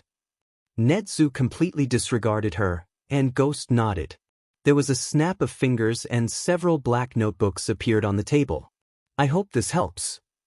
He sighed, rubbing one of his arms. The room went quiet, watching him closely. His quirk shouldn't be working, Nedzu, the lady shouted in panic. Ghost, will you show the black band around your ankle for me? Nedzu asked. Ghost nodded. He stood up and showed the black band over his bandages. Izuku knew what it was when he saw it last night, but he also knew it didn't do shit. As you can see, the quirk cuff is on, but it seems to do nothing. He will wear it as part of the contract, but considering it's functionally useless, he still has access to his quirk. Nedzu looked him in the eyes. And we have no idea why. So, we have a villain who doesn't qualify for the Vigilante reform program, requires the use of excessive force to handle, and we cannot monitor their quirk because it cannot be cancelled out with suppression tools. This was not a part of our agreement, Nedzu.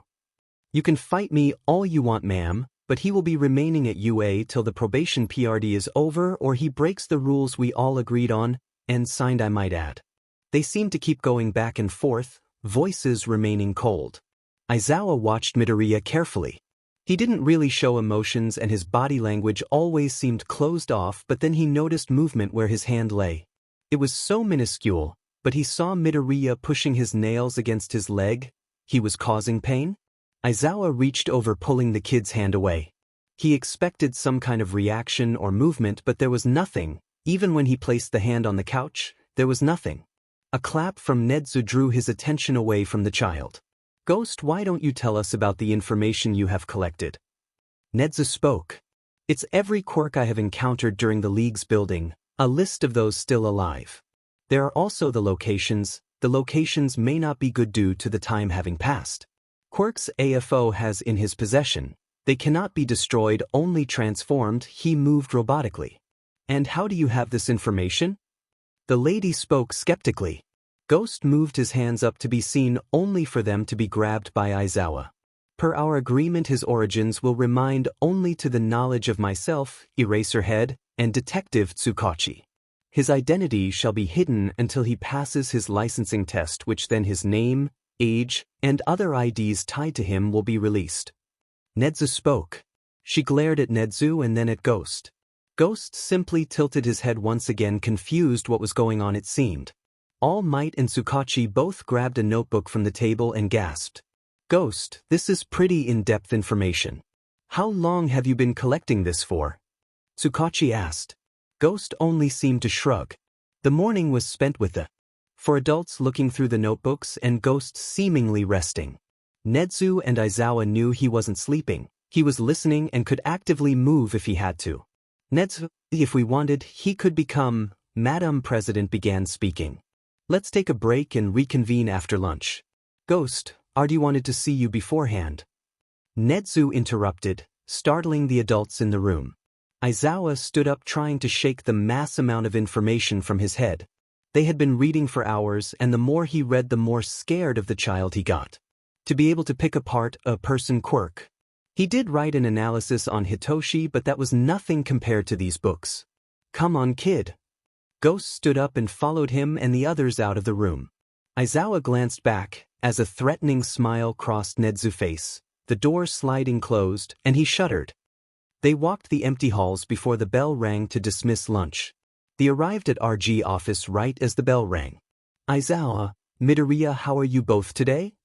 Aizawa grunted and Midoriya nodded. Well, let's check your injuries. She patted on the bed by her desk. He moved, sitting still as she cut the bandages again. What is this from? She pointed to his arms which were bleeding still. The skin had cracked and looked inflamed in Aizawa's opinion. Quirk, he sighed. Both RG and Aizawa looked at him. Honey, your quirk is harming you? He nodded. Usually, the body builds a tolerance to that sort of stuff. He nodded again. RG wrapped his injuries again and took a small sample of blood. If your body is going to be injured using your quirk, maybe we can come up with some way to counteract that. The last time someone said that to him, he was put on quirk suppression drugs, and he would take death over going through that again. Quirk suppression drugs were not good for quirkless people. After the Quirk War, quirks became more and more socially acceptable. Of course, with the science behind quirks being so minimal and the quirkless population still being so high, the government allowed the sale and purchase of quirk suppressors.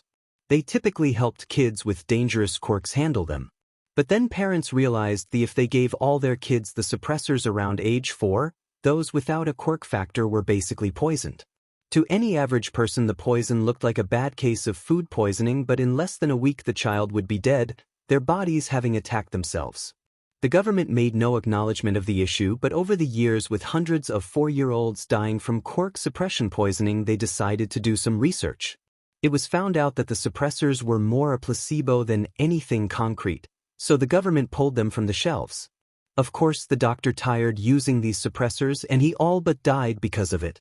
He may have a quirk, but he didn't have the quirk factor the drag needed to latch onto. Izuku nodded his head. He didn't really have a choice, it sounded like. Well, that's all I need for today. If you're going to participate in any extraneous activities today, please don't push yourself. RG reached into her desk drawer and pulled something out. I don't mind healing you, but you'll never regain all your strength, and it seems I can only get the wounds to scab not heal. I will see you tomorrow for your checkup. RG handed him the thing from her desk. A piece of candy? He pet his head but nodded. They exited the room and Aizawa led him to the cafeteria. Nedzu, that child, is one we will not be putting into your program. He will remain here at UA until his probation PRD is up as we agreed. He said firmly. Or if he breaks the contract, which at that point he will be sentenced to death, or we take him into the custody of the HPSC and he will be hero in less than a year. She countered. You mean a weapon like Lady Nagant? I think that if the child was forced into becoming a weapon you would have more problems than successes in teaching him. You do not know what you speak of, principal. Anyways, this information will be moved to a secure location and monitored. The president spoke, crossing her arms. I disagree. The child should keep hold of these. He has had them up to this point and I have a feeling he has more. He spoke, reading over another page of one of the books. Right, because him keeping them away from us is helping his case and doing us any favors. That, and if the kid leaves then what? This information is dire to the end goal. She countered. And there are too many people who want his head and this information if the way he retrieved it is any indication. We know AFO has eyes everywhere, but how deep does that go, President? They both were silent for a moment. The President stood up. I will take my leave, Nedzu. But I request that child be better controlled and maintained. Locked up, Nedzu thought. We will do no such thing, as it is in violation of our agreement. Remember, he is a ward of not the commission. His knowledge is to aid us all, and I will not be violating our contract because you are afraid, Madam President. He said, placing his tea on the table and letting a predatory smile take place on his face. So be it. She then left the room. Nedzu patted his fur down. It was rare for him to get so worked up, but how could he not when she wanted a child that had been abused and experimented on just to do it all over again? No, he wouldn't allow it. He poured another cup of tea and waited in the silence of his office till the bell rang for the end of lunch. Izuku arrived to a noisy cafeteria, following Aizawa to where he heard Katsuki shouting something about not being a Pomeranian. Izuku disagreed. He definitely could be. He stopped in front of the table where the blonde was yelling profanities. Midoriya, stay here, and when the bell rings, go back to Nedzu's office. Aizawa said, then walked away. Hitoshi patted the seat next to him, having saved it per Bakugo's request in case he did show up. Midoriya sat with them. Everyone was quiet till he signed something. I have to agree, you are a Pomeranian. Hitoshi started laughing while Katsuki cursed at Izuku. Hitoshi then translated the sign to the others at the table, and before everyone knew it, the conversation and laughter returned to the table. Izuku laid his head on his arms, closing his eyes. He was so tired today. Sure, he didn't sleep, but that was pretty normal. Maybe it was the thoughts that kept him up about what could happen next. Maybe it was the fears that his family would be hurt because he had yet to go back to AFO. Maybe he should just, someone kicked him from under the table. He glanced upwards and saw Katsuki signing and yelling about two very different things. Are you okay? Hitoshi glanced at him as well when he saw Katsuki signing. Fine, just exhausted. He replied back, returning his head to his arms and closing his eyes. The students chatted about plans and schoolwork, but then Uraraka called his name.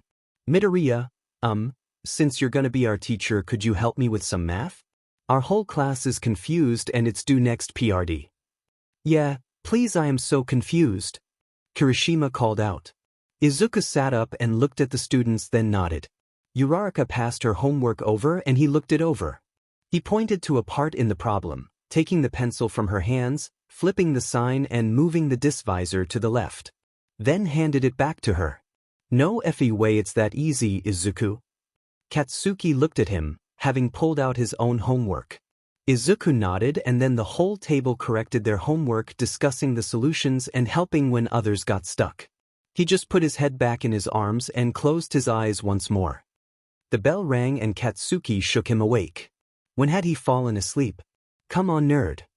He nodded, standing up, following Katsuki back to Nedzu's office. They walked through the corridors, quietly, then Katsuki was grabbed and dragged around a corner in the hallway, his mouth covered. Izuku held up a finger to his mask as a blonde woman walked by, her blue skirt shifting as she walked. After she turned a corner farther down the hallway, Izuku let Katsuki go. The F is your problem, Izuku? Katsuki shouted, but Izuku shook his head, continuing his walk to Nedzu's office. Katsuki caught up. Tell me. He shook his head again. Damn it, Izuku, stop hiding shit from me. His voice trailed off as Izuku glared at him. He was annoyed. Katsuki sked and dropped the conversation. Sorry. Another time. He signed as they reached Nedzu's office. Katsuki nodded, then left for his own class. Izuku knocked on the door. It slid open and Nedzu and Aizawa sat looking through the notebooks more. Izuku entered the room, retaking his seat by Aizawa. Someone tapped his hand, and he opened his eyes. Aizawa looked concerned. Their eyes met and Izuku looked away, but it didn't matter, he had already copied his quirk. Kid, we are concerned that some of the books seem a little too personal. Is there a reason for that? Aizawa moved his hand away as he spoke. You have a quirk used on you long enough, you learn a lot about them. It was just a fact of his life. He not only was used for quirk development but testing too, so yeah, he knew how those ones worked down to the smallest detail. Do you have more of these, Midoriya? Aizawa asked. He nodded. Do you want them? How many do you have?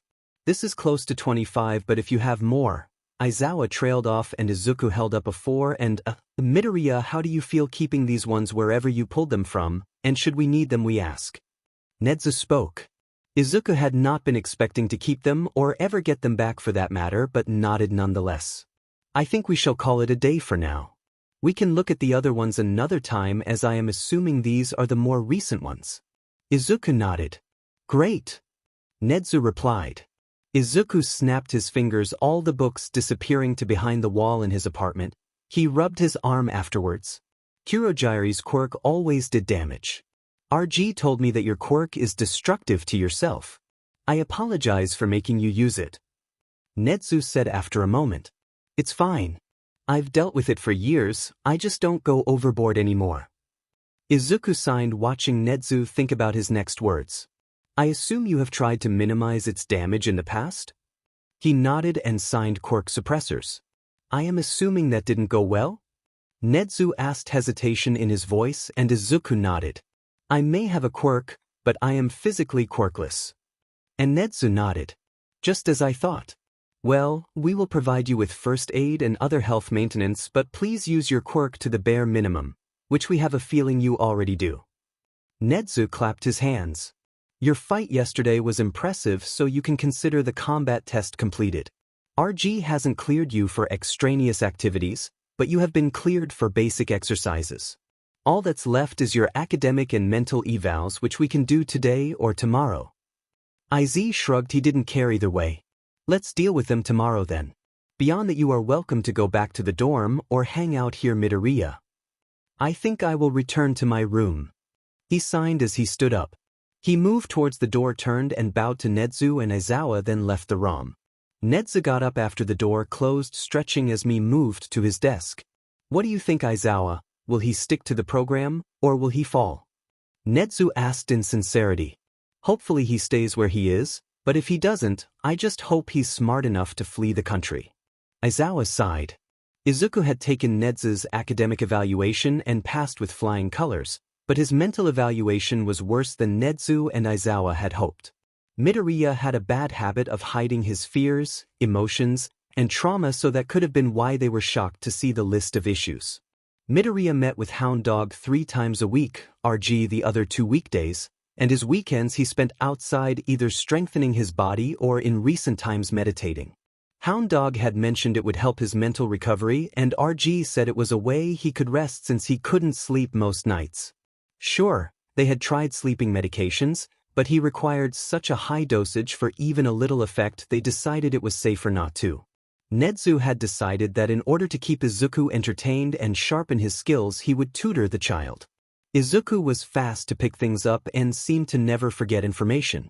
He also was very good at hacking, quirk analysis, and math, to the point he was running a study group during lunch where kids from all grades could ask questions and get help.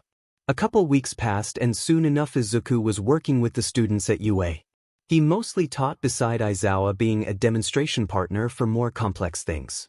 But he also began pulling students to the side and showing them other ways to use their quirks, or just the right way to move for certain attacks. Aizawa believed that Izuku had been taking it well considering everything. But with no signs of the League and AFO having disappeared from the talks of the underground, the heroes were worried. The heroes had checked the location he had given them, but the only signs they had found were small, coded notes. No one told the child. Overall, everything seemed to be okay. Stain moved across the roofs of Mustafa. He was looking for 2 people because this was a matter of life and death. Ghost was the one who balanced the underworld, keeping both sides in check, and with his absence many of the cartels and Yakuza groups were on the move. That didn't even include the bid AFO just put out on the child head. The underground was becoming unstable. While he could maintain it, that was not his MO, and he didn't have the power behind him to do it. He could feed the news to the heroes, but a lot of risks came with that. He had 2 choices in the end. Either find Ghost or find the hero he worked with in the past. Eraserhead. Speak of the devil and he may appear. Eraserhead was running across rooftops alone again tonight. Seems like he had no choice after all. Stain followed the man masking his presence, but it seemed that didn't help, as before he knew it his quirk was erased. Stain. Eraserhead, where is Ghost? He asked, keeping his voice in control. The hero dropped his quirk but kept his distance. Why? The man asked, and Stain sat on the rooftop. We in the underground have a big problem. He was the one who kept the balance between all the groups, and now there is a bounty on his head. Stain sighed. I have a message to him and a warning if he should ever reappear on the scene, but I cannot find the child. He always ran around with or watched you, so you are my best way to find him. I can pass the message along when I see him next. He recently went into hiding, as you can tell. He may have said the overseer of the underworld off. Indeed. If you will pass this. Stain stabbed a dagger with a white envelope tied in black felt onto the roof. We who prefer our lives would appreciate it. He stood up, turning to leave. Oh, one more thing, Eraserhead. Eraserhead nodded. If Ghost ends up dead because of you, I will break my oath to that child and kill you. He dropped off the roof, and then he realized he effed up. A black portal opened below him. Guess he should have heeded the warning the child gave him all those years ago. He has eyes everywhere, and life is a precious thing. Nezu knocked on Midoriya's door. He needed to talk to the child about a couple things like the finals for tomorrow and his licensing exam prior to summer camp. They knew Ghost kept the underground balanced, but they did not take into account how much influence the kid had in controlling it. Crime rates had skyrocketed in the 2 months he had been missing from the scene. Some increased crime was expected, but not this much. So they hoped to get him licensed and possibly back on the scene with supervision. There was no response from the child, so he knocked again. Izuku didn't really sleep, he more often dozed, and even that was light. Nezu called out to Midoriya, warning him that he was entering, but when the door swung, all the lights were off and the window was open. Nezu pulled up the cameras and security feeds, noticing that the window had been left open for over an hour. This wouldn't be a problem if Midoriya was in his room or the late hour he was missing, but then he got a notification that movement was picked up on the roof. Nezu exited the room and made his way up the stairs to the roof access.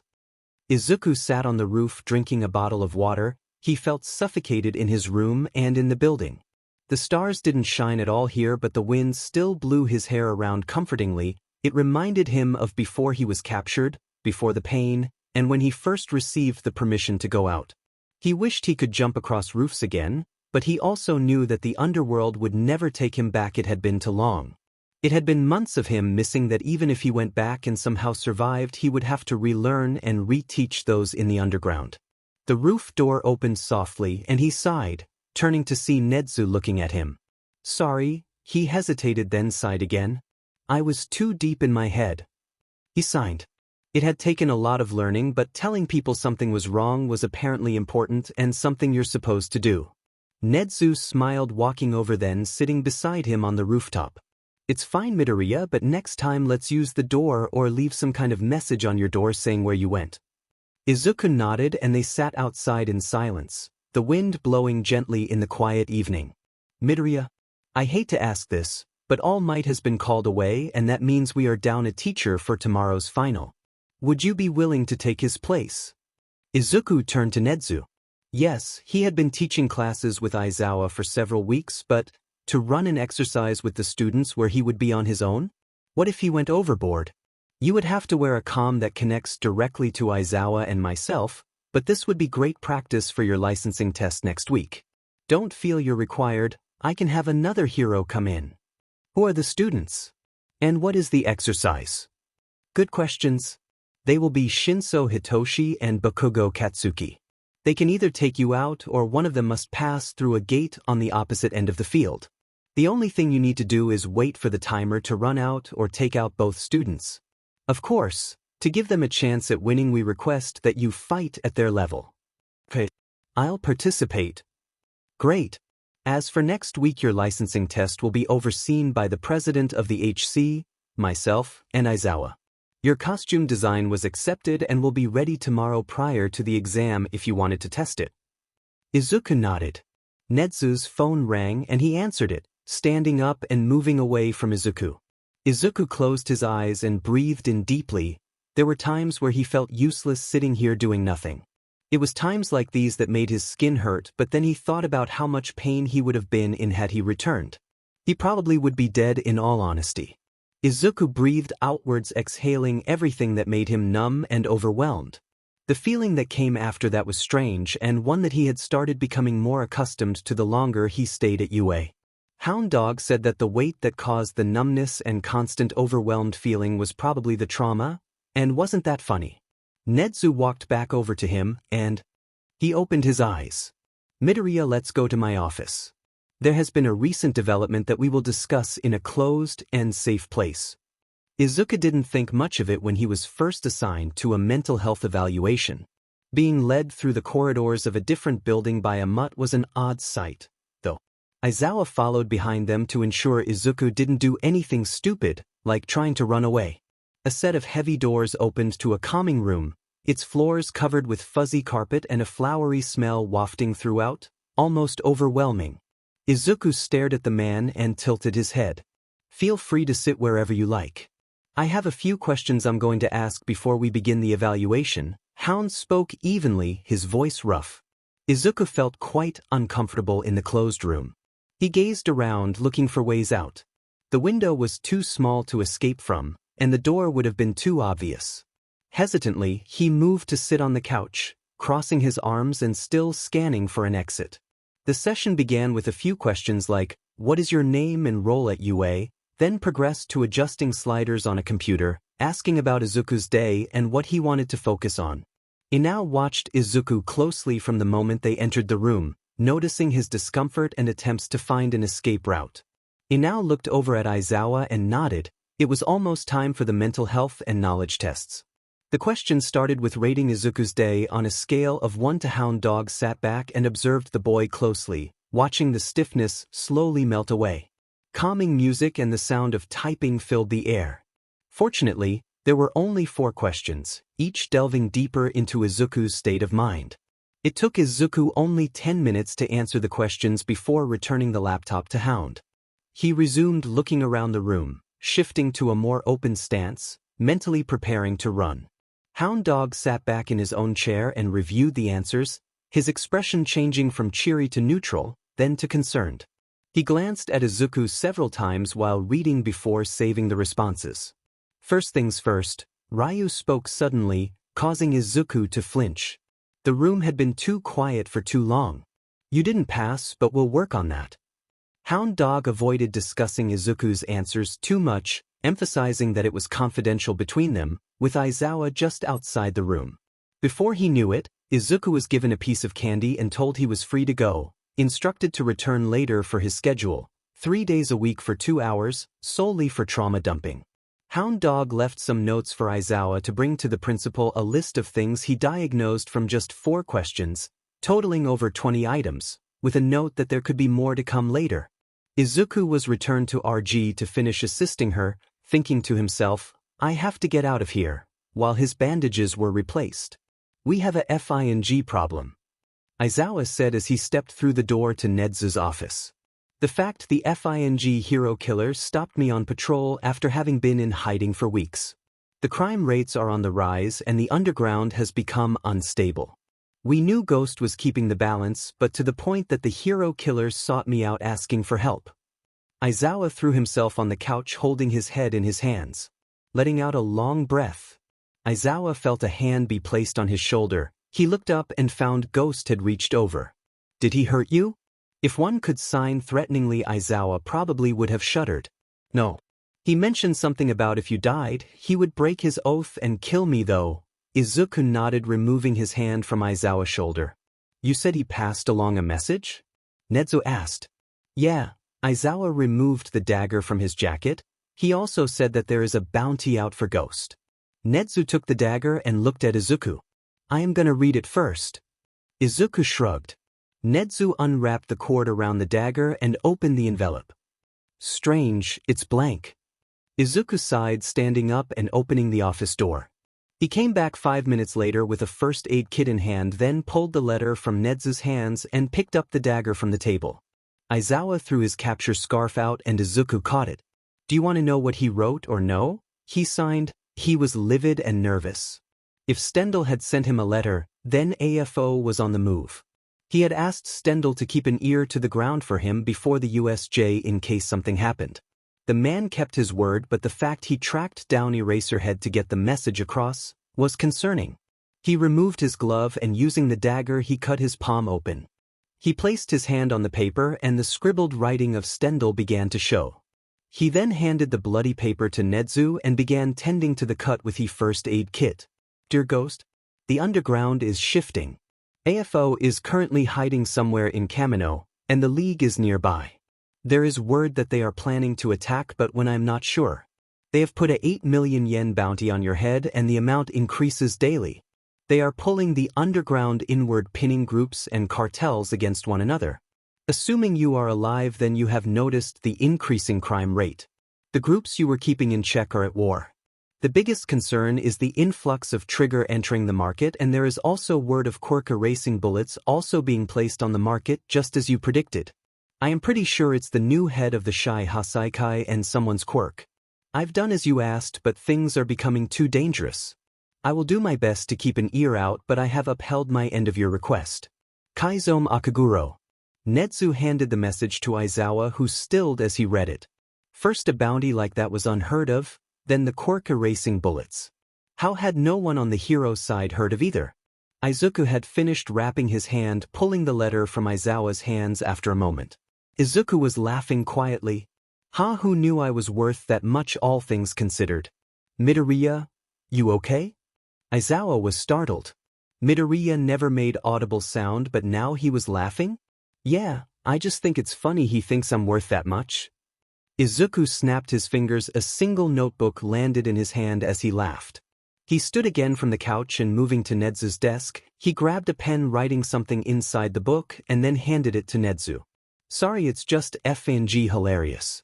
Either way that, he pointed to the book, should help. You find a child named Eri. That is the one probably being used to make the quirk erasing bullets. She is a good child, just in a bad situation and abused for her curse, as Kai says. I will pass this to Night-Eye, Nezu said calmly. He had never seen Midoriya so happy. Set off? It scared him slightly, and it was moments like this that all the heroes who knew him were happy he never fully went villain. He may have worked for one, but he never had a choice. Midoriya, if you were to attack somewhere or someone, who or where would you direct people? Nezu hated asking him this, but Midoriya was more knowledgeable in the mannerisms and behaviors of AFO and the League than anyone was. Depends if Shigaraki is leading or if it's AFO. If it's Shigaraki, then it will be in a public place. If it's AFO, then the summer camp. Izuku sighed. Shigi prefers panic and damage, where AFO wants success towards a main goal. We can't cancel the summer camp. Aizawa sighed. Indeed, but we can send more support. Midoriya, how do you feel attending the summer camp with the students as a teacher and possibly to train with someone besides those here at UA? Nezu asked, looking at Izuku. As long as I can help and not create more of a target than I already have. He signed.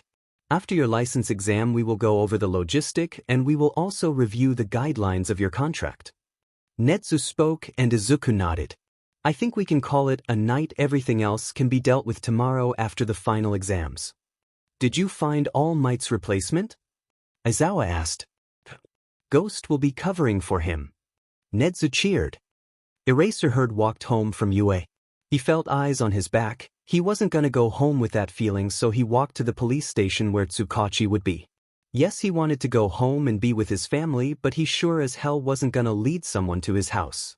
Aizawa entered the police station, the feeling of being watched disappearing finally. He entered Tsukachi's office and took a seat in the chairs beside the desk. Aizawa, good morning. What brings you here this late, early? The detective asked. I was being watched. By who? Ghost was the only one who used to follow you around, but considering his situation, Tsukachi spoke. Yeah, well, considering the hero killer stopped me this evening, I am not shocked that I am being watched. Hell, the kid even warned us that there are eyes everywhere. Aizawa sighed. You saw him tonight? Tsukachi froze. Yes, why? They found his body strung up at the docks in Kamino. His body was barely hanging on. Tsukachi spoke slowly. What?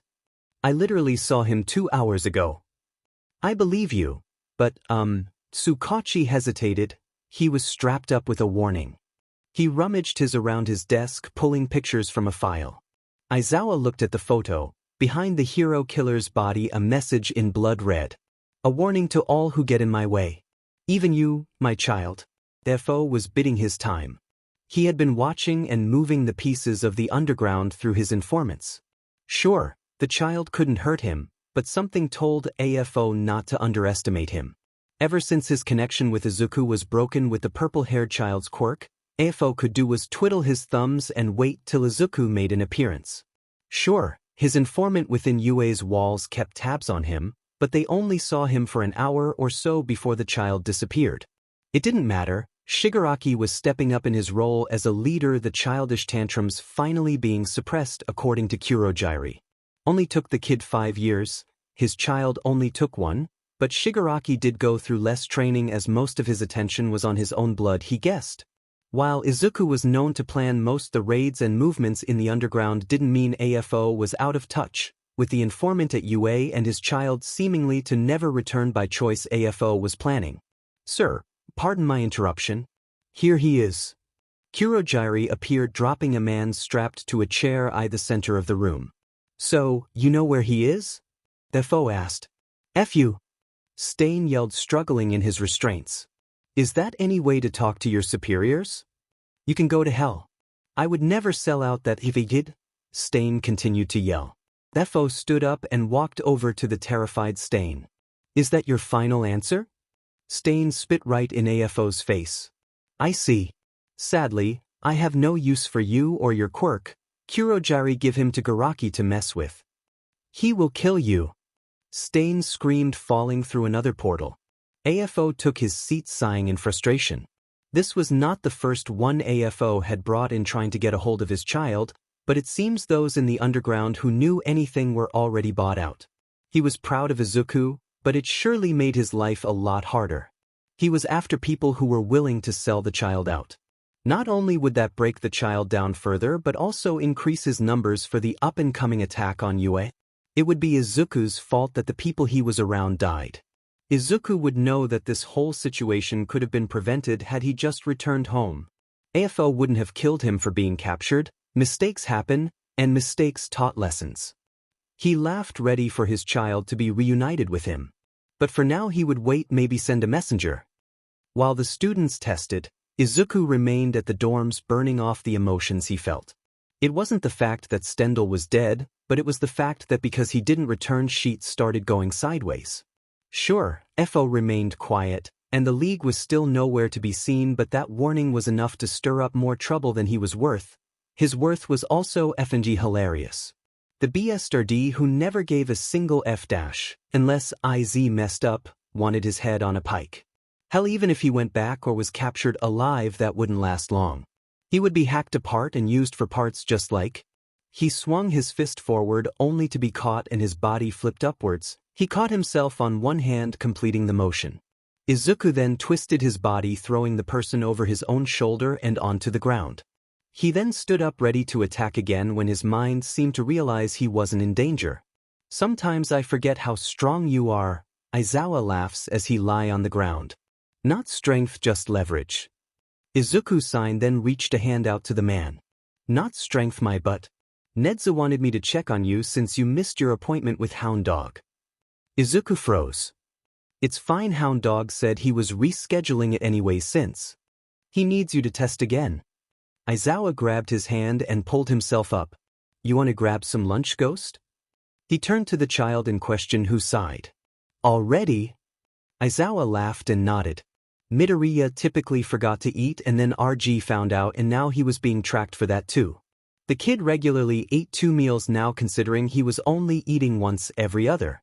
His reasoning was that below ground he didn't know and just simply went without meals often. There was more to it, and everyone knew it had to do with his treatment, but they didn't push. Both of them entered the dorms, Izuku moving up the stairs to shower and change his bandages before the students' heroics course final. Izawa moved into the kitchen, making a couple sandwiches and texting Nedzu to update him. Midoriya came back down the stairs soon after and sat with Izawa at the table. They both ate their sandwiches in peaceful quiet. The students lined up in the gym, They kept saying something about fighting robots, but with the tensions in Japan and the world being so high, that wasn't the case. Good afternoon, students. You will be taking your final exam today. This year is a tad different than most, but we believe you will be better suited in the future. We will be pairing you up against a teacher. Each teacher has some kind of limitations, so don't worry about them being at full force. Nedzu started. A screen popped up showing the pairing and the teacher they were pinned against. You can win one of two ways for these matches. You can exit the gate at the other end of the battlefield. Only one person needs to cross the line for both to pass. Or you can capture the teacher with these cuffs. You can fail this test if you are captured by the teacher you are pinned against, or you run out of time. Questions? Nedzu asked the group. Great, let's get a move on. Aizawa spoke.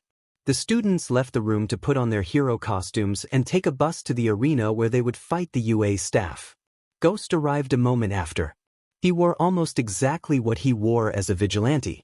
He still carried knives and a carbo fiber reinforced boa staff, almost the same one as he had at the sports festival. The only difference was he didn't cover his hair and his mask didn't have the childish white smile on it. Aizawa and Nedzu turned to Ghost and handed him a single comm link that he placed in his ear. Then they began the battles.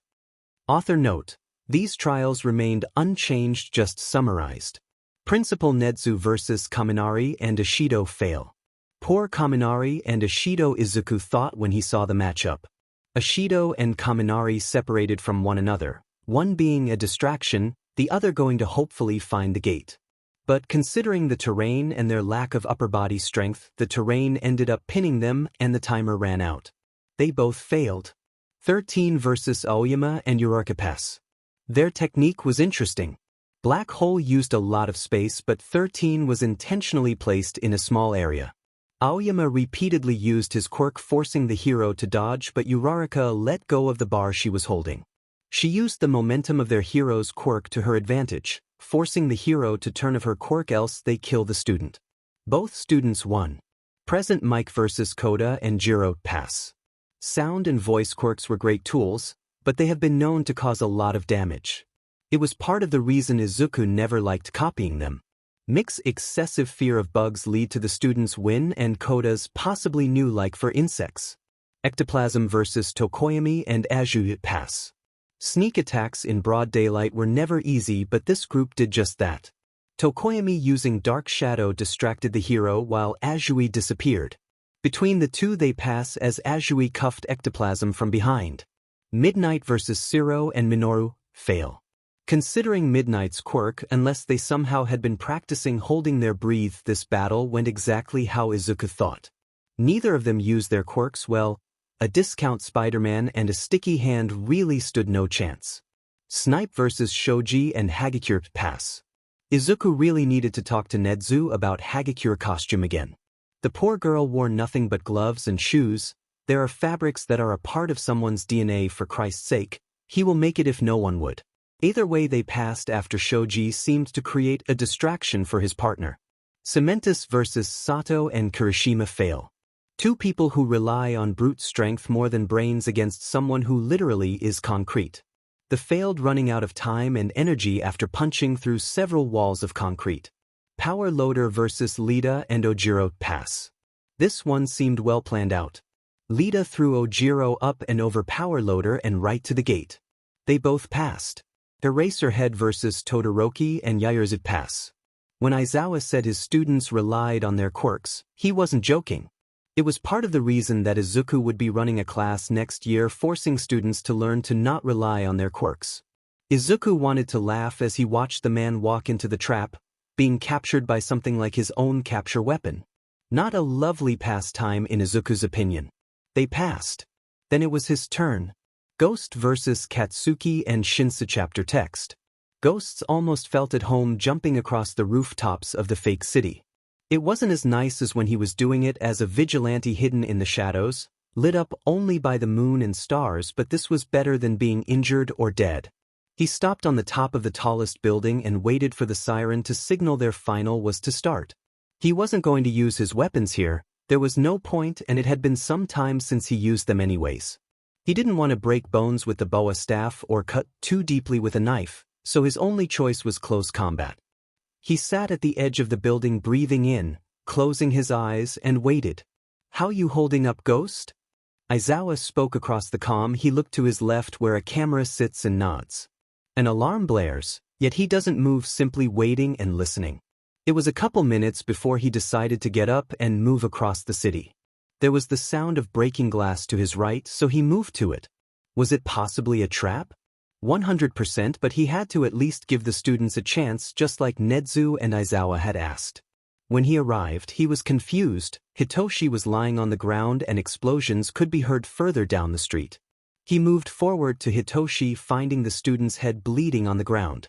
He reached up to his comm link only to catch static. The explosions nearby stopped suddenly. He picked up Hitoshi, placing the student on his back. He did care if he was caught. Something was wrong. He moved through the fake city by the roofs, slowing as he saw Katsuki laying face down in a crater on the street. He jumped down Hitoshi still on his back, placing the student in the alleyway between the two shorter buildings. He moved cautiously, listening to the quiet of the fake city, then picked up Katsuki carefully. His ribs and arm were certainly broken, but he was breathing clearly, so it wasn't an immediate concern. Then he dodged. A large black fist swung at him. No. This was supposed to be an exercise for the students, not a FING attempted murder. The sound around them disappear, sound dampening quirk. The beast's scream canceling every noise in the already quiet city. That's why he never heard it attack the students. He moved. He couldn't fight with two injured students to watch, so his options were dropping Katsuki and hope the creature followed him or keep dodging. He was taking a risk as he placed Katsuki back on the ground and ran towards the Nomu. He pulled a knife, stabbing the creature in the leg as he slid under it. Of course, the thing had FING regeneration, but it was weaker than the ones he fought, so he wasn't gonna complain too much. It then turned and seemed to follow him, so Izuku moved down the street away from the students. He had been dodging for about 5 minutes before he felt comfortable enough to take it on. The last time he fought one he was stabbed through. It wasn't the first Nomu he fought, but definitely the most notable. The Nomu stopped and Izuku froze. Something was wrong. Before he knew it, the Nomu was on him, biting him on the shoulder, then throwing him into one of the buildings across the way. He hit and felt his ribs crack, his head hitting the wall and making his vision go in and out. He went to stand up only to not be able to move. The Nomu looked at him, then slowly stalked over to him. He had about 2 minutes before his paralysis would disappear, but the Nomu was a lot closer than that. Izuku looked up at the Nomu, his eyes flashed red. Something he learned about the Nomu was that while Eraserhead couldn't erase all of its quirks, he could focus on one to remove. Remove the balancing quirk, and then all the quirks inside the Nomu would become unstable and fight the body. Humans were never built to handle quirks, especially more than one. His body finally moved. He pulled out knives, one in each hand, then charged on the stilled Nomu. He stabbed its brain and the poor creature screamed, but instead of dropping dead like they used to, it swatted at Izuku, forcing him to roll in an attempt to dodge the claws. Then he was thrown. He rolled to minimize the impact of the road and crouched low. His arm hung dripping blood and useless from the gash and the roll. He pulled another knife, nonetheless. Telekinesis. There was no easy way around that, but why did the Nomu wait so long to use it? Unless the range was small or the quirk was getting tired of being copied. The Nomu moved fast towards him and Izuku stood his ground, letting it get close. He was gonna do something stupid, and that thought made him smile under his mask as he swayed gently from the concussion. He removed his gloves as the Nomu stood on top of him, pinning him to the ground, its teeth moving for his throat. Izuku's eyes flashed red, and a single hand touched the creature's face. Izuku's skin burned, but it didn't matter. The Nomu soon disappeared into ash, catching in the light breeze form the cooling unit of the building. He stood up shakily but made his way back towards his students. He arrived after some time, and thankfully they were both still breathing. Once he dragged Katsuki to the alley where Hitoshi was, then he sat down, breathing shallowly and cautiously. His hearing was heightened, and everything seemed so out of focus, but he couldn't sleep, not yet. An alarm blared, signaling the end of the exam. It had only been 30 minutes, but it felt like a lifetime. Izuku watched the students, noticing Hitoshi's eyes open but immediately close, probably his concussion making him light sensitive. It was some time before the student reopened his eyes and held his head. Izuku looked away, closing his own eyes. There wasn't much you could do for a concussion but let the waves of pain, sensitivity, and nausea pass. Izuku heard snapping and he turned to the noise, reaching for another knife. What happened? Hitoshi sighed, his body relaxing slightly. Nomu. Izuku fingerspelt. Hitoshi nodded, pulling out some first aid materials and moving to Izuku. He shook his head and pointed to Katsuki. I don't know what I am doing, Hitoshi sighed. I'll walk through. Izuku again fingerspelt. They proceeded to help Hitoshi wrap Katsuki's ribs and arm. It wasn't the best but would do till help had arrived or he had the strength to get up and carry the blonde. Izuku tapped his comm link, static still filling his ear. That was concerning. He assumed it had been a sound dampening quirk, but maybe he was wrong? Maybe there was more to it? What was he missing? Unless there was another one in the area. His eyes widened. He snapped his fingers, gaining Hitoshi's attention. Phone. He signed. Hitoshi nodded, pulling out his own and handing it to Izuku. His phone was currently missing somewhere in the fake city, probably having come dislodged when he hit the wall the first time. He looked at the phone. It had bars, so service wasn't a problem. He dialed Aizawa's number, but the call never went out. He then called Netsu, and the same thing occurred. Finally, he called RG, but the call never sent. He glared at the phone, then made a choice that may get him in a lot of trouble later. He hacked through and entered the back door into Netsu's security system he built prior to the USJ. Hitoshi sat next to him, watching as he typed one-handed through the security bypasses and gained access to the security feeds for the campus. Everything was in lockdown, but his main concern was the observation room. The Aizawa seemed to be protecting the students from something, but whatever it was not in view of the camera. Probably the other gnome. He put the phone down and looked at Hitoshi. Hold Katsuki up. He signed and Hitoshi made his way to the still unconscious blonde, while Izuku slowly stood up on shaky feet, moving to the students. He closed his eyes and breathed in deeply, snapping his fingers. He had a location. Aizawa had no idea what happened. One moment the last exam consisting of his students and Vigilantes seemed to be going well, then everything went quiet. There was nothing coming from the comms, then the cameras went down, and the entire observation room locked down.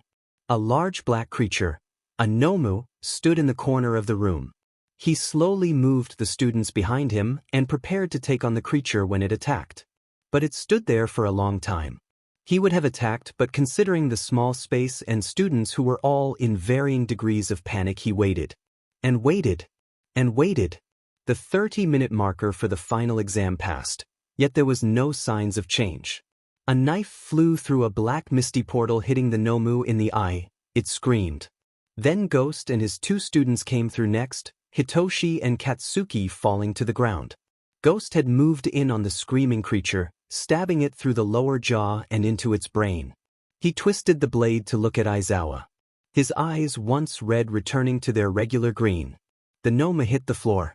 Ghost pulled out what looked like Hitoshi's phone from his pocket, typing something, then the whole room unlocked. The lights came back on in the room and the doors unlocked. He ushered students out of the room quietly and helped Ghost pick up the two injured students. He picked up Hitoshi, who had apparently passed back out from the impact and concussion. Ghost picked up Katsuki, stumbling slightly as both moved out of the room and outside with the rest of the students.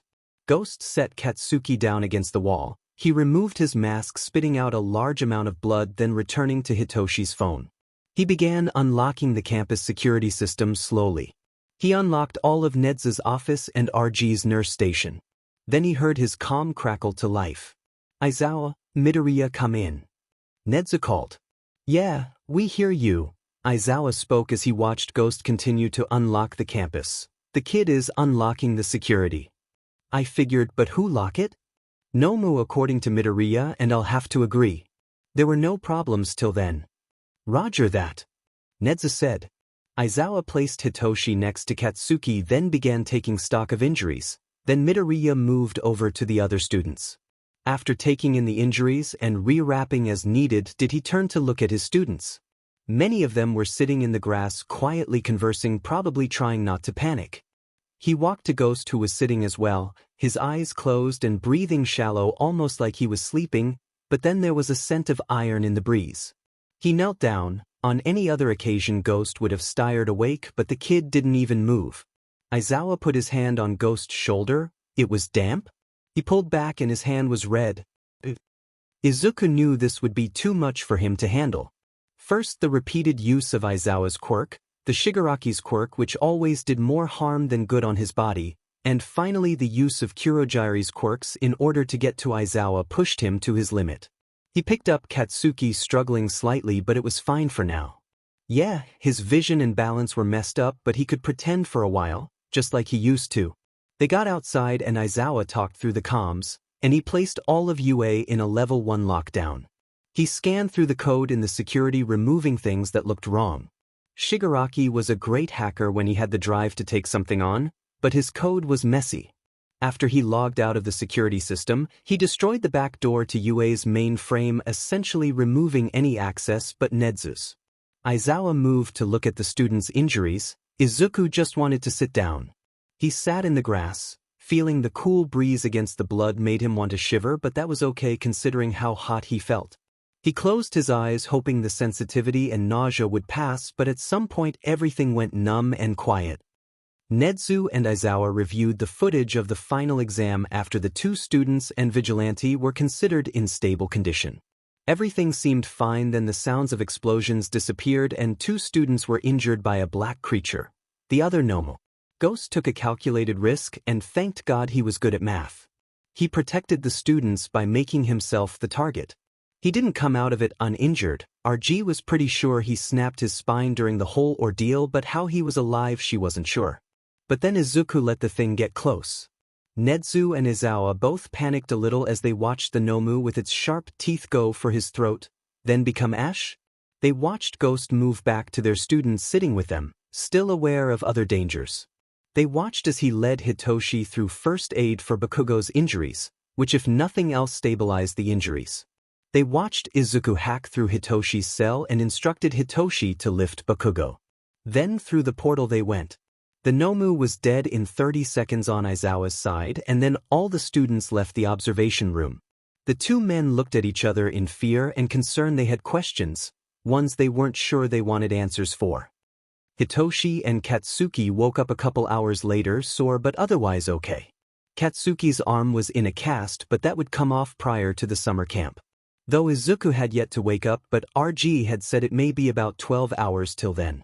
Izawa ended up having both Hitoshi and Katsuki stay in the staff dorms with parental permission, as neither wanted to go home considering their friend and teacher was still out. Hisashi stayed in the dorms with them watching crappy movies till Katsuki went to sleep, having crashed in Izuku's room. The night consisted of Nedzu upping security and reading through the scripts of code. He finally decided to let Izuku help him with the security, considering just how fast the kid could get in back door or not. Izawa mostly graded finals and reviewed practicals for the students in his class. Many had passed, and while not all had, he decided that this time, considering the circumstances of the year, they could slide. Those students would just have remedial courses during the summer camp. Ghost stirred every so often, but RG said it was the body somehow healing itself. It may be part of the reason her quirk was almost useless for him. But otherwise he slept through the night, his fever and high heart rate finally returning to normal around 2 am, 12 hours after the exam. Izawa, are you aware all your students are on campus?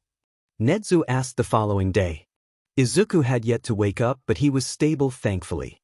The man groaned, standing up from his sleeping bag where he was laying on the floor. No. Where are they? Izawa asked, rubbing his eyes, his voice more tired than angry. In your classroom? They are a weird group for sure. A moment later Izawa left the nurse's office, moving to his classroom. What did the Hellions need now? He entered the room and everyone was quiet, sitting in their seats, Hitoshi and Bakugo included. He moved to the podium at the front of the room and waited. You get 3 questions, pick wisely. The students were quiet, and Ida raised his hand. Sir, how is Midoriya's injuries? Bakugo and Shinso said he hasn't woken up. He is alive and recovering according to RG. He kept it short, the less they knew the better. Yairozu rose her hand next. Can we see him? The whole class stared at him pleadingly. Why? He was more curious than anything. He's our teacher and friend. He has helped us so much and asks nothing in return. He took out the Nomu without hesitation while you protected us. We didn't even know he was injured, yet that didn't stop him. Kirishima spoke. Aizawa sighed. He did more than that, but till Midoriya woke up and could tell them what happened, he would say nothing about it. No, RG is not allowing visitors due to the attack and Midoriya's unpredictability.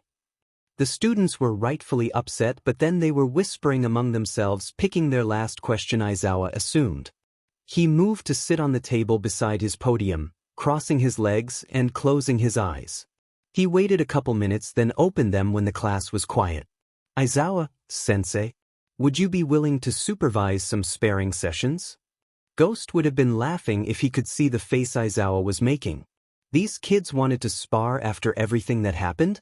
Aizawa pulled out his phone, calling Nedzu. Aizawa, is everything okay? Nedzu's voice was calm. Yeah, we are taking over Gym C for sparring sessions. Sounds good, I'll unlock the building. Nedzu said. Aizawa hung up, standing up and heading to the door. Come on, Hellions. Go put on your gym cloths. Every student was moving, grabbing their bags and going to the locker room. Izuku found himself standing in a field of grass. He had seen this place a couple times, but he would be thrown back to real world a moment later, usually Garaki's smiling face looking at him with excitement. This time though, he seemed to be welcomed and held here. He looked around the small place. It was warm with a gentle breeze moving the clouds and grass. It was peaceful. Izuku caught movement to his left and he spun, lifting his leg and kicking whatever it was. The person blocked the movement, then laughed gently. Good kick, kiddo. Too bad I know you too well. Now how about we have a snack? Come on. The man's long black hair moved in the breeze as he smiled warmly. He turned and moved through the field, Izuku following him at a distance. Here we go. The man sat down in the field on a checkered blanket with sandwiches and coffee. You can sit, I don't bite, plus I couldn't really hurt you and not hurt myself in the process. Which I should apologize for, considering my presence is what's causing your body to degrade. Izuku sat down with the man on the blanket. He was slightly uncomfortable, but he believed the man's words when he said he wasn't gonna hurt him. Please eat. It won't physically help you, but it tastes good. The man laughed. Izuku slowly ate the offered sandwich and the man smiled brightly. Now you have questions, I can tell. Let's get them out of the way before you have to leave. The man took a drink. Who are you?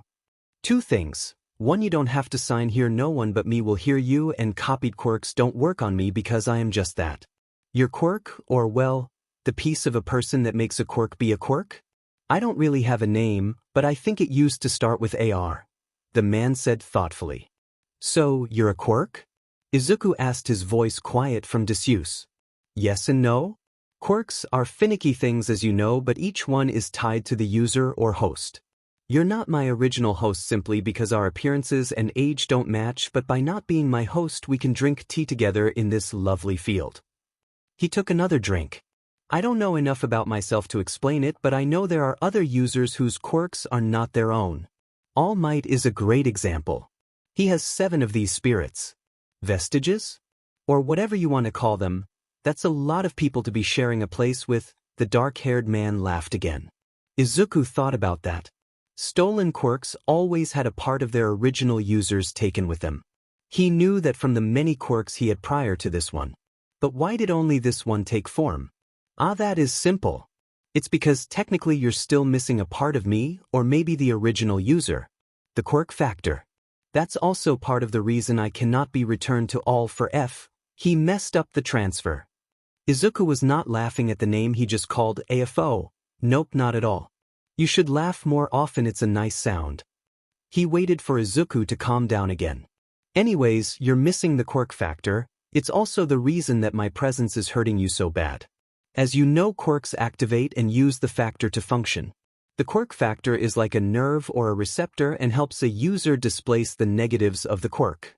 Yes, your body did eventually reject the past quirks, but that's because the quirk factor forced into your DNA degraded. The man set the cup down on the blanket. Humans were never meant to have quirks forced into them. Sadly you cannot remove me, meaning you and I are buddies, he cheered, then looked at his hands. But I am more a parasite. My quirk is destroying your DNA as it has nowhere to latch onto, hence the injuries you gain from using it. That made sense. Garaki nor RG could figure out how he functioned without the quirk factor, but if it was using his DNA to function, then it would make sense his body gave out from the strain. It's fine, I have dealt with it to this point. Izuku said. It's really not Izuku, I am afraid I may end up killing you. I have tried to help minimize the damage, but there is only so much I can do. The man put his head in his hands. There was silence around them for some time, before the man lifted his head, looking off in the distance. Well, kiddo, I think it's time you get back. People are getting worried. The man stood up, stretching. Let's try to avoid using our quirk for a while, He smiled. Oh, and one more thing, Izuku, he said, patting him on the head. You have a lovely voice, let's use it. As if you to the man, the world around them faded away. The students worked out their emotions, sparring with one another in quirkless combat. Katsuki sat out due to his broken arm and Hitoshi because his concussion, but even they worked out their emotions. Izuku had apparently taught them both non-extraneous workouts like yoga, but they were at least smiling, bickering back and forth. The door to the gym opened and Aizawa turned ready to attack. Nedzu pushed the door open and walked to Aizawa, before glancing behind himself. Soon enough, Ghost entered the gym, standing up and looking around.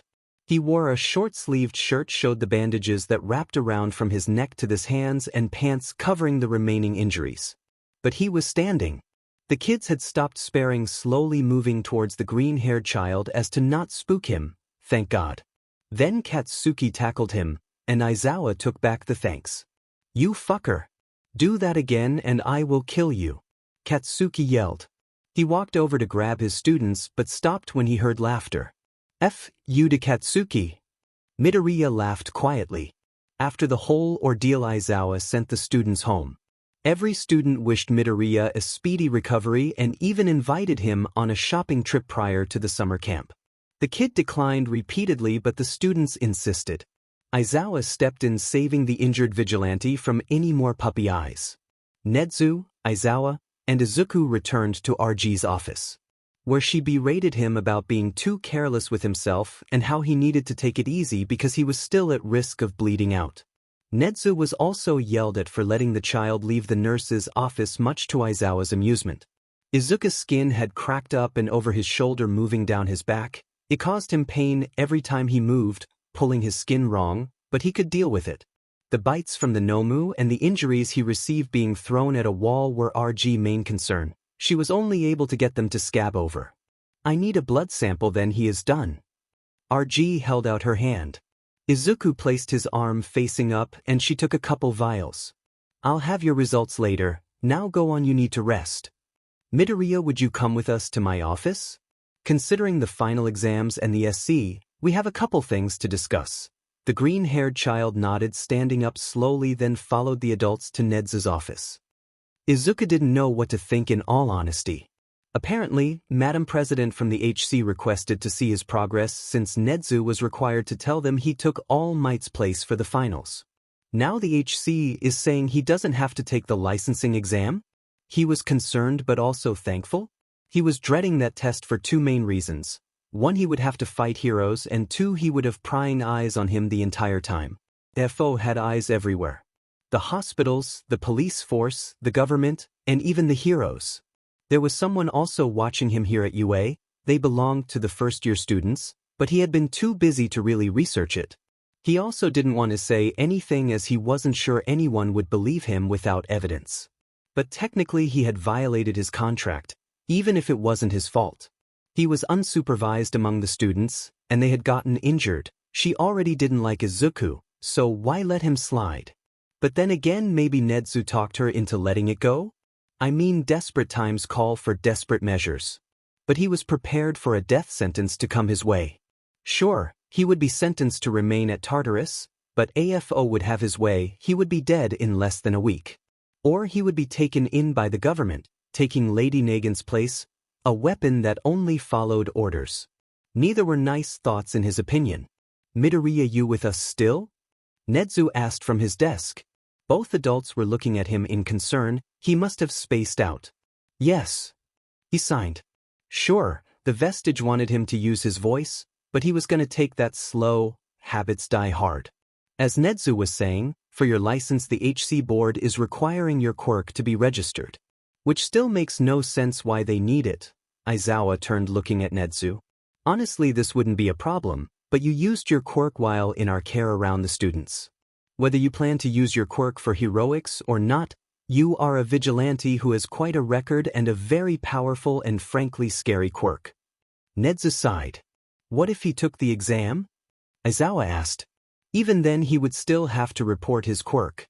Just because he never uses it, he may have to, like he did during the students' finals. The decision was finalized along with his license. Your hero name, quirk name, and quirk description are all that is holding you from your license right now, Midoriya. Do I have time? He had to find where his quirk book went. It wasn't behind his bookshelf and he vaguely remembers leaving it in his apartment. He had to call Katsuki. Will till morning do? I know it's not a lot of time, but the HC wants this done sooner than later. Izuku nodded. Great, then let's also push the talk about the final exam tomorrow as well. We basically need you to tell us what happened and what you did. It's more to protect you and help us write a report to send to the HC, who is also requesting the information. Anything else? He signed after a moment. No. Go to bed, Midoriya. RG said you were going to be tired as you are recovering. We will talk in the morning. He'll come get you from the dorm. Aizawa said. Izuku stood up, bowing to the adults in the room, then leaving. FNG Commission. Aizawa sighed. Indeed. Nedzu spoke. The next morning Aizawa found himself walking to the dorms around 4 a.m. He had planned to crash on the sofa and catch a couple hours of sleep before they were due to meet Nedzu. He entered the dorms crashing on the couch, setting an alarm, and closing his eyes. The alarm went off around 7. He groaned but slowly sat up. He reached for his phone, then felt paper, a green sticky note. Coffee is on the stove. That FING kid, he thought. He stood up, letting his body pop, and moved to the kitchen, pouring the coffee Ghost made. Why the kid didn't use a kettle he had no idea, but who was he to complain? He listened for movement as he drank his first cup of coffee. Something he noticed was that when there were heroes in the dorms, Ghost would intentionally make noise. He had spooked too many heroes, and while the heroes had great senses, their fights and flight instinct took hold. They had swung at the child one too many times. Sure, they never hit, but it wasn't okay. Wasn't that a conversation to have with Midoriya? No, we aren't testing your abilities, we aren't intentionally swinging at you, and we are simply spooked because you hide yourself. He didn't hear the child within the dorms. Maybe he was in his room resting? Sure, the child never slept, but he did rest. Aizawa poured another cup and made his way up the stairs to Izuku's room. Another green sticky note was on the door by the handle. Why in the world was the kid on the roof? He made his way up the rest of the levels to the roof access, opened the door, and sighed.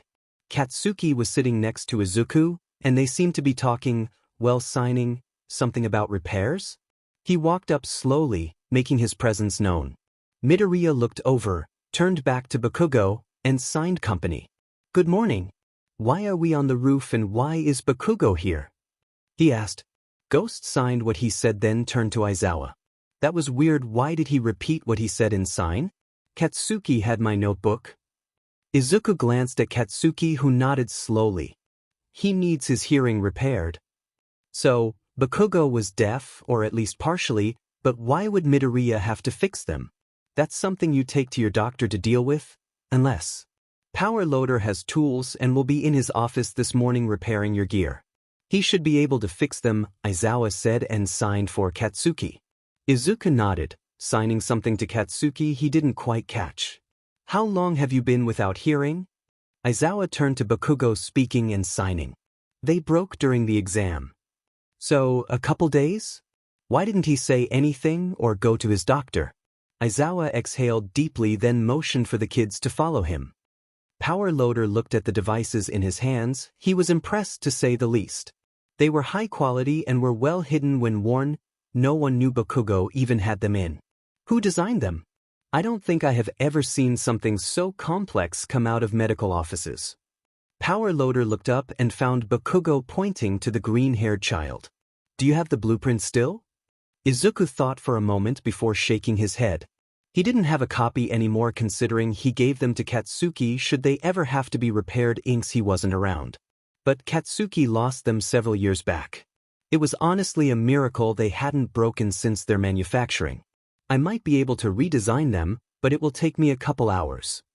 Izuku signed and left everyone but Katsuki stunned. Nerds got a degree in tool items. Katsuki signed, then was corrected, support not tool, by Izuku. Are you sure you want to be a hero? Power Loader asked. My choice is hero or death. I'll take life thanks. Katsuki laughed but the two heroes' faces clouded in concern. We are gonna address that later, Midoriya. Aizawa turned to Power Loader. I can send him down after we talk with Nezu if you're willing to supervise. Power Loader nodded. Great. Aizawa then turned and began walking out of the room, two students in tow. Katsuki was forced to hang out with RG and be rated for not telling a professional about his hearing problems, much to Izuku's amusement. But Aizawa and Izuku moved down the hall back to Nezu's office, comfortable silence filling the air. They approached Nezu's office door, but Izuku froze. Something was wrong. He grabbed Aizawa's arm, pulling him away from the door. The man let him. They stopped after they rounded a corner, moving out of sight of the cameras that littered UA. You better tell me why we are hiding, Ghost. Ghost. Aizawa glanced at the kid. Why were there two people drinking tea with Nezu? One who never sat well in Izuku's mind. The president of the Hero Commission wanted him. He saw it in her eyes every time she glanced at him. The desire to hold him as a weapon for the HC. Just like the number 3 Hero Hawks. Then one that wasn't actually working for the heroes. How did they not know? Izuku smelt blood on him every time he visited AFO. The man in question, Mara, was just as sadistic as Garaki but didn't know when to stop or how deep was too deep to cut. So he was panicking a little, but the panic was justified. He sure as hell was not gonna have a conversation about quirks with either of those people in the room. AFO had no idea the true limits or processes of his quirk. Yes, he lied to the man, but what else was he gonna do? Oh yeah, Dad, by the way, my quirk copies others, storing them till used, then allows me to use them at a higher capability. I could kill you or heal you if I wanted to. Brea, NT it out. Someone was speaking to him. Whoever it was also holding him tightly? Or maybe the pain in his chest was his inability to breathe. Gods, he wanted to just sleep forever, too tired to think clearly. He needed to get away, maybe catch his breath? He fell backward, opening a portal and pulling whoever was holding him with him. Aizawa had no idea what was going on. He trusted the Vigilante with his life, but the kid pulled him away from Nezu's office? Now he was having a full-blown panic attack? He tried to get the child to breathe, but he was too deep in his panic, it seemed. He wrapped the child in his capture scarf in case the child chose to run. It wasn't tight but wouldn't unravel easily. Ghost was still unpredictable in situations like these. The panic attack was a whole new problem. Hound Dog had warned the staff that this could happen. The question was fight or flight. In many cases it was fight, but then again with the child's mental state becoming better, slowly, it was only a matter before running became the kid's other option. He wasn't in danger here. He didn't need to fight his way out of a possible attack with no support. He had his phone pressed to his ear, talking with Nezu about what was going on. The kid was laughed in quiet hysterics when he felt a chill run down his spine and was tugged through a black portal by the now unconscious child. Aizawa and Izuku exited the portal a moment later. They were currently free-falling, their reflection showing in the window of the building next to them. Aizawa was slightly freaking out. The kid was passed out, falling beside him. His hair covered his face, but what caught Aizawa's attention was the now approaching ground. Aizawa pulled the child to him, then proceeded to throw the other end of his capture scarf towards the building's horizontal flag staff. He only hoped it wouldn't hang them or break from the weight and speed which they were falling at. As it was about to connect, another portal opened underneath them, depositing them in the grass outside the dorms. He tucked rolling with the kid upon exiting the portal. He stood up, still carrying the kid, and looked around for further danger. The kid was still passed out, so where did the portal come from? Why deposit them here? Unless Ghost woke up during the free fall? That was very unlikely. If he had, Aizawa would have felt the movement. Aizawa picked up his phone from the ground, somehow having made the jump with them unharmed. He dialed RG and Nedzu. We have a problem. Nedzu didn't quite know what to do when Aizawa called him the first time. A panic attack? That was strange for Ghost unless something set it off. The president and Mara were both in his office coming to meet and finalize the paperwork in person, which was strange. They both wore sharp smiles, and their eyes hid untold secrets, but all he could do was watch. He couldn't help Aizawa without indirectly leading them to the child, which was stupid considering no one had any idea what a panic attack would cause him to do. The phone line went dead. I apologize, but it seems Ghost has come down with something and is unable to attend our meeting. I can send you the information when I see him next. I do apologize. Nedzu said coldly. Sure. Send us the information and he will officially be licensed. Also, please let us know when we can see the child. We would like to send our regards to the future, if you know what I mean. Mara spoke. Of course. I'll walk you out. Nedzu stood up, then led the two visitors to the front gate. They said their pleasantries and parted ways. His phone rang again. Aizawa called his cell. We have a problem. Aizawa's voice was shaky. How big of one? Nedzu spoke. Enough that we are currently outside the teacher's dorm. When I called you the first time, we were down the hall. Oh dear. I am on my way. The Nedzu hung up. The kid ran? Aizawa had moved the barely breathing child inside, placing him on the couch and unraveling the capture weapon still wrapped around Midoriya. Something told him that the kid wouldn't run until he woke up. Aizawa took a shaky breath. Seeing Ghost, Midoriya, who was a strong individual that hid their emotions and injuries. The same child that made him run for his money and put his life on the line repeatedly for Aizawa and his students, break was scary. The kid broke. Simple as that. Aizawa breathed, trying to keep himself from panicking. His pulse was so high, and his Viscon was getting dark around the edges. Then he startled as something tapped his hand. After a couple minutes he opened his eyes. When had they closed? And found a concerned Nedzu and RG watching him and helping him through his own panic attack. Sorry. He gruffed out, eyes closing again. Don't be. Take your time and breathe. Everything can wait, Shota. Nedzu said softly. It was 10 minutes later that Aizawa's heart rate and breathing slowed to a normal pace. He opened his eyes, finding RG sitting next to Midoriya rewrapping the kid's injuries and Nedzu beside him looking through security cameras. The kid ran. He spoke quietly. Well, tried to run. He must have given out halfway through the jump, cause when we exited, we were free-falling from about 40 stories up. He took another breath. Yeah, you both were deposited in the fake city where the finals took place. The security footage picked you both up and alerted me, but when I moved to help, you both were gone again. Nedzu spoke. The kid's quirk activated on its own. He hasn't been awake since the first jump. It threw us out front. That may explain the new cracks down his back. RG said, finishing the rap. If it forcefully activated in a moment of self-preservation, then why hasn't it done it in the past? Nedzu asked, mostly to himself. Aizawa? What set the kid off? I have no idea. I thought it was the meeting for today, but the kid knew it was happening, so I don't think it was that. Aizawa spoke. I wonder if he could tell there were others in my office. The president and Mara, the vice, were both in my office. They wanted to talk to Midoriya and send their regards, as they put it. Nedzu said. You don't think the kid freaked out over them, right? Well, I can tell you from observations that Midoriya is not a stupid child. He can see the way the president looks at him. They want him, and if he violates his contract, he will never see the bars of Tartus, nor be seen. A weapon of the state? Aizawa asked, and no one responded. Okay, but he has met the president and seemingly held his head. Why this time? Couple different reasons are possible. One, he technically violated his contract with the final exam. Nedzu held up his hand before Aizawa could protest. While the HC has allowed it due to circumstance and the kid knows it, that could be revoked just as fast. 2. The stress of everything finally came crashing down. Hound Dog did warn us of that possibility. And finally, The kid warns us of prying eyes often. Aizawa seriously hoped it was the second one. None of them were good by any means, but of the three, stresses could be easily dealt with.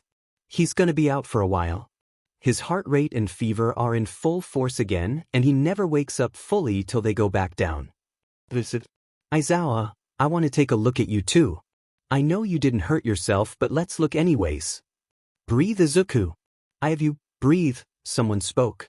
A warm breeze and shuffling grass could be felt. Izuku opened his eyes. His eyes caught gold ones before he looked down. There we go, see? Better. The man, the quirk vestige, spoke calmly. Now come on, we need to talk.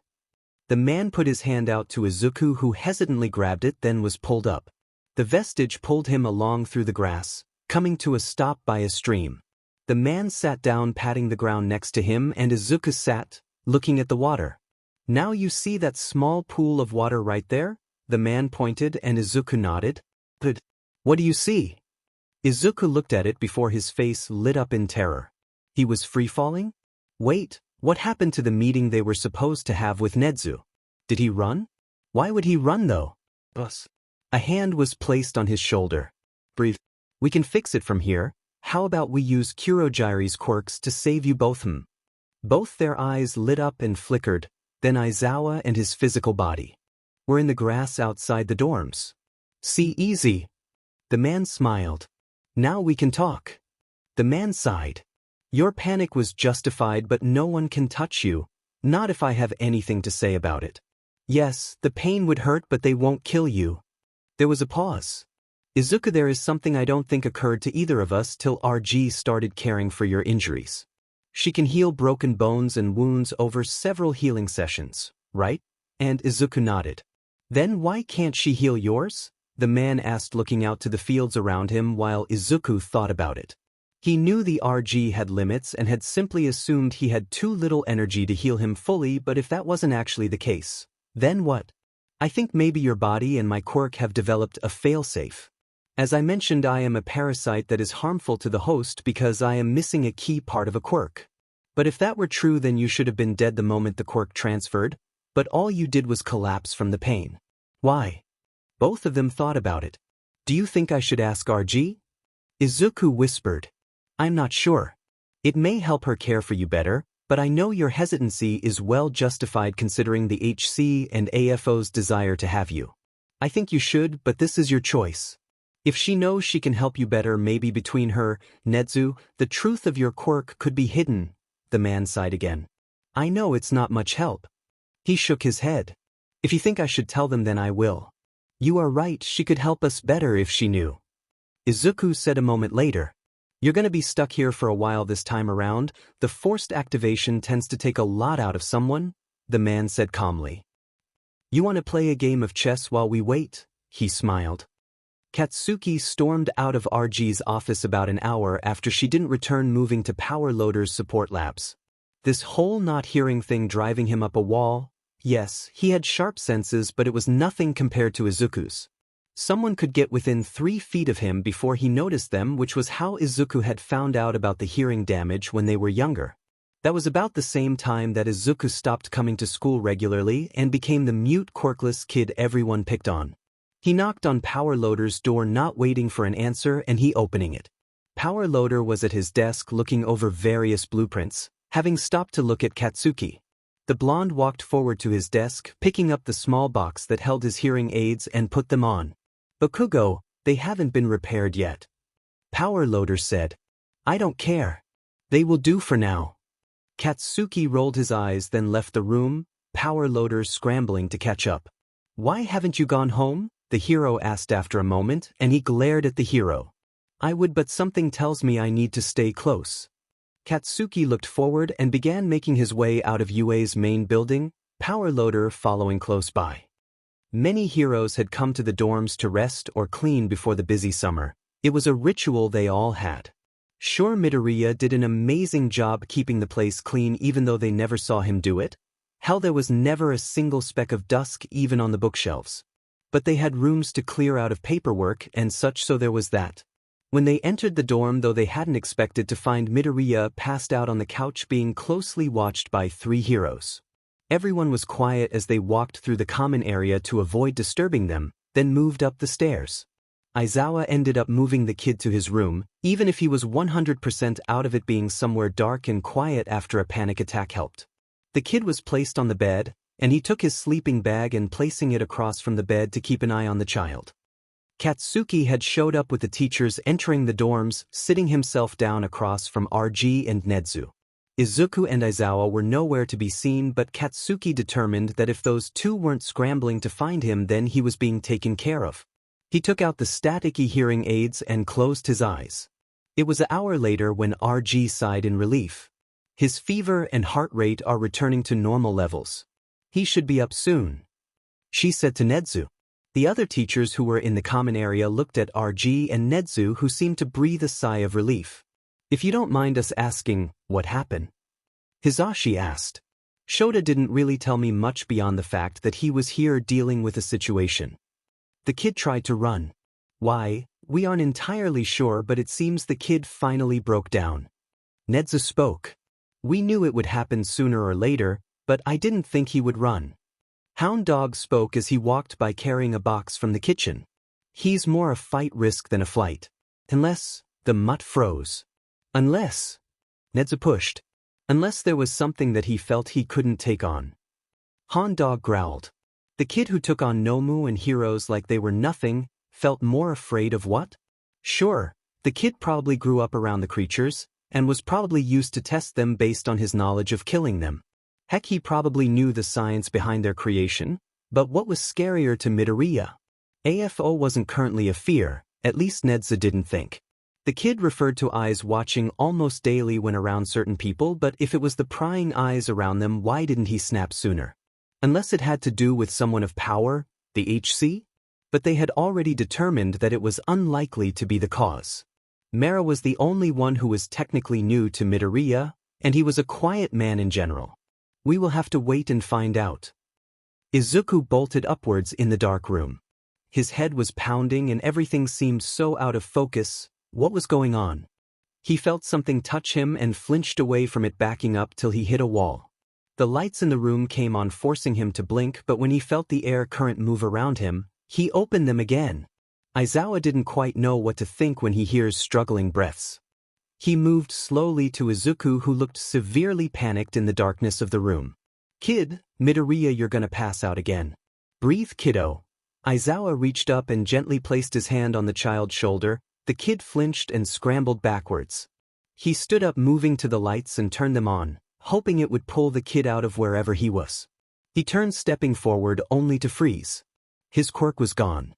As a kid he was always curious what others felt having their quirks removed, but as he got older he assumed it would never happen. But right then and there he felt emptiness, and his gaze moved to the only other person in the room, their typically green eyes flashing red. He continued forward, breathing slowly and intentionally, making his footsteps heavy and motions telegraphed. He sat on the edge of the bed and waited. Izuku didn't move, only watching him as the fear behind his eyes drained away slowly. Aizawa felt his quirk return to him several minutes later. Sorry. The kid's voice was raspy and barely above a whisper. It's fine, Ghost. You back with me? Aizawa asked, and he nodded. But would you like to come with me for some water? Mito stood up. He was concerned that Ghost was being so timid and seemingly a child. Sure, he was a kid, but Ghost never let it show. Whatever was causing his panic was bad. The child nodded slowly, standing from the bed. He gripped the table to catch his balance, but they walked out of the room. Downstairs, several teachers were sitting around the couches talking quietly among themselves, just like they always did prior to summer. The kids on vacation, Nezu let them have a couple days to recover, grade, and rest from the taxing year. This year especially. 3 attacks on the students, a recovering vigilante, and the twisting atmosphere of the underground was enough to put many seasoned pros in burnout mode. Midoriya followed Aizawa from a distance into the kitchen. He was hiding himself. His steps were silent, and unless you were looking at the child, he seemed to disappear into the background. Just like he did when he disappeared from patrols. He poured Midoriya a cup of water and coffee for himself, then directed the child back out to the room of heroes. Nezu heard him approach but did not comment. The vigilante behind him. Aizawa sat down and Izuku found space next to Katsuki, who didn't even move when Izuku sat next to him. Nedzu returned to his computer while the teachers talked about plans and general nonsense. A single black notebook and green sticky note rest on top of his keyboard. Sorry. As you asked. Ghost. Nedzu looked up only to find that Midoriya had closed his eyes, his breathing slow. Nedzu opened the notebook, finding several written pages of notes on hundreds of quirks. Improvements, weaknesses, and so much knowledge on the pages. Nedzu shivered. The mass amount of information was concerning. What if it fell into the wrong hands? He got to the last page and found an entry with no name or title. A copy quirk was not what Nedzu had expected. It seemed very straightforward. Eye contact of any time length means a part of the person is copied, in this case a person's quirk. They are stored and typically dormant but can only be used once per copy. The drawbacks were concerning. His body was literally self-destructing, hence the cracked skin and possibly the reason why RG couldn't heal him. If the quirk was never turned off, then the cell destruction technically wouldn't stop, just pause temporarily. Then Nedzu read the last note. It was written in haste and messy compared to the other works. It's not mine, he can't take it back. Hitoshi entered the teacher dorms, having just come back from the UA library, returning the books and getting new ones prior to the SC. He walked over to his parents, Aizawa leaning with his eyes closed against Hisashi, and Hisashi talking with Namuri about the sleeping man. He scanned the room, finding Katsuki resting on the other sofa near RG and Hound Dog. Then he saw Green. He had to do a double take. There between Katsuki and the sofa arm lay Izuku. He looked exhausted, more than usual at least. His eyes were closed, and his short-sleeve shirt showed off the bandages he hid when around the students. But wasn't RG able to heal them? Then again, as exhausted as he looked, probably not. Hitoshi leaned on the sofa by his parents, watching Katsuki and Izuku sleep. It was strange considering one had a very explosive personality and the other a quiet and dangerous type. He didn't see Izuku take out the Nomu that was blocking the radio and messing with the UA security, but his classmates seemed uneasy when the topic was brought up. He pulled out his phone, looking through the group chat for the class. They were trying to plan a shopping trip for either tomorrow or Sunday to get supplies before Monday's departure to camp. Sure, he had to get some things, but he didn't know if he wanted to go with his class considering they had been attacked repeatedly over the year, but there was strength in numbers, he guessed. Maybe he could talk some of the teachers in going? He asked the group their opinions on the matter. Many, if not all, agreed that having adults there would be helpful considering the increased crime rate in Japan. Aizawa had mentioned that the heroes had some fault in it, but he couldn't see how, and Dad was never willing to tell him. Auntie Nem? Hitoshi asked once there was a break in the adults' conversation. What's up, kiddo? She spoke. 1A is talking about going on a shopping trip. But we wanted to invite the heroes considering the messy state Japan is in. Do you have some time this weekend? Hitoshi asked. Hell yes. When we going? Hitoshi glanced at his phone. Sounds like Sunday. Also, the other teachers are welcome to join if you all want. He looked up at the other teachers, who were listening to the conversation. There was a round of sure, and some saying next time, but it seemed like there would be some protection. He messaged the class saying he gathered some teachers to join them. There were some cheers and overall excitement from those who were going. Hitoshi glanced at Midoriya and Katsuki, but they hadn't moved even with all the ruckus. They've been out for a while, Aizawa spoke, noticing Hitoshi's gaze. But Kugo can't hear anything going on and Ghost is too out of it from earlier events. So, you're telling me now is the time for blackmail? Got it, he saluted. He pulled out his phone, taking a photo of the sleeping pair, then sent it to the student group chat. Aizawa sighed in exhaustion and Hisashi and Namuri just laughed at their antics. Evening came and the UA staff began leaving or going on patrol. The ones that stayed moved to their own rooms to finish paperwork or continue cleaning. Hitoshi stayed in at the dorm as both his parents had patrol in the evening. The HC was starting to put heroes in pairs and increase patrol lengths to help combat the crime, meaning Hisashi started at 4 and ended at 12 and Aizawa started at 7 then ended at 4 or 5 depending on the night. The couple worked together and were basically placed on the same routes, which eased Hitoshi's fears. Sure, his parents had been heroes almost as long as he's been alive, but he could think about what would happen if one never came home. If both died in the line of duty, he wasn't sure what he would do. Hopefully the support network he has built in the 6 years he's known them will hold him back from killing the fucker. But that would never happen, right? There was movement to his left, shaking him from the destructive thoughts. Apparently, Katsuki had woken up and was repeatedly poking Izuku, who was gently swatting at him. Hitoshi was laughing and Netsu huffed in amusement. Deku, you better wake up else I will blow you apart. Katsuki threatened. Izuku whined but opened his eyes nonetheless. He looked at Katsuki, then reached up to his ears and brushed against them, grabbing something. Netsu. Izuku sighed after gaining his attention. You have my book. I have to fix these first. He showed small devices on his hand. Midoriya, what are those? Hitoshi asked. Hearing aids. Of course Katsuki saw the sign, then jumped at Izuku, who sidestepped, and Katsuki landed face first on the floor. Hitoshi was laughing but helped Katsuki stand up again. I am gonna kill you, Katsuki glared. Another time maybe. Izuku sighed, rolling his eyes and not seeing the faces of those around him. Netsu, I will be back, please excuse me. He bowed, then moved up the stairs, Katsuki and Hitoshi following close behind. Netsu watched him go because he saw the fear that flashed behind the kid's eyes in relation to that notebook. His questions could wait for now. Izuku opened the door to his room and moved to his desk. Katsuki moved to the bed, flopping down on it, and Hitoshi stood awkwardly in the door. Izuku turned to him. You can come in, Shinso, just don't shut the door. He signed. Hitoshi entered the room, moving to the bed where Katsuki lay to watch. Izuku was rifling through the desk drawers before he stood up and moved to the closet, removing a small shoebox from the top of it. Hitoshi sat down at the edge of the bed watching Izuku work. The small devices were torn apart in less than 5 minutes, with the tools from the shoebox. Izuku sighed, standing up and leaving the room. He needs parts.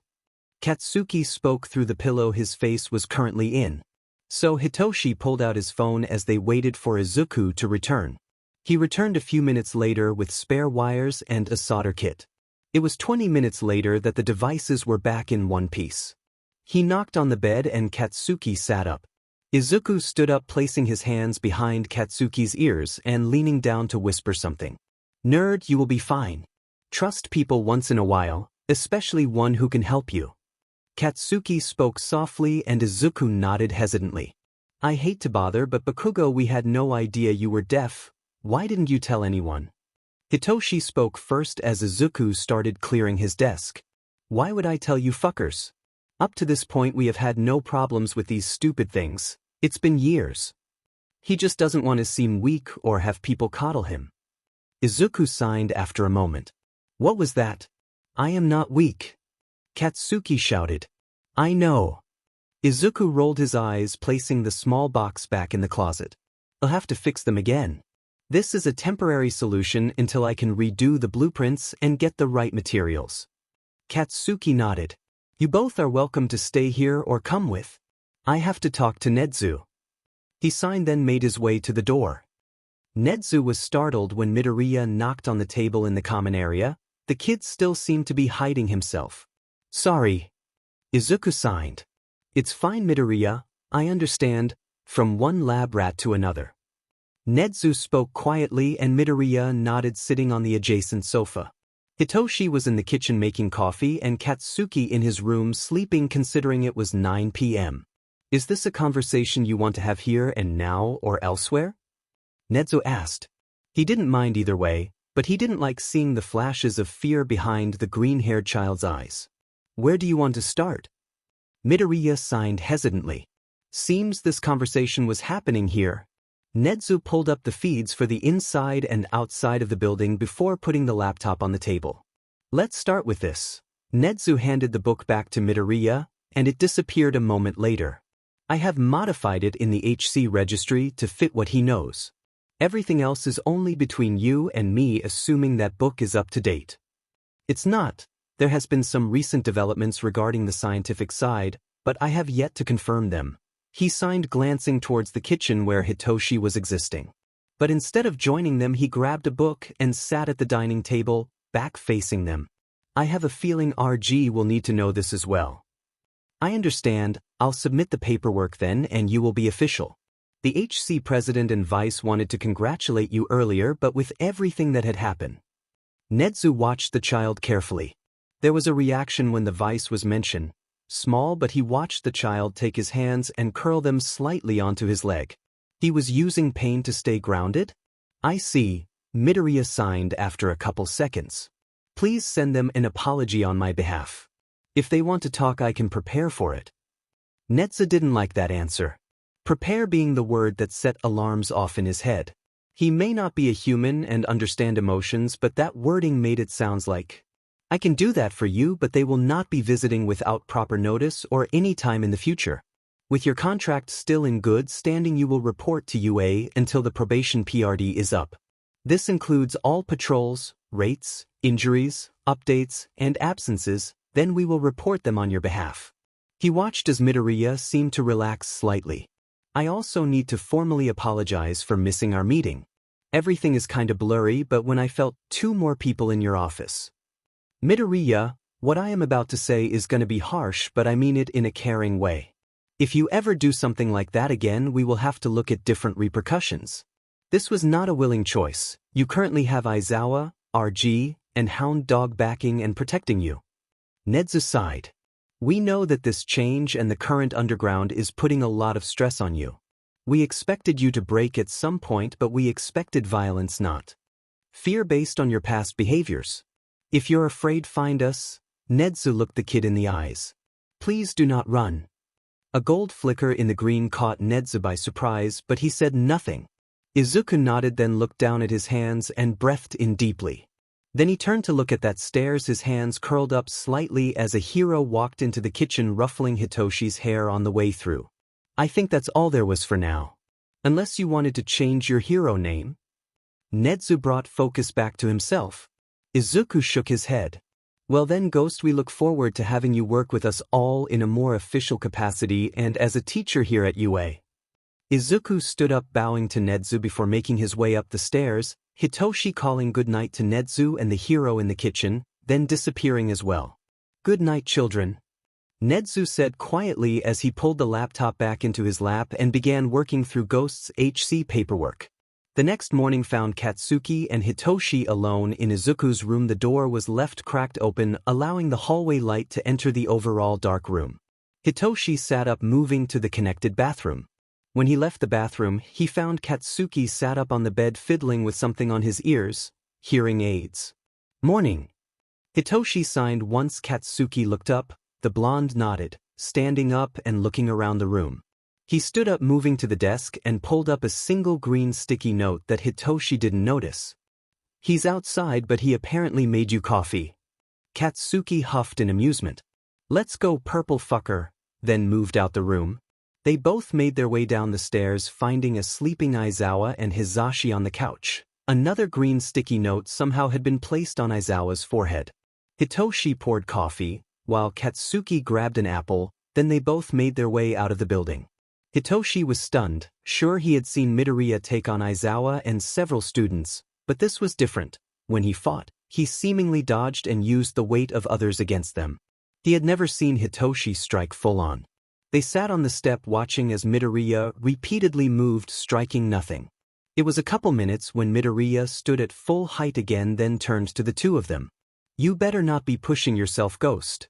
Aizawa's voice startled the two students. They hadn't noticed him standing behind them, but Midoriya did. I'm not. He signed. Good. Aizawa moved past the children onto the grass, then reaching behind his back and pulling a small tube. He fixed your staff and the rest of your gear. He threw the tube to Ghost, who caught it, extending it and twirled it as it extended to full height. It's lighter than before. Yes, but it should be stronger too, considering it broke on impact against you and the wall during the finals. The students watching winced. I want you to use it. I know you don't use weapons on a normal day, but Power Loader wants you to test it. Let's spar, Ghost. Aizawa dropped into his stance, putting on his goggles. Izuku nodded, twirling the staff into the resting position behind him. Aizawa moved first, coming in close only to have to dodge as Ghost forced the staff upwards across his body. Ghost didn't stop. He took the momentum of the bow's staff and twisted his body, jumping up and kicking Aizawa in the chest. Aizawa rolled as he hit the ground, dodging the next attack. He flipped his body upward to regain his footing as Ghost pressed forward, striking downward. Aizawa threw his capture scarf only to realize he made a mistake.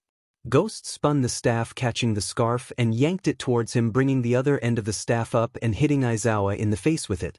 Ghost's staff followed Aizawa downwards, and as he lay there, he felt the staff against the side of his neck and Ghost standing over the top of him. "I would say it held up," Aizawa said as Ghost stepped away from him, spinning the bow then collapsing it. The green-haired child offered a hand to Aizawa, who took it then was pulled up. "When I said I wanted him to test it, I didn't mean on you," Power Loader yelled from the now-formed crowd outside the dorm. Aizawa hid his smile and Midoriya bowed in apology to the group.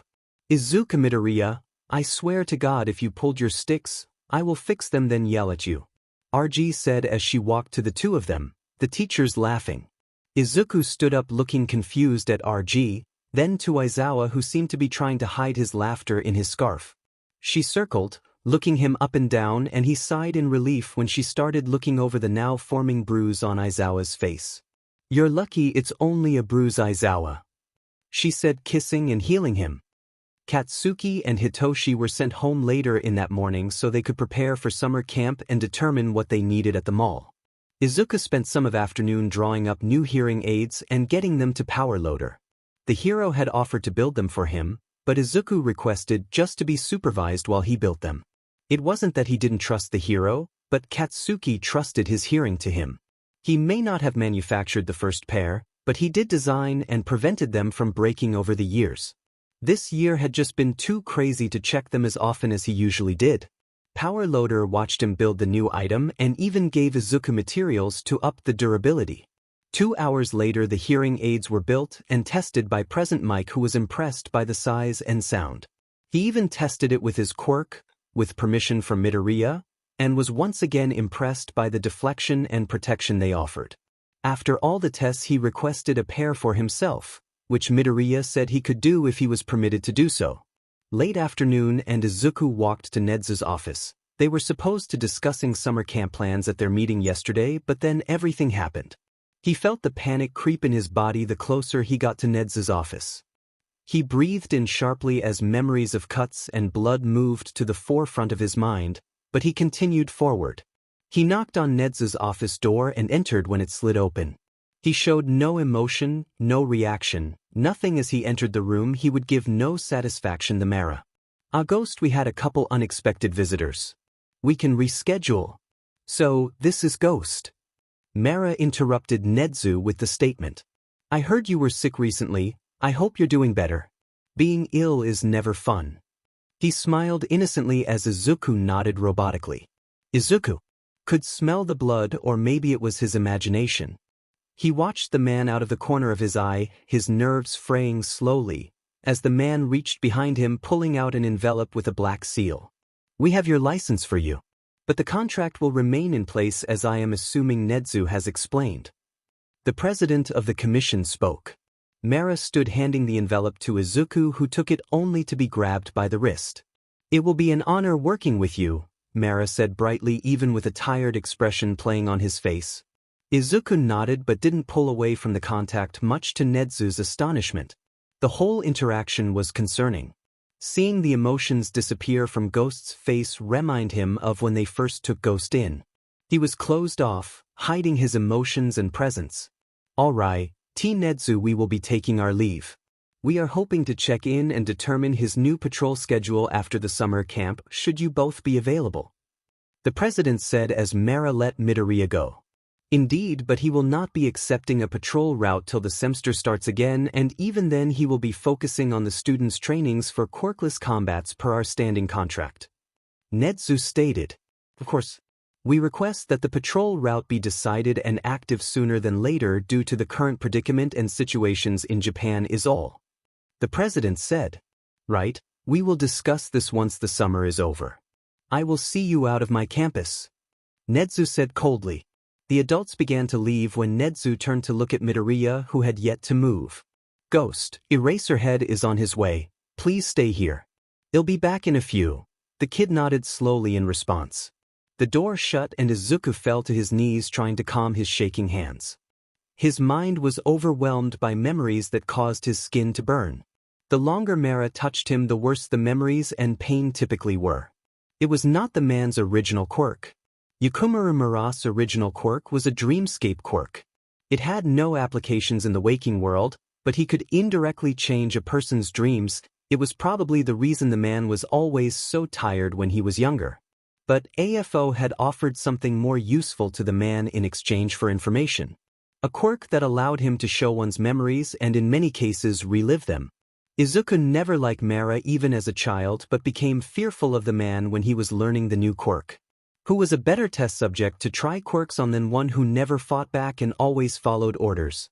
I think Izuku and I will be best friends, AFO.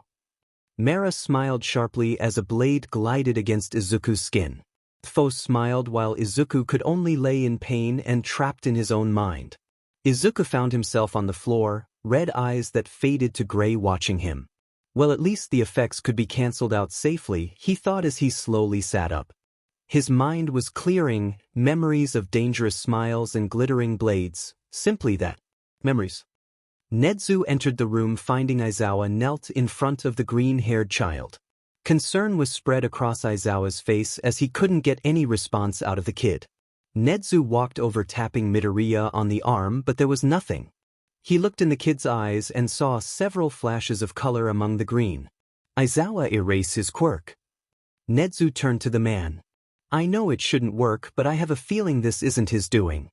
Nezu said softly. Aizawa erased the quirk and the green color returned to Midoriya's eyes. His body seemed to untense as slowly moved to sit up. Midoriya? Aizawa spoke and Izuku shook his head. There were several minutes where Aizawa and Nezu watched the child, whose eyes had closed as shallow breaths of panic returned to normal. Nezu moved back to his desk pulling up the feeds from his office. There was something wrong with the whole interaction Mara and Midoriya had. Nezu, you better tell me why the kid. Aizawa paused seeing Nezu's paw held up. Another time, another place, he said firmly as he got up from his desk and moved to the couch where the HC representatives were sitting. Aizawa watched as Nezu ran his hand across the seams and indents in the furniture but found nothing. Midoriya had stood up and moved over to Nezu. Both adults were startled not having heard the child move, much less get up and move across the room. Even with Nezu's heightened senses and Aizawa's spatial awareness, Midoriya had a tendency to spook them when he was hiding. He reached under the table running his hand across till he stopped and pulled a small item then handed it to Nezu. Nezu took the small device saying nothing as he moved back to his desk and placing it on a piece of paper then slamming a seal stamp down on it crushing it. Izuku picked up the envelope that the HC had left containing his license, the M and Spider Lily Black seal staring back at him. This was no an official HC seal yet he opened the letter, his fingers running across blades and cutting through his gloves to draw blood. He pulled the contents out. A license which held his hero's name and official seal of the commission, then a letter written in perfect cursive. Midoriya? Nezu asked and the kid turned to him, may I see the envelope? The kid nodded handing it over, his blood catching on the pristine white envelope. You are bleeding? Let's take ow. Nezu stared at his hand now also bleeding though less than Mito. Aizawa came over grabbing the envelope folding the flap backwards and his eyes slowly flickered red. This letter is from who? Aizawa asked calmly hiding the anger from his voice. I would say the commission but that is not a commission seal. Nezu said pulling a first aid kit from his desk. Why don't you come sit with me as we can take care of those cuts? I have seen this seal, Aizawa said. Midoriya, this is your seal, isn't it? Then he looked at the child who had now sat by Nezu. The kid nodded. And black represents? When the students arrived to load up the bus they found Aizawa and Izuku talking with Nezu but the conversation abruptly stopped when Izuku looked up at them. Good morning students.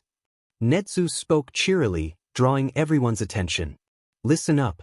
Load your stuff under the bus then get aboard, we are leaving in 10, Aizawa called out. It was only 5 minutes later that the bus was loaded and students on board, all 20 accounted for. Ghost, before you go, please keep this on you. Nedzu handed a small bracelet over. While we trust you, this is a precaution. Should you take it off or your location moves out of it 20-mile radius of Aizawa, it will notify us here at UA. Does that make sense? Izuku nodded, then bowed. He honestly didn't mind that he had to wear it and was shocked he wasn't already wearing one. Then he boarded the bus. Good luck at summer camp. Nedzu waved as the bus pulled away. After a several-hour-long drive, the bus pulled to a stop on the edge of the road. And the students got off the bus to stretch their legs and wake up as many of them slept. Izuku stayed on the bus per the instructions of Aizawa. He had mentioned something about extra heroes and a general plan to make the students move through the woods to the camp. It was a great way to give them a taste of what to expect for the 2 weeks. Summer camp was going to be rough for everyone. There were long days full of training and quirk strengthening, but there would probably be sleepless nights as well. Izuku was even running his own training for those whose quirks were not centrally combat-oriented. It was going to be an interesting 2 weeks, assuming everything went as planned. He heard the students shout as they were sent over the cliff, then he heard explosions and saw spears of ice spread across the forest. At least they could use their quirks. He looked up when the doors to the bus reopened. Aizawa stepped aboard along with the WWP and a kid. Water hoses, Kikota, his mind supplied. Aizawa sat beside him, tapping him on the leg, holding up. And he nodded. It had only been 2 days since he received the license and letter from AFO, a warning of death to those around him should he interfere. He planned to interfere. He would not let AFO have his way, unless it was over his dead body. The bus arrived at a clearing with several large buildings and paths. The WWP and Kota got off the bus first, and Aizawa turned to Izuku. If you need to talk or need a break, let me know, Aizawa said. He nodded slowly, not looking at the man. Ghost, seriously? Aizawa said with concern. I will do my best. He signed as he turned to Aizawa. That's all I ask. Then they proceeded to exit the bus. Aizawa, who is this? Mandalay asked, catching eyes with Midoriya. Izuku looked down quickly, but he already had a copy of her quirk. He was watching them closely. Hero still made him uncomfortable. He was more or less used to the one at UA, but this is Ghost. Ghost, this is the wild PP cats. He turned, looking at the kid, who nodded and bowed to the heroes. So, this is the famous vigilante you had been working with for years. The same one that saved little Hito and Kota. It's a pleasure to finally meet you, Mandalay said happily. Kota, do you remember him? The boy in question looked at Midoriya and nodded. Ghost had saved the child from the villain Muscular while his parents attempted to deal with the situation. He couldn't save Kota's parents, but he did deal enough damage that the villain was permanently blind in one eye, and the child was parentless and traumatized because he wasn't enough. Well, the kids will be here in about 6 hours based on the current rate they are moving. Let's get you both settled. Pixie Bob spoke up next. Aizawa and Midoriya followed the heroes to the place they were staying for the next 2 weeks. Aizawa and Midoriya were placed in adjacent rooms and left to unpack, but considering Midoriya brought the bare minimum, a single backpack, he didn't have much to unpack. Izuku made his way out of the building to the grass in front, where he slowly stretched his aching body and breathed deeply, going through the motions that RG and Hound Dog both wanted him to do when he felt overwhelmed. He didn't particularly feel overwhelmed, but noticed that these exercises helped him loosen up and made his body seemingly hurt less. Once he finished the stretches, he took his fight stance and moved through the motions unthinking. He froze mid-swing, twisting his body and grabbing whatever moved in front of him. He swung himself up and then twisted the person to the ground. His mind seemed to come back to him. I told you not to. Aizawa hid his smirk as Izuku looked down to find Tiger laying in the grass, pinned. All the members of the WWP were genuinely impressed. Tiger was their strongest member physically and added his flexibility quirk to it, while they honestly hadn't expected the scrawny green-haired kid to take him down. Izuku let the man go, then stepped away. Aizawa caught the look of uncertainty flash across Izuku's eyes but bowed in apology to the hero currently standing up from where he was laying. Aizawa watched Ghost and Tiger, the latter having entered a fighting stance. Ghost looked at Aizawa. Ghost, if you want to spar then do, but remember what RG said to you before we left. Aizawa sighed. Ghost turned to Tiger and nodded. You can have the first swing, kid. Tiger called out, but that was a mistake. Before Tiger even realized what was happening, he found himself again on the ground. His world was still spinning from having his feet swept out from under him, and his arm was being twisted painfully, holding him to the ground. What the hell? Tiger asked under his breath as Izuku let him go, standing up and rolling his shoulders. The kid held a hand out to the hero, who grabbed it and pulled himself up. There are not many people who can beat me. I am happy to know that you are on our side. Tiger said before turning to the other heroes, who looked so confused but were more shocked than anything. How about lunch, H? Mandalay threw out to them, breaking the shock of the situation. The students arrived roughly 5 hours later, sweaty and exhausted. Aizawa was happy to see the kids all together and in one piece.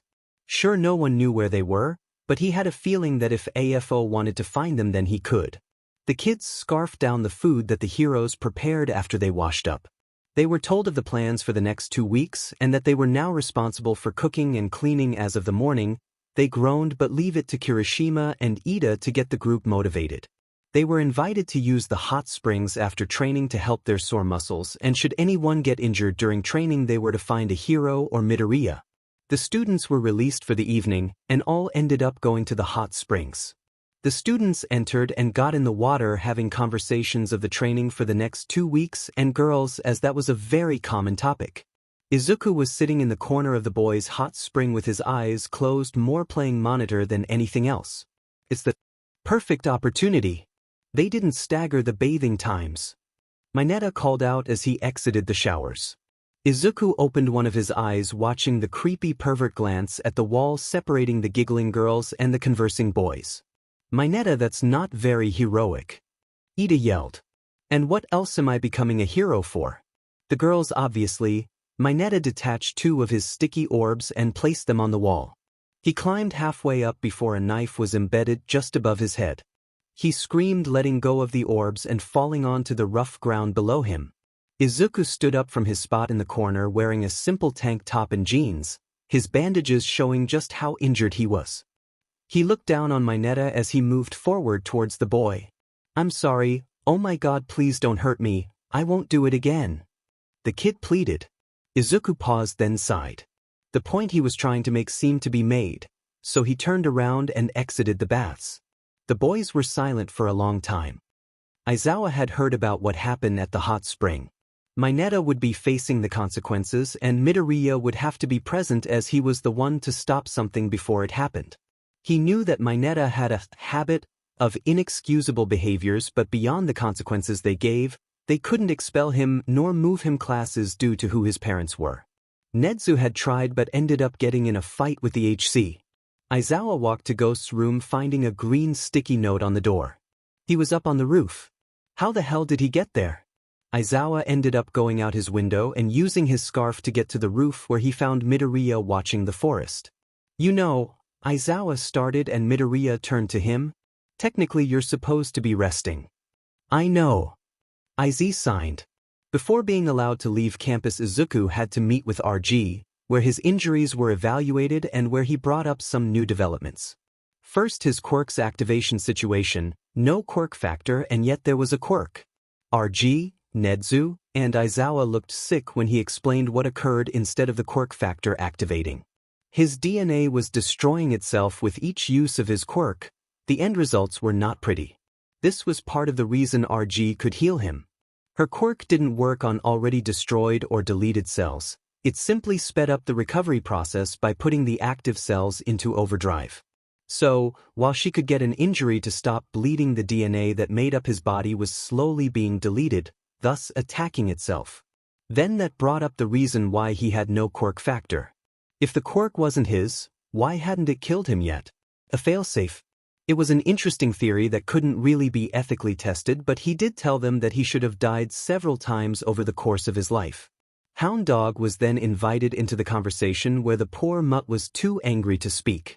RG didn't believe him till he explained what happened during the finals. The impact from being thrown into the wall should have killed him, if not that, then the blood loss. RG found that He was right, somehow his body repaired the snapped spine and neck. The healing was so good that RG didn't notice it till Izuku pointed out the irregularity of the fusion. They were gonna run more tests when he returned to see how bad the damage was and the issues that came with it. In the end, RG and HD told him to take it easy over the duration of the camp, which he had planned to unless something changed, like AFO. What's on your mind, Ghost? I saw the spaced out and hesitation earlier. Aizawa looked away from the kid and glancing at the now dark sky. I don't know. Do this, Ghost spoke quietly and hesitantly. Aizawa glanced at the child in his peripherals, seeing the stars reflect in his eyes. It was times like this that Aizawa saw someone besides Ghost, besides Midoriya, and assumed this was Izuku's real self, if that made any sense. He saw a child who grew up too fast to comprehend the world around them but made do with the cards he was dealt. No matter the fear, pain, or distress. Do what? Aizawa asked cautiously. He didn't want to push more than he was allowed to, but considering this had never happened before, he didn't know where that line was. All of it. You all have a lot of trust in me, a lot of expectations. Izuku paused, taking a shaky breath. What if it's all for naught? What if I am wasting your time by being here? What are we going to do about AFO? His voice breaking from the lack of use. Midoriya, we are here to help you through these moments. You have proven yourself time and time again by fighting on the streets, protecting our students, and putting your life on the line to do so. Aizawa paused. As for AFO, we will take it when he comes for you or our student like we have every time before. He watched Izuku nod slowly, his eyes never leaving the sky above. You know, Izuku's voice barely above a whisper. I hated the dark. Aizawa turned to him. You spend a long time in the dark being repeatedly hurt, you learn a couple things. Like how to listen and obey to stop the pain. Aizawa took a sharp breath and Izuku turned to look at him in the eyes.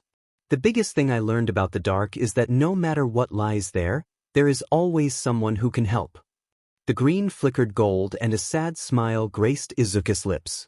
Izuku turned back to the star-filled skies. I am happy I was able to meet you, Aizawa. Me to Midoriya. Aizawa spoke sadly.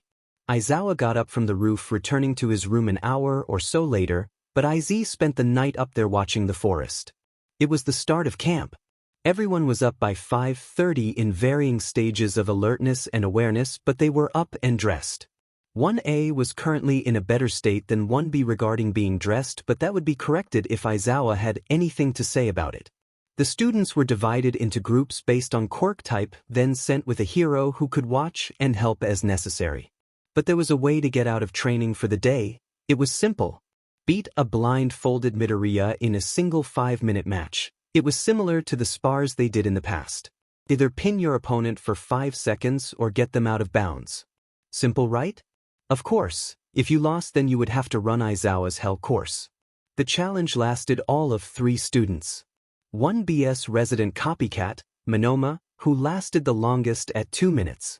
Even blind Midoriya dodged attacks and attempts made by Monoma to copy his quirk.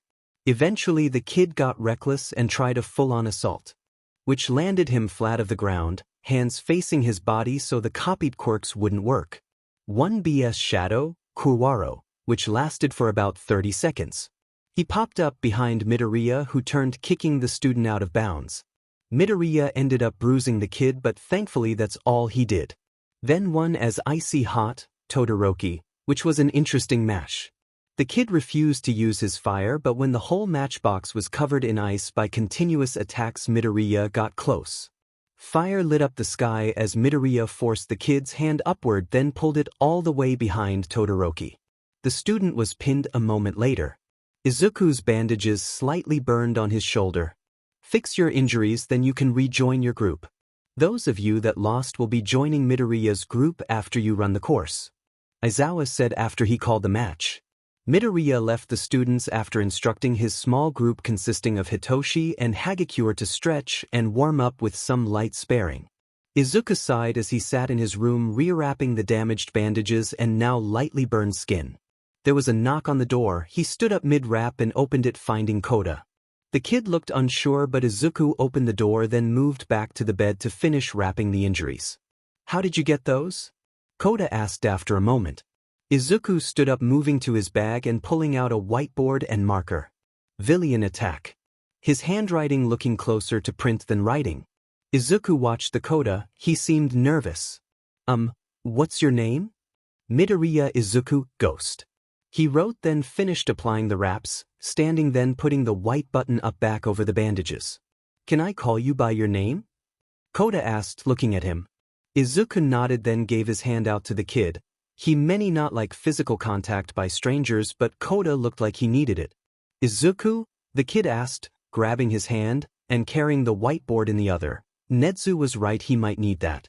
Then they walked out of his room, shutting the door behind him. Are you going to be a hero? Izuku reached for the whiteboard and pen, writing something down before handing it to the kid again. Are you? My parents died from being heroes. I know it wasn't their fault they abandoned me, but I don't understand why we live in a world of heroes and villains. A world controlled by quirks and a society that is so focused on them. Why do they have to kill each other? The kid was crying quietly. Izuku stopped, kneeling down in front of the kid, watching him closely. He pulled the kid into a hug. His skin was uncomfortable with the constant contact, but the kid eventually calmed down, now asleep and refusing to let go. Izuku returned to his group, a kid piggybacking, asleep with a tear-stained face. His group now of 5 students looked at him. Hitoshi was trying not to laugh, and the other 4 students, Todoroki, Hagakure, Monoma, and Kuwaro, just looked confused. He took the whiteboard and pen from the sleeping child around his neck and wrote out the plans for the day. They were to spar so he could gauge their knowledge and determine the best way to help them. Their quirks were non-combat oriented, minus Todoroki, who was there simply because he lost. Then they would go from there to develop a fighting style. The students spared aiming to pin the opponent or throw them out of the boundary. It was slow considering none of them, but Hitoshi and Todoroki had any kind of combat knowledge outside of their quirks. Izuku directed the students to stand in a line and fall into their fighting position. He then went to each and pushed them over. He would then fix their footing and balance based on their unique quirks and possible fighting styles. They would spar again. Lunch would be called for the students to eat and take a break. Koda had woken up by this point but was content just being carried around. Mandalay was happy to see Koda actively being around the kids, even if he did glare at them when Izuku had to fix a problem multiple times. Once lunch was over, Koda was let down so that Izuku could show the group something. He showed them the proper way to make a fist and swing using momentum. The students had seen Midoriya attack but never in a slow enough manner to understand what was happening. He had them spar again.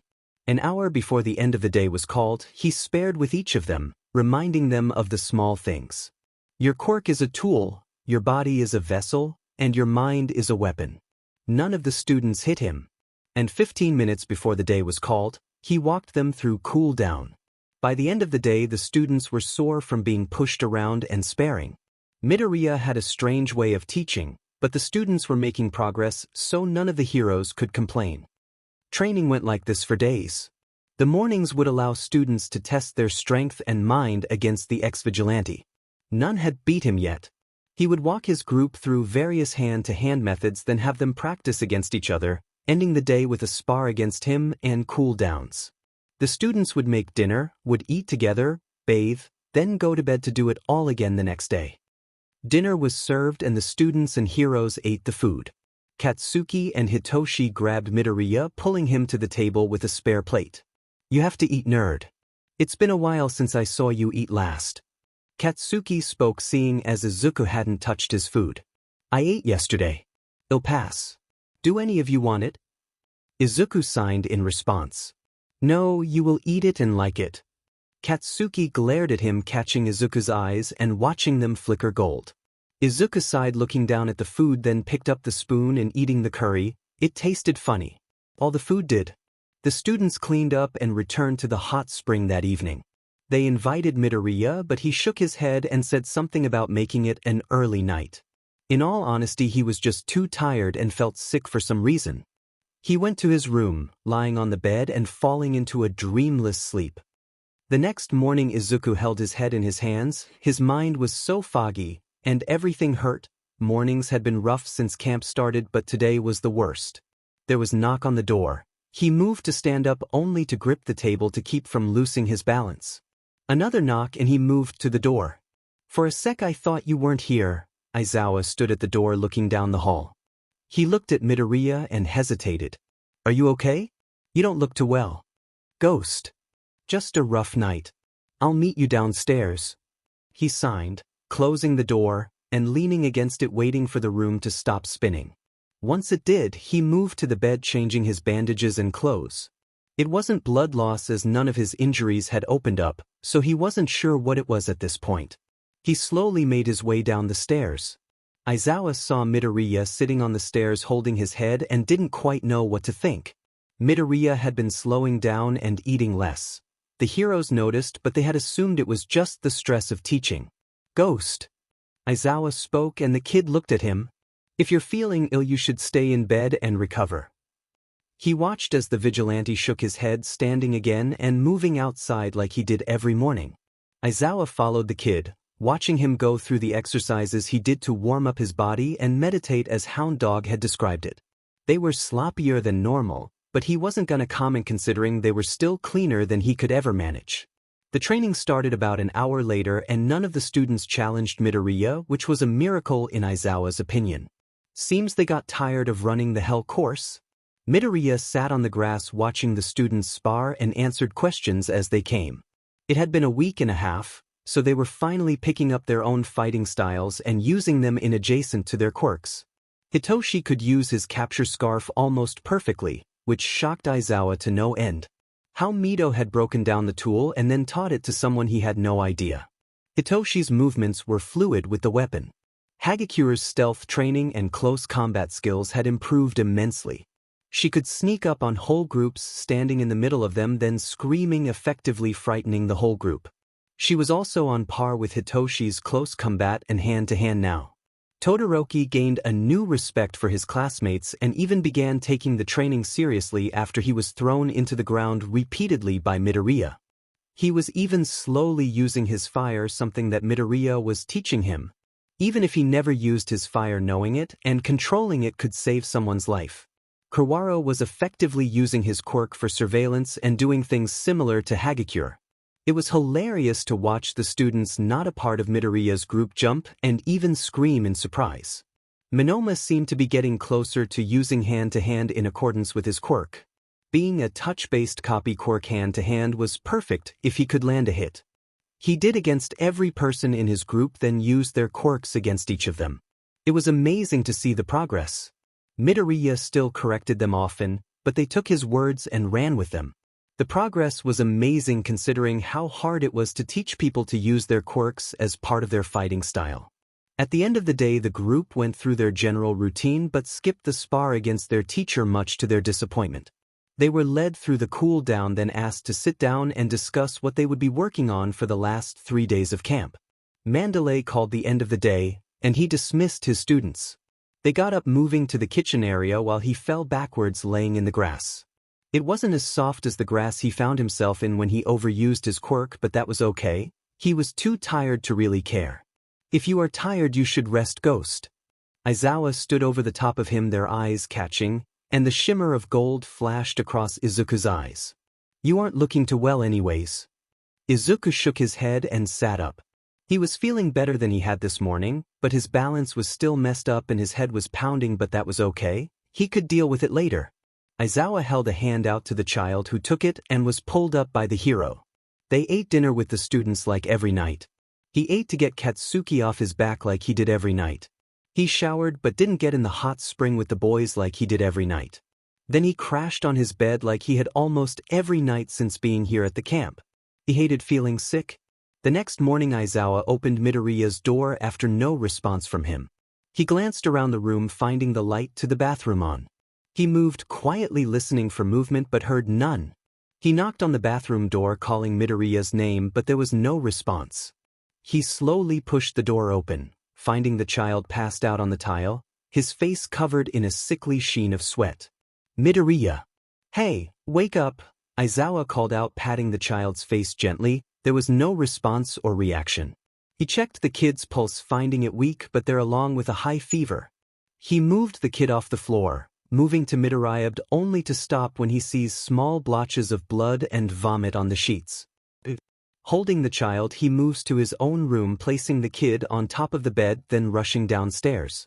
Mandalay, do you have an extensive first aid kit? Aizawa looked at her as she made breakfast. Good morning, Aizawa. She paused, turning to him. Wait, a first aid kit? Yeah, come with me. She moved the pan off the burner and led him out of the sleeping quarters to another building. She pulled open a door and removed a large white box. He took it from her and they both ran back to the sleeping quarters and up the stairs to his room. When they entered, they found Midoriya sitting up holding his head. Aizawa was in front of him before the kid looked up, realizing there were people with him. Kid, you better tell me why your injuries are bleeding? Aizawa said firmly. They aren't. The kid spoke, his voice laced with pain. What do you mean? He paused after he removed Midoriya's shirt.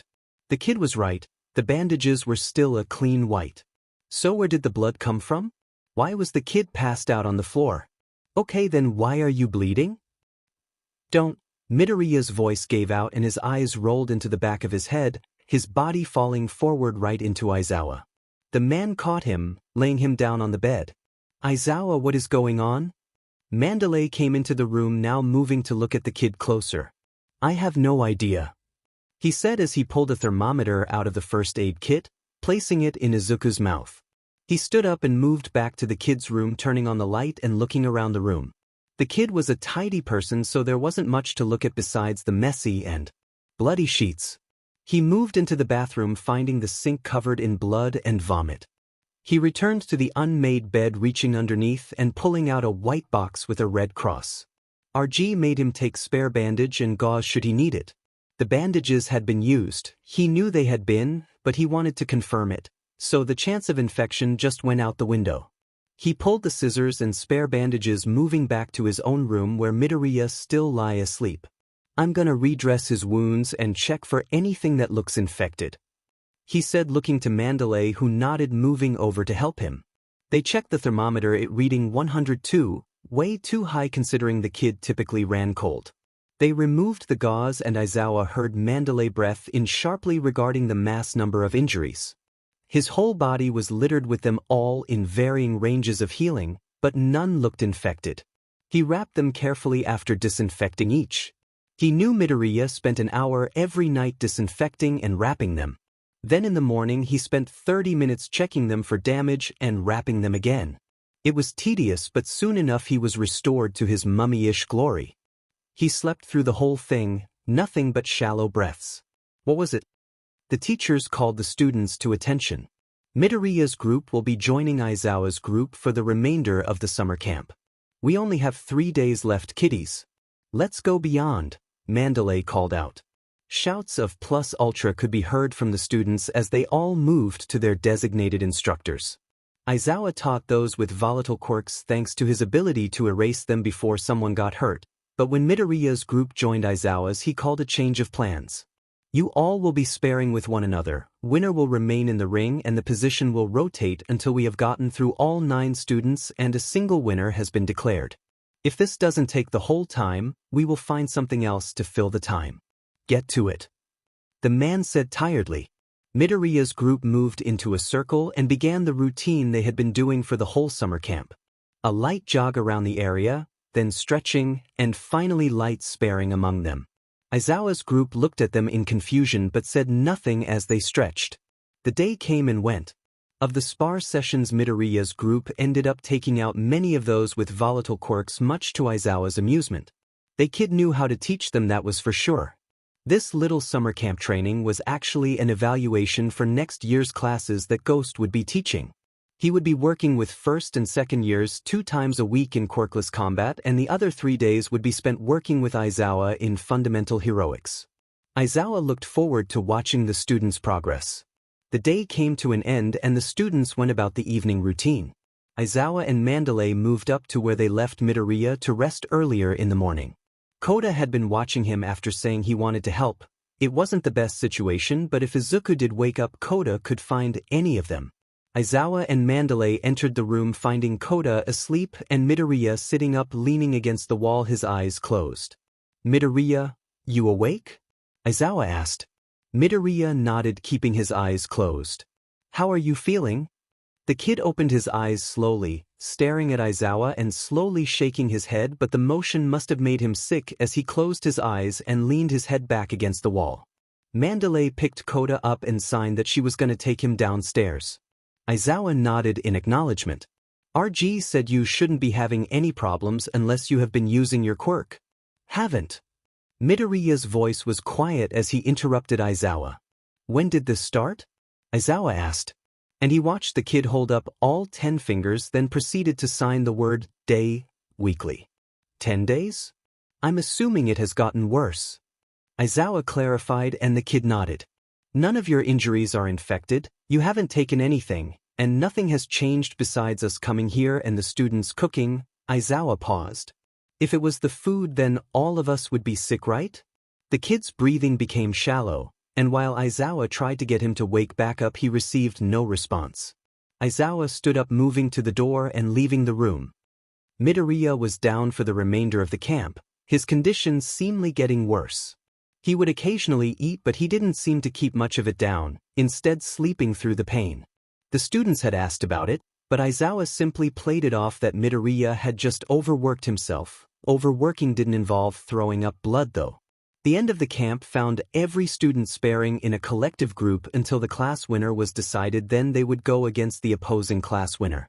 It was interesting to watch the different uses for each quirk, the strength and durability of others, then the group that was trained specifically in hand-to-hand. In the end, the winner of 1A was Todoroki and of 1B Monoma.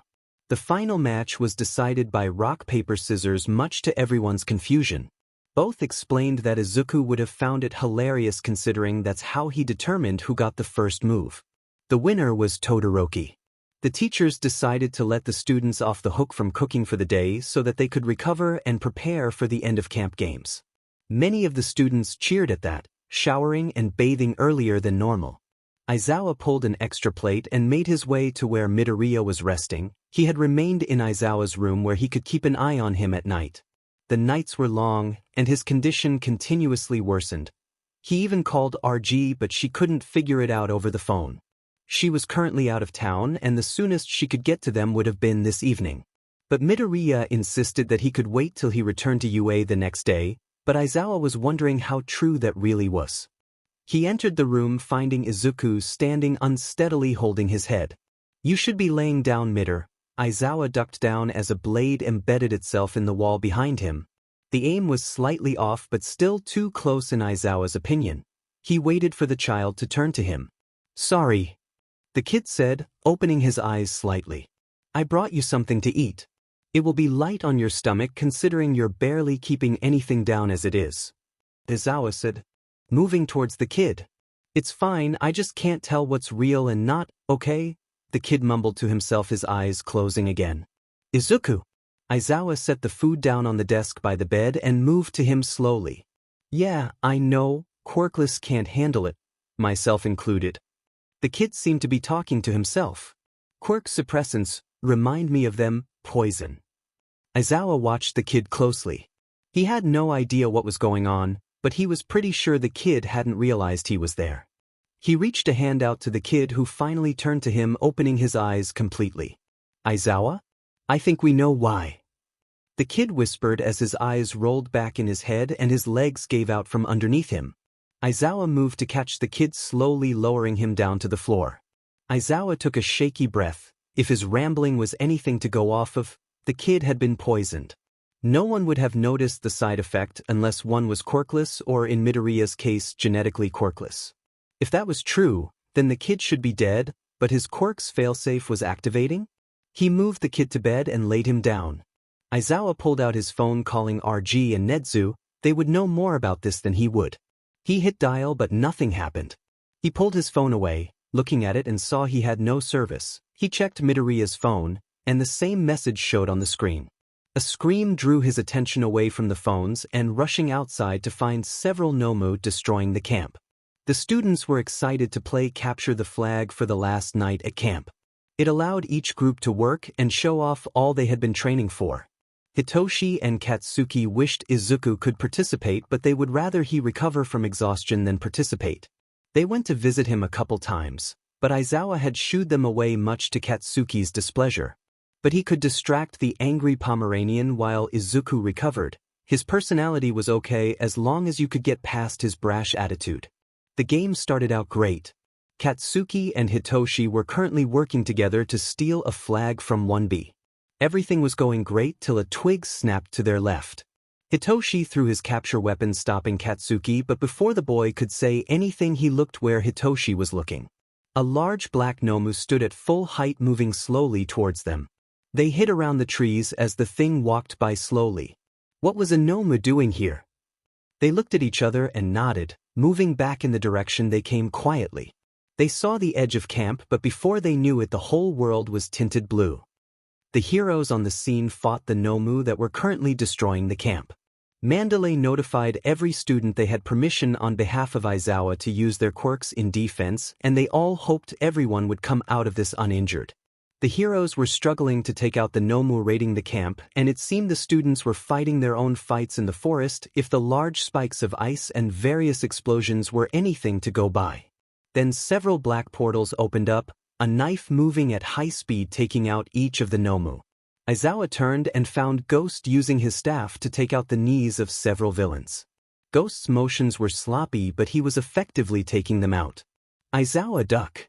Pixie Bob yelled, and he did so. A villain was punched by a beast of dirt. He nodded to her, erasing the quirks around him, allowing the WWP members take out villains. He turned to look at Ghost and froze. Hifing did this. He didn't heed the warnings, and now the students and heroes were being attacked by the LOV and AFO. He didn't care if he could barely see or walk straight. He was going to help, and if it killed him, then so be it. His body protested, but he didn't care. He cut the tracking bracelet. He moved out the lawn and snapped his fingers. Blades moved through the now-formed portals at high speed and effectively killed every Nomu he saw. The ones in the forest would have to wait. He turned, extending his staff and taking out several villains in the process. But what he hadn't expected was to be grabbed from behind. He was dangling off the ground, his throat pinned between his staff and a large body. "Miss me, child? Oh, how I am looking forward to killing you. I don't care what those stupid villains want. You are mine." Muscular shouted as G grabbed Izuku from behind, effectively pinning him between the staff and Muscular's chest. He had a choice to make. It wasn't gonna be nice either way. He let go of the staff, the now added force making his vision go black around the edges, but that didn't stop him from flinging his hand down, a blade now resting in his hand. He forced an upwards, aiming for the face. It hit, and so did Izuku about 6 feet away from the now screaming man. Izuku attempted to sit up, but he was forced downwards once more. He felt his ribs crack from the pressure. "You effing brat! Die!" Muscular yelled, grabbing him by his throat. And all Izuku could do was look Muscular in his one good eye and smile. His vision was shot at this point if the stupid shadows were anything to go by. But he didn't need to see to activate a quirk. "I have tried." He rasped as he removed his gloves and tapped Muscular wrist. The man let go, screaming in pain. Nerve quirks were very painful in Izuku's experience. This quirk in particular was the reason he had such a high pain tolerance. Sure, this body still hurt, but it was a lot easier to manage when you didn't have perfectly working nerve endings to begin with.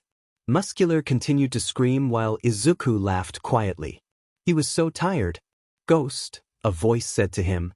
He opened his eyes, but everything was so fuzzy.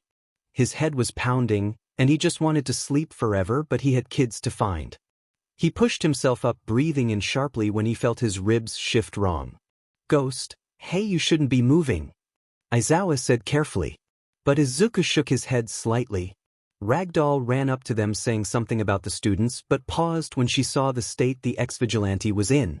She started pulling supplies from her belt and looked the child in the eye. Gold flickered across green, and he snapped his fingers. Several black portals opened, dropping the students to the ground at the camp. He hated Kurogiri's quirk, but it was just so convenient, he guessed. Several of the students looked around confused but seemed relieved when they saw the heroes. Izuku looked at Aizawa, smiling sadly. "I'm sorry, Eraser, that is all I can find." His eyes fluttered, closed, and the world around them was quiet. Aizawa sat on the roof of the complex where 16 students lay sleeping from inhaling some kind of gas. 8 students had the onset of quirk exhaustion, 4 students had injuries that would need medical attention, and where 1 vigilante was in critical condition. That didn't even count Bakugo and Shinso, which hadn't been found anywhere on the property. It was 3 hours later when backup and EMTs arrived. What should have been a quiet affair led to almost an all-out fight with police and hero students. Aizawa made his way into the building to let the WWP cats know that help had arrived, but what they had not expected was the door to the building to be kicked in. Officers dressed in riot gear, guns drawn, rushed inside. They found the bleeding-out vigilante and stepped forward, guns pointed at him, only to be met with a wall of ice. Every single capable hero student was standing looking unsure, but they knew something was wrong. "Stand down or we will use lethal force." One of the cops said, his gun drawn, and now pointed at Todoroki, who simply glared at the man. "What is this all about? Why the hell are you all bargaining in here after a FING villain attack where several students were injured? What the F were you all thinking? Then threatening my students with the use of lethal force." Aizawa was said, his eyes flickered red as he stepped forward. Eraserhead, they are here on behalf of the HC to arrest and charge Izuku Midoriya with several accounts of murder and treason against the state per the contract, which he violated. Mara, the vice of the HC, entered the building. "He hasn't violated his contract with you or UA," Aizawa said, moving towards his students. "But he has. He led to the injury of several students and, based on the number of people in this room, the kidnapping of 2. Now," Mara glanced over to the wall of ice. "Stand down, Aizawa Shota. His contract states he is to be represented by UA and have no direct relation to the HC until after the probation PRD is up. If anyone is violating the contract, it is you," Aizawa spoke clearly. "He will remain in UA's custody until the students have been questioned." His voice was firm. "So be it, Aizawa." He turned to the police force. "Stand down till Nedzu arrives, then arrest the rat and hero on charges of impeding justice and conspiracy." He turned, a smile gracing his lips, and walked out of the building. The police looked at Eraserhead, many of them smiling sharply, but they left the building, following the orders which they were given. Aizawa exhaled the breath he didn't realize he was holding. "Listen closely," he turned to his students, who were all in different stages of shock and concern. "The Pussycats will be escorted with you during the trip to the hospital. RG and HD will be there, and you will be staying overnight, not to be released to your families till tomorrow soonest." He sighed. "Please stick together." "Aizawa-sensei, what is going on?" Todoroki asked. There was a clap of hands, and everyone turned to find Nedzu and several riot guards walking towards the group. Ghost, Izuku Midoriya, is an ex-vigilante who has several charges racked up on his record. He was placed in the care of UA roughly 6 months ago as part of the vigilante reform program to clear his name and change the playing field thanks to his knowledge of the underground. Nedzu looked to the wall of ice.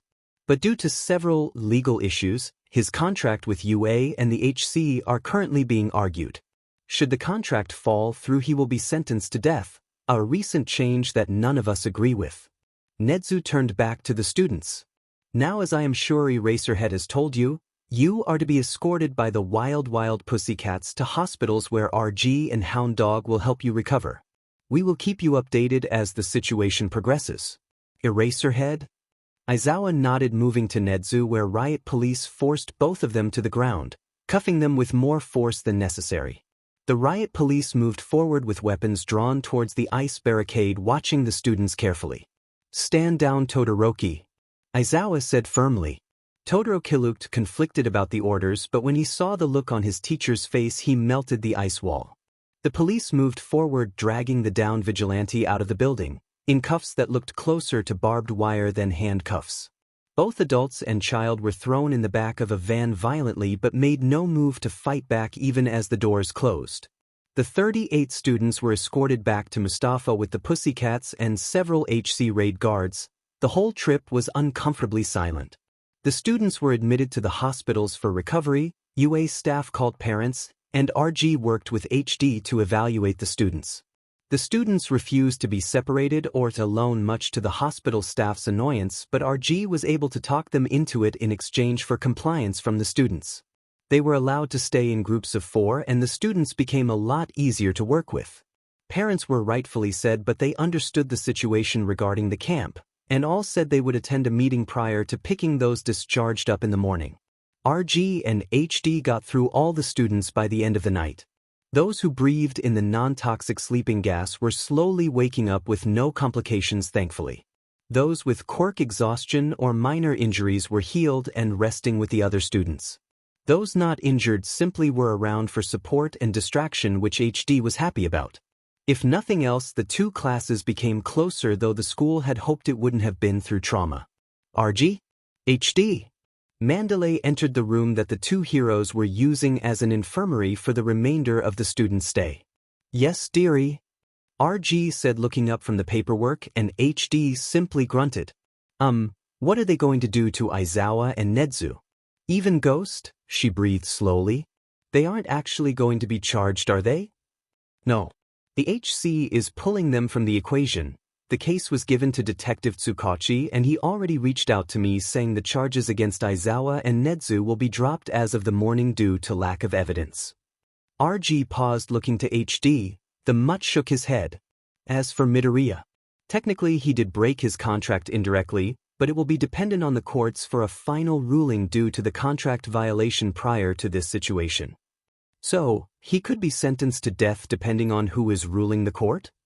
He will be sentenced to death on paper. HD spoke roughly and RG nodded. This is not something we should discuss here, RG said, turning back to her paperwork, effectively ending the conversation. Aizawa and Nezu sat simply waiting for the release paperwork to process the next morning. They had been interrogated and it was determined they were wrongfully arrested on charges of impeding justice and conspiracy. It was honestly stupid, but you can't argue with those who have more power, as Nezu put it. Ghost was unresponsive the entire ride, even as the cuffs dug dangerously into his wrists. Nezu was already building a case against the Hero Commission, but this just pushed it further, much to Aizawa's approval. Tsukachi read through the contract between Ghost, UA, and the HC only to find that technically the contract was void the moment the HC president and vice talked to Ghost after he received his license. All parties having agreed that Ghost would directly report to UA and UA would report on his behalf. But it fell to Nezu to stand in court on Midoriya's behalf. Alright guys, the paperwork went through.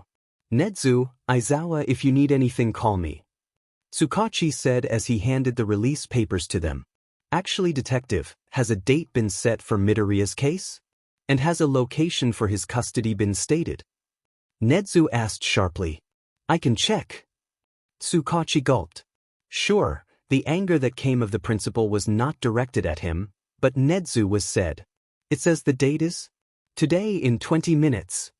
Tsukachi was shocked. Shit, we have to go, Nezu. Tsukachi, can I borrow your car? Aizawa called, catching a set of keys in his hands, then both were sprinting out the door. Aizawa drove and Nezu called RG, HD, and the UA legal team, gathering information and pulling favors. They were not prepared for this case, but they would have to make do with what they had. They arrived at the courts 15 minutes later, slamming the door open and making the officers in the room jump. Happy you could join us, Nezu, Aizawa, Mara said. Of course, though I wish was given more notice, all things considered, vice. Nezu's voice was professional but cut like a blade. We did send a notice once the date was determined, but I know that you have had a busy night. Mara smiled. The court was called, and evidence was brought forward on behalf of the commission. Midoriya had broke the legally binding contract, and the vice was pushing for death or an appeal, neither of which were good options. The appeal moved Midoriya's custody to the HC where he would be trained, and his probation PRD would be extended from 3 years to Nezu refused the appeal. Where is the kid in question? Should he not be here? The judge asked Nezu. He was in critical condition before being bound with razor cuffs and thrown into the back of a van. We have not seen him since yesterday when he was taken elsewhere by the commission riot police. Nezu said calmly. We have him secured and being monitored in Tartarus per the contract. Mara said. The doors to the courtroom swung open and there stood several students from both classes, who quietly moved to the seating in the back of the room. I am pretty sure this is a closed court, Judge. You would be right, but I think we can let it go this time. These must be the kids that Ghost saved. The judge asked. Some of them. Izawa spoke. Kids, come here for a moment. While cases like these are very delicate matters, if the final party, Ghost, is not present, he can be represented by another. Nedzu, in technicality you are representing both Ghost and UA, but for a final contract you can only represent one. Izawa, you could technically represent the Vigilante, but as you're tied to UA through financial means it almost seems like a conflict of interest to those of the jury. So, I have a proposal. Students, you will be representing Izuku Midoriya, Ghost, during the final development of the contract. The judge smiled. The court has ruled that the HC has violated the contract between all three parties, thus the contract was considered void prior to the incident. A new contract will be written by all parties or their representatives. We will adjourn the session till a list from all parties can be compiled and a contract written out by the courts of Japan. And with that the judge stood up before turning to look at the stunned group. Also, Midoriya will be released from Tartarus as he is currently being wrongly held. For the time he will be in the care of the state but will be returned to UA. Then the judge left the room. This will not last, Nedzu. Mara said as he left the room. Both adults let out a breath they were holding once the man left. What does being Ghost's representative mean? Ida asked. Ghost was released in worse condition than he was taken in. Nedzu was livid, but he would deal with it another time as they had bigger problems. One, they had 2 missing students that no one could seem to find. Izawa pulled extra shifts and called in favor, as did many of the UA staff, but there was no word on the whereabouts of the children. 2, they had several families who berated UA, threatening to pull the students from the school, but that led to the last issue. 3, the students refused to leave the campus and return home. 1A and 1B all refused to go home. Instead, all 38 Hero Corps students pushed the desk into the hallway and slept in the classrooms. Nedzu was in the process of building dorms for the students, but until that could be completed the teachers took shifts watching them. It had been 3 days of this before the HC threatened anyone who helped UA. Heroes who ran agencies couldn't put their teams at risk, and Nedzu understood. Many heroes said they would keep an eye out anyways, which UA appreciated. 5 days passed before the students moved into the dorms, where they spent most their time outside sparing lightly. Ghost woke up around then as well. He was in no condition to even be awake, yet he stood up and moved through the halls of UA while the teachers were in a meeting. The students found him as they made their way back to the dorms and pulled him along. The students were shocked to see Midoriya standing and even walking, though slowly, towards them, Ida and Kirishima talking about random things as they walked with him. The students ran up to him but stopped when they watched Midoriya step backwards.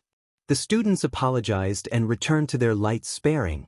Ida and Kirishima directed him to the stairs of the building and had him sit. He watched the groups spar, trying to clear his head. Izawa had not expected to receive a call from the students regarding an awake Midoriya. Izawa was just thankful he wasn't combative and attacking the students. The students said they could handle the situation and he was inclined to trust them. If push came to shove, he felt his students could protect themselves long enough to get help. Midobro? You hungry? Kirishima stood in front of Izuku, whose eyes were closed.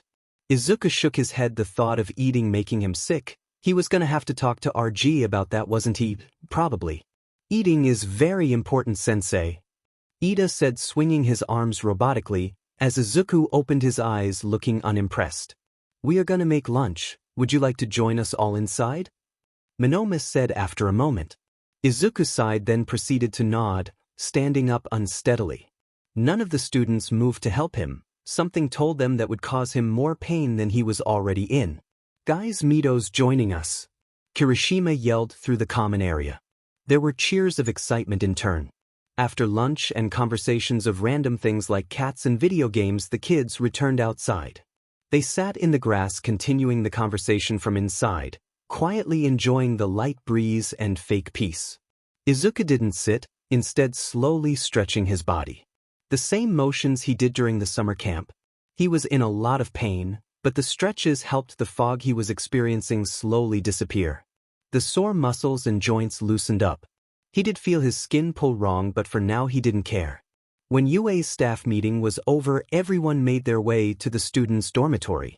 They stopped on the pathway, finding all 38 kids performing the stretches that HD and RG both noticed were the ones they instructed Izuku to do when he was overwhelmed or sore. Then they caught green. Yells of, "He's awake," or "What is he doing up?" could be heard from most the UA staff, pulling several of the students' attention to them. They waved like this was a normal thing. "Aizawa," RG said, watching Izuku continue to shakily move his body. "Yeah, I know," Aizawa said, moving towards the group, RG and Nedzu on his heels. The students stopped stretching, clearing a pathway. Over the last 5 days RG had been testing his blood and none of them liked what they found. Izuku was indeed poisoned with quirk suppressants, hence why he was vomiting blood. The food at the camp had been contaminated during the cooking process. Aizawa also explained what happened right before the camp was attacked. Izuku's ramblings being spot on. RG said that hallucinations were not commonly associated with quirk suppressant poisoning, but no one had ever survived for more than 2 days. What got made everyone's blood run cold was the fact that the kid knew what being poisoned felt like. It had happened before. Then they found that while he should have been dead due to his genetic makeup, the quirk seemed to be keeping him alive. The failsafe that they had discussed prior to the summer camp being seen in action was a scary thing. The quirk destroyed his DNA, but when the host's life was threatened it stopped and attempted to change his genetic code. The quirk, while in fail-safe mode, could be subject to different stimuli. Aizawa's quirk included. "You need to stop Izuku," Aizawa said slowly as he moved directly in front of the kid, activating his quirk. Izuku opened his eyes and Aizawa saw the speckle of gold cross the clouded green before the kid's eyes closed again. There was a shaky breath. Then he collapsed, his knees giving out.